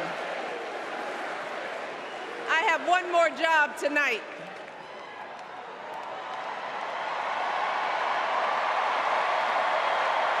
Yeah, one more job. You all, thank you for all the love, but it is now my honor to introduce somebody who knows a whole lot about hope. Someone who has spent his life strengthening our democracy, and let me tell you, as someone who lives with him, he wakes up every day, and thinks about what's best for this country. Please welcome America's 44th president and the love of my life, Barack Obama.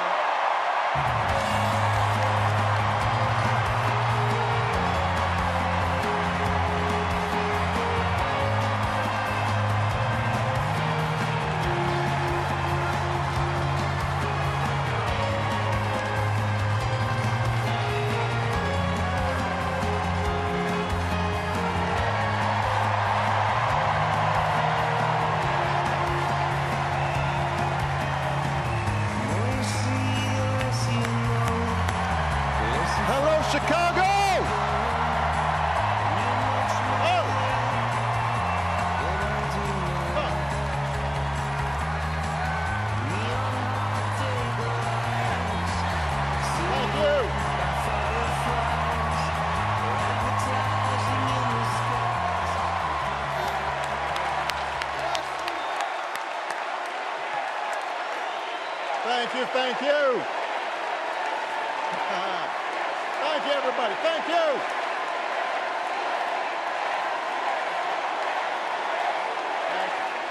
Thank you. All right. That's enough. Thank you. Chicago, it's good to be home. It is good to be home, and I don't know about you, but I'm feeling fired up.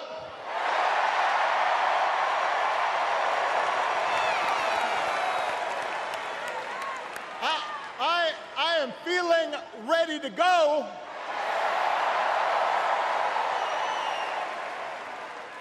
Even if I am the only person stupid enough to speak after Michelle Obama.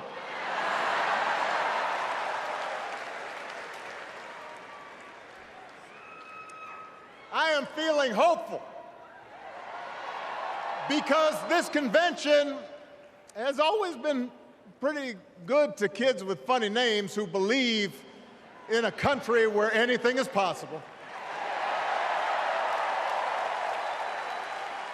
Because we have a chance to elect someone who has spent her entire life trying to give people the same chances America gave her. Someone who sees you and hears you and will get up every single day and fight for you. The next president of the United States of America, Kamala Harris.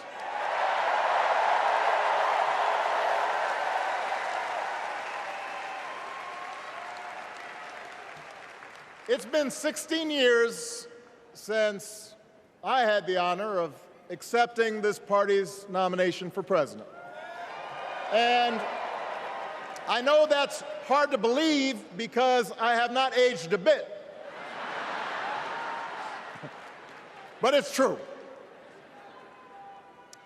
And looking back, I can say without question that my first big decision as your nominee turned out to be one of my best. And that was asking Joe Biden to serve by my side as vice president.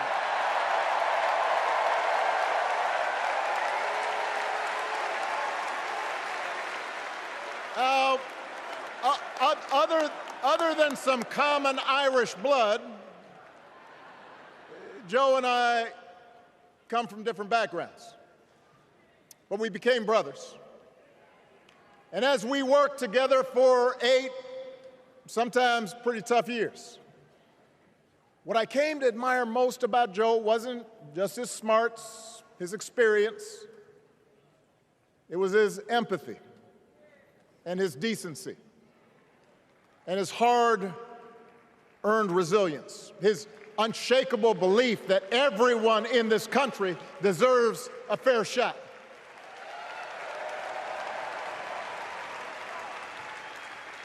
And over the last 4 years, those are the values America has needed most.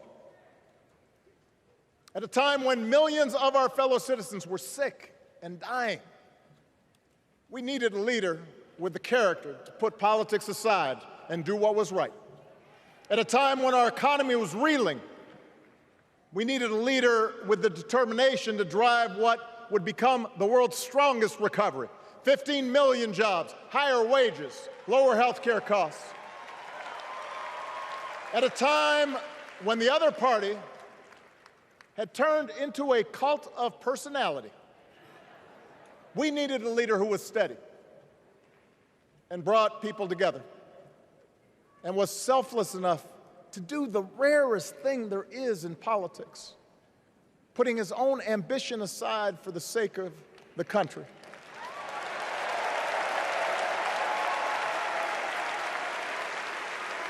History will remember Joe Biden as an outstanding president who defended democracy at a moment of great danger. And I am proud to call him my president, but I am even prouder to call him my friend.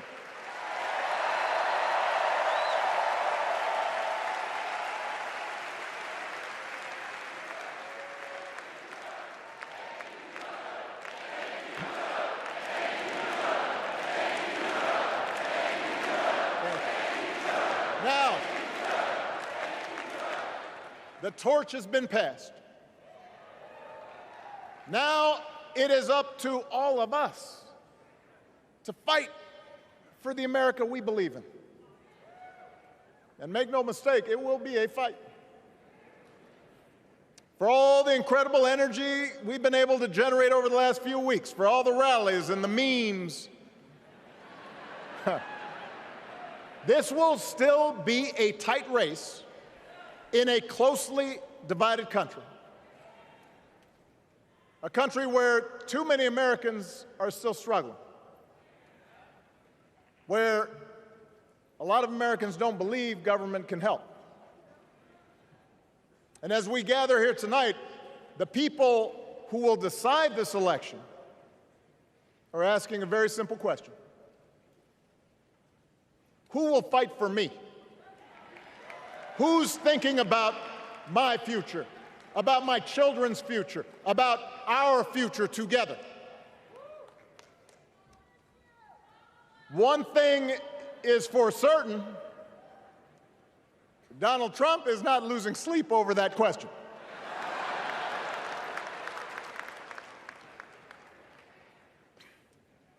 Here's a 78-year-old billionaire who has not stopped whining about his problems since he rode down his golden escalator 9 years ago. It has been a constant stream of gripes and grievances that's actually been getting worse now that he's afraid of losing to Kamala. There's the childish nicknames, the crazy conspiracy theories, this weird obsession with crowd sizes.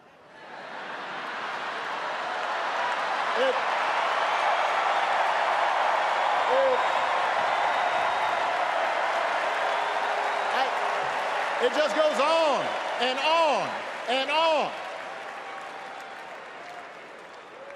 The other day I heard someone compare Trump to the neighbor who keeps running his leaf blower outside your window every minute of every day.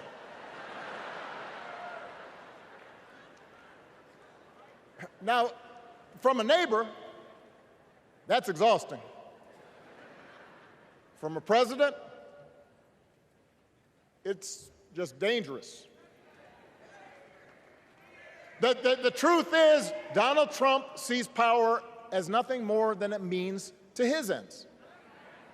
He wants the middle class to pay the price for another huge tax cut that would mostly help him and his rich friends. He killed a bipartisan immigration deal written in part by one of the most conservative Republicans in Congress that would have helped secure our southern border because he thought trying to actually solve the problem would hurt his campaign. He doesn't. Do not boo. Vote.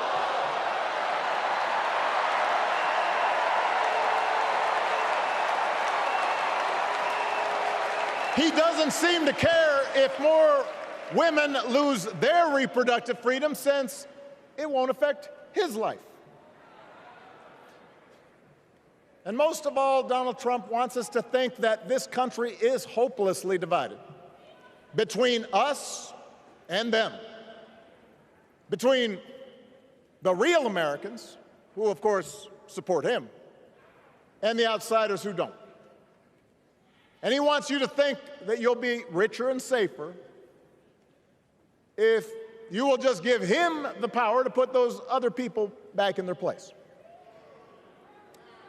It is one of the oldest tricks in politics from a guy whose act has, let's face it, gotten pretty stale. We do not need 4 more years of bluster and bumbling and chaos. We have seen that movie before, and we all know that the sequel is usually worse.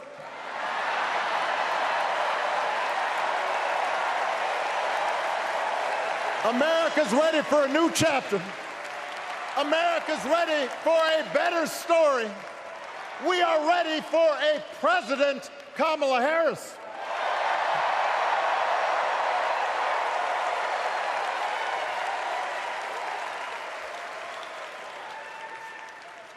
And Kamala Harris is ready for the job. This is a person who has spent her life fighting on behalf of people who need a voice and a champion. As you heard from Michelle, Kamala was not born into privilege. She had to work for what she's got. And she actually cares about what other people are going through. She's not the neighbor running the leaf blower. She's the neighbor rushing over to help when you need a hand.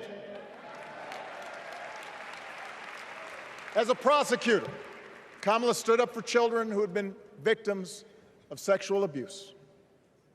As an attorney general of the most populous state in the country, she fought big banks and for-profit colleges, securing billions of dollars for the people they had scammed. After the home mortgage crisis, she pushed me and my administration hard to make sure homeowners got a fair settlement. Didn't matter that I was a Democrat. Didn't matter that she had knocked on doors for my campaign in Iowa. She was going to fight to get as much relief as possible for the families who deserved it.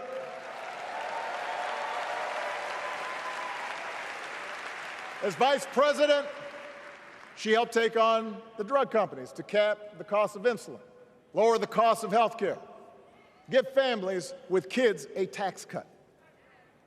And she is running for president with real plans to lower costs even more and protect Medicare and Medicaid and sign a law to guarantee every woman's right to make her own health care decisions.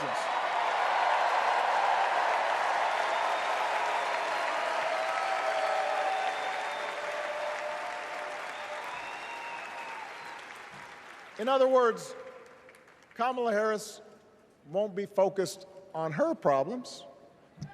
She'll be focused on yours. As president, she won't just cater to her own supporters and punish those who refuse to kiss the ring or bend the knee. She'll work on behalf of every American. That's who Kamala is. And in the White House, she will have an outstanding partner in Governor Tim Walz.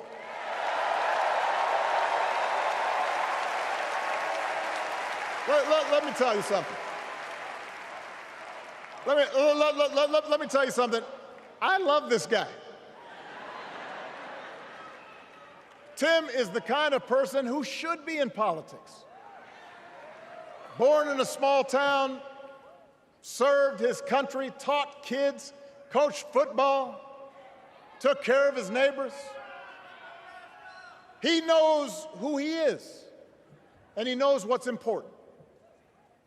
You can tell those flannel shirts he wears don't come from some political consultant. They come from his closet, and they have been through some stuff.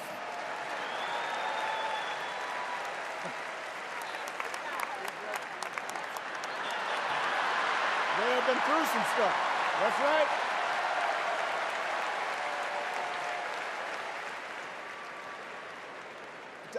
Together, Kamala and Tim have kept faith with America's central story. A story that says we are all created equal. All of us endowed with certain inalienable rights, that everyone deserves a chance, that even when we don't agree with each other, we can find a way to live with each other. That's Kamala's vision. That's Tim's vision. That's the Democratic Party's vision. And our job over the next 11 weeks is to convince as many people as possible to vote for that vision. Now, it won't be easy. The other side knows it's easier to play on people's fears and cynicism, always has been. They will tell you that government is inherently corrupt, that sacrifice and generosity are for suckers. And since the game is rigged, it's okay to take what you want and just look after your own. That's the easy path. We have a different task. Our job is to convince people that democracy can actually deliver. And in doing that, we can't just point to what we've already accomplished. We can't just rely on the ideas of the past. We need to chart a new way forward to meet the challenges of today. And Kamala understands this. She knows, for example, that if we want to make it easier for more young people to buy a home, We need to build more units and clear away some of the outdated laws and regulations that made it harder to build homes for working people in this country. That is a priority, and she's put out a bold new plan to do just that.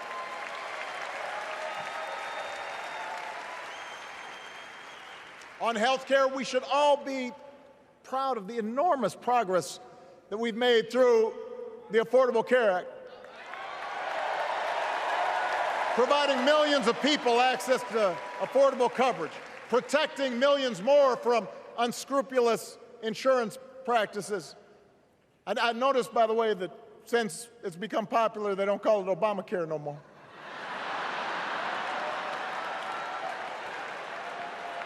But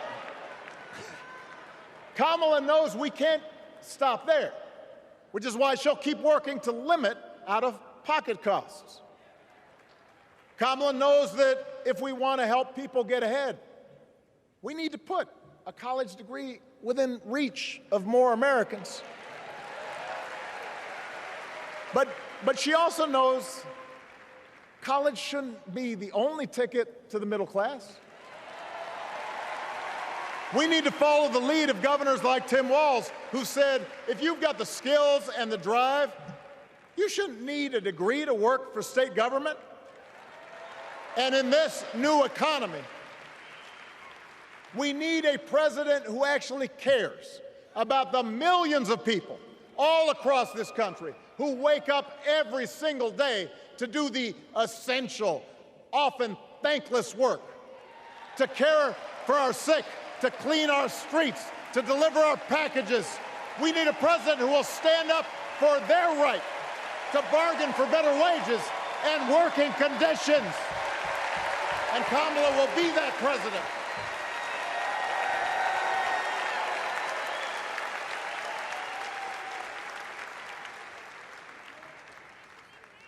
Yes, she can.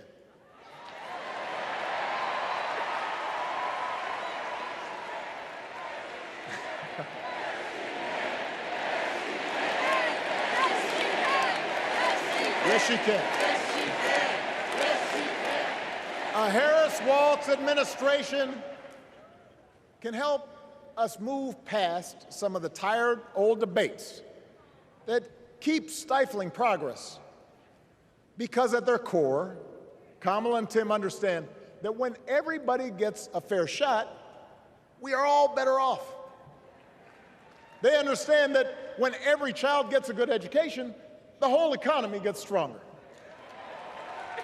When women are paid the same as men for doing the same job, all families benefit.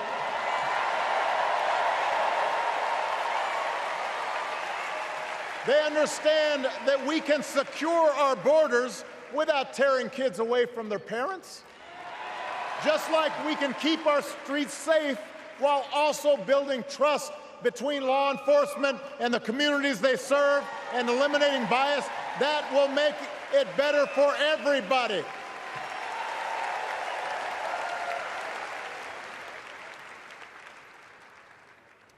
Donald Trump and his well-heeled donors, they don't see the world that way. For them, one group's gains is necessarily another group's loss.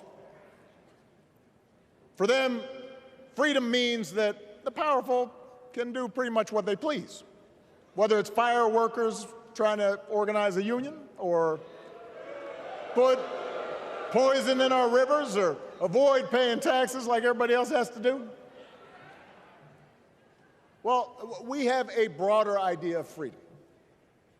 We believe in the freedom to provide for your family if you're willing to work hard.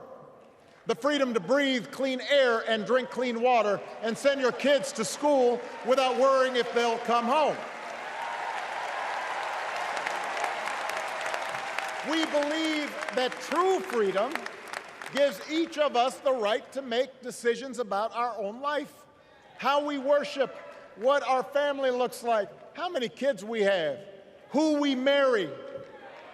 And we believe that freedom requires us to recognize that other people have the freedom to make choices that are different than ours. That's okay.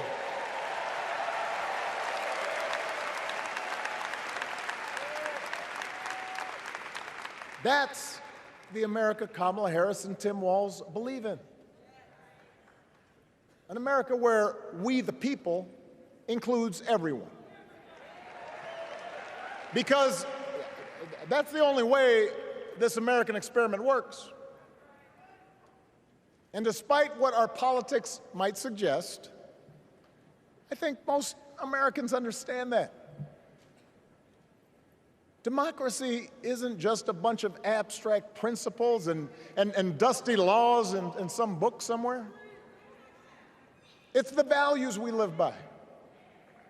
It's the way we treat each other, including those who don't look like us, or pray like us, or see the world exactly like we do.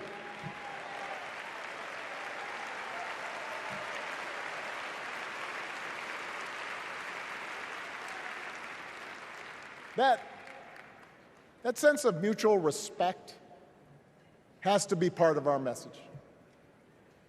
Our politics have become so polarized these days that all of us across the political spectrum seem so quick to assume the worst in others, unless they agree with us on every single issue. We start thinking that the only way to win is to scold and shame and out-yell the other side. And after a while, regular folks just tune out, or they don't bother to vote. Now, that approach may work for the politicians who just want attention and thrive on division, but it won't work for us. To make progress on the things we care about, the things that really affect people's lives, we need to remember that we've all got our blind spots and contradictions and prejudices, and that if we want to win over those who aren't yet ready to support our candidates, we need to listen to their concerns and maybe learn something in the process. After all, if a parent or grandparent occasionally says something that makes us cringe, we don't automatically assume they're bad people. We recognize that the world is moving fast, that they need time and maybe a little encouragement to catch up. Our fellow citizens deserve the same grace we hope they'll extend to us.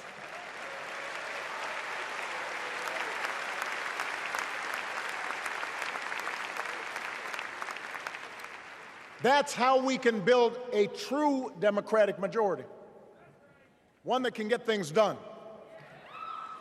And by the way, that does not just matter to the people in this country. The rest of the world is watching to see if we can actually pull this off.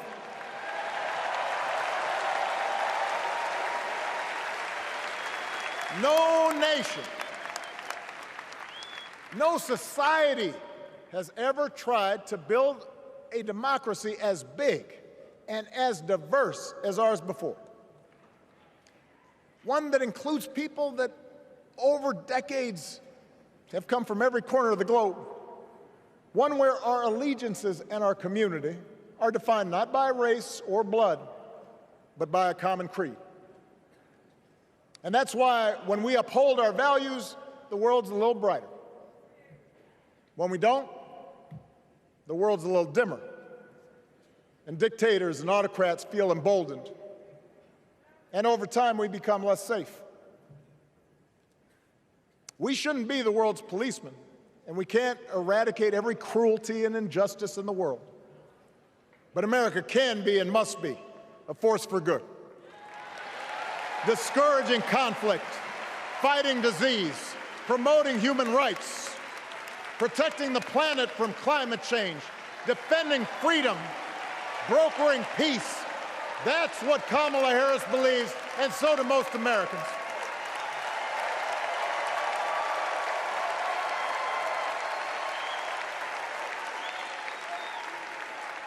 Now,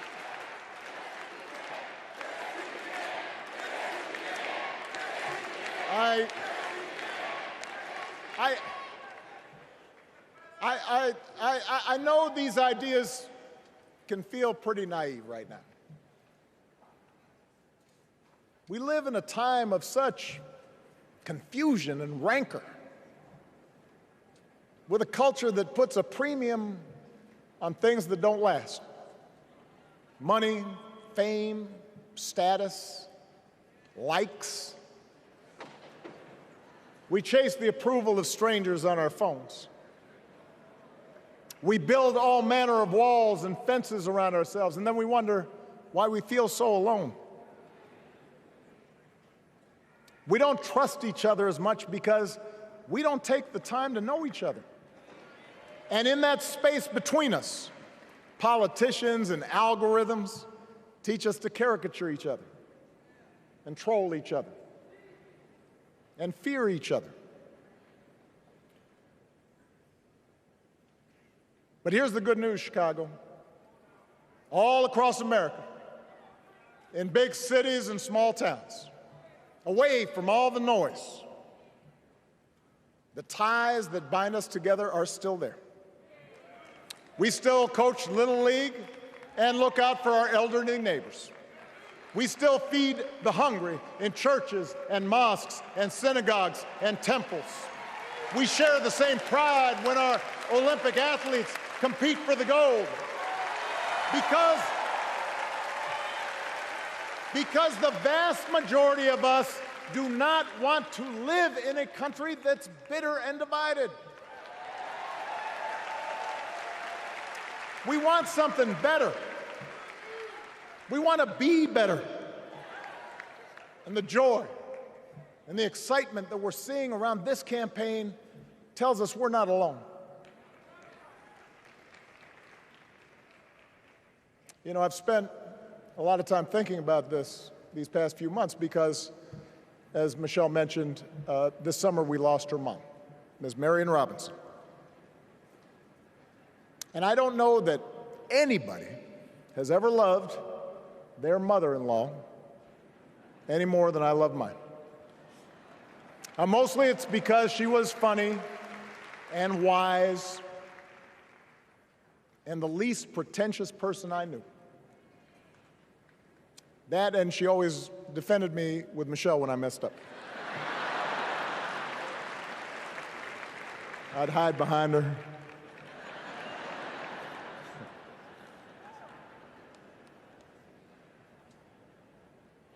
But I also think one of the reasons Mary and I became so close was she reminded me of my grandmother, the woman who helped raise me as a child.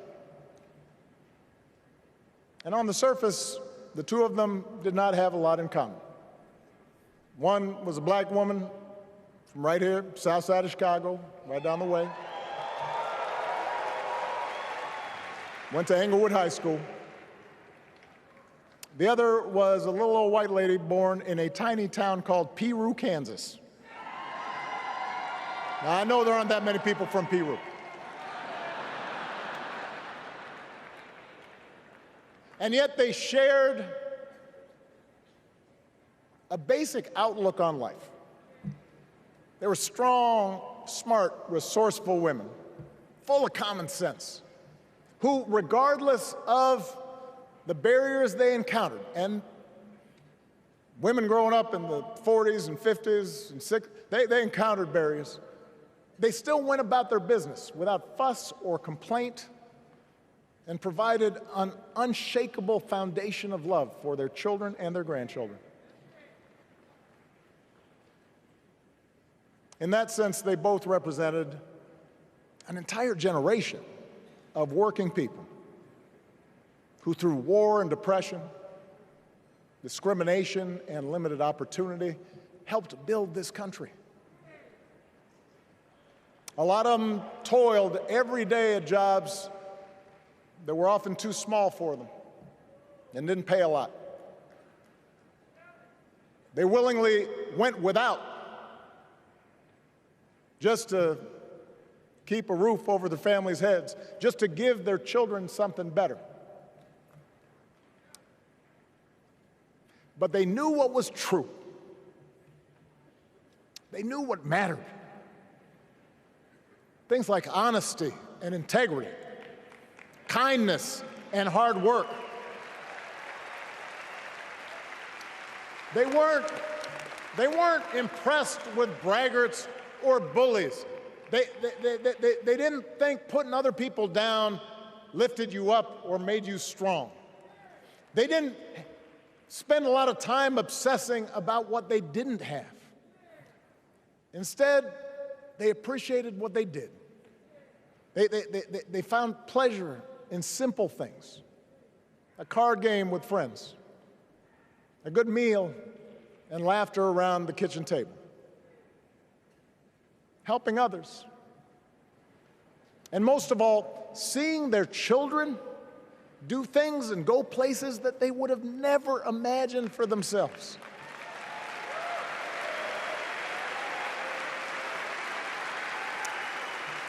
Whether you are a Democrat or a Republican or somewhere in between,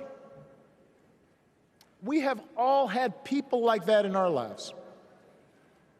People like Kamala's parents, who crossed oceans because they believed in the promise of America. People like Tim's parents, who taught him about the importance of service. Good, hard-working people who weren't famous or powerful, but who managed in countless ways to leave this country just a little bit better than they found it. As much as any policy or program, I believe that's what we yearn for. A return to an America where we work together and look out for each other. A restoration of what Lincoln called, on the eve of Civil War, our bonds of affection.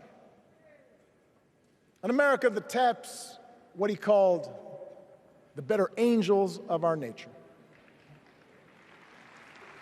That is what this election is about. And I believe that's why, if we each do our part over the next 77 days, if we knock on doors, if we make phone calls, if we talk to our friends, if we listen to our neighbors, if we work like we've never worked before, if we hold firm to our convictions,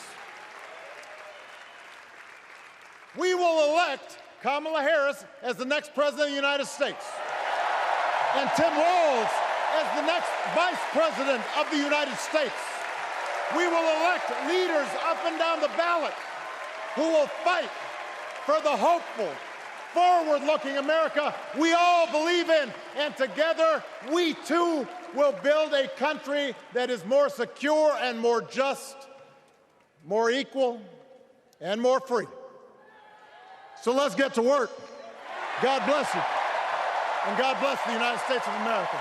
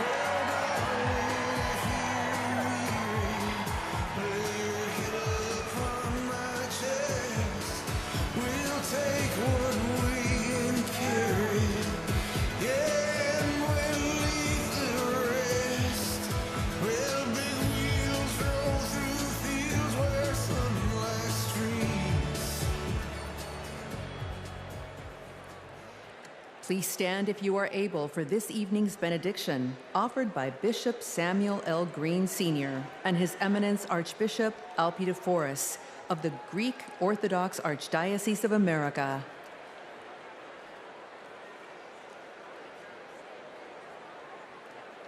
God of our weary years, God of our silent tears, Thou who hast brought us thus far along the way, You are the one who broods over the days of our lives, and without you, we would be nothing. So we lift our hopes and hearts to thee, and we pause tonight to say thank you. Thank you for loving us. Thank you for not giving up on us. Thank you for giving this nation the benefits of your mercy, because all of us can feel that something enthusiastic is rising in the soul of America. And all of us can tell that the tyranny of resentment has finally met its match. The candidacy of Kamala Harris has ignited an era of joy across America. Tonight, we thank you that even in the darkest of our pessimistic nights, love has not failed us, and hope has stood its ground. We who gather do so with audacity to believe that there will be compassion in America. So God, deliver us from racism. Deliver us from sexism. Deliver us from evil, and keep us forever in the path we pray. Amen.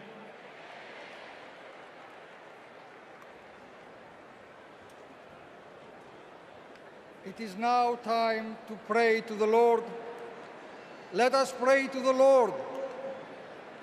Eternal and ever-living God, source of goodness and grace, we come before you, seeking your heavenly benediction upon this democratic national convention. Grant unto the nominee for President of these United States, Vice President Kamala Harris, and her running mate, Governor Tim Walz, to pursue the highest offices in the land with love, with hope, and with faith in our nation. Grant unto the delegates to engage with their fellow citizens in a spirit of joy and duty, always seeking the best for our country. We also ask special blessings upon President Joseph Biden, First Lady Jill Biden, and their family, for he has given a lifetime of service and of sacrifice to the American people, and has stood with nobility and integrity upon the international stage to lead in the best traditions of the United States. Finally, we ask that you protect and defend the armed forces who protect and defend us, so that in peace and security we may offer to you, the one true God, the praise that is in your due. Amen.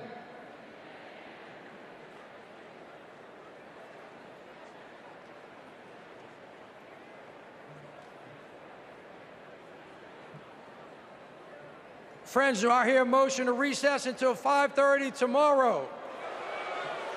Do I hear a second? All those in favor, please say aye. All those opposed, say nay. That was one hell of a night. I'm bringing this thing to a close.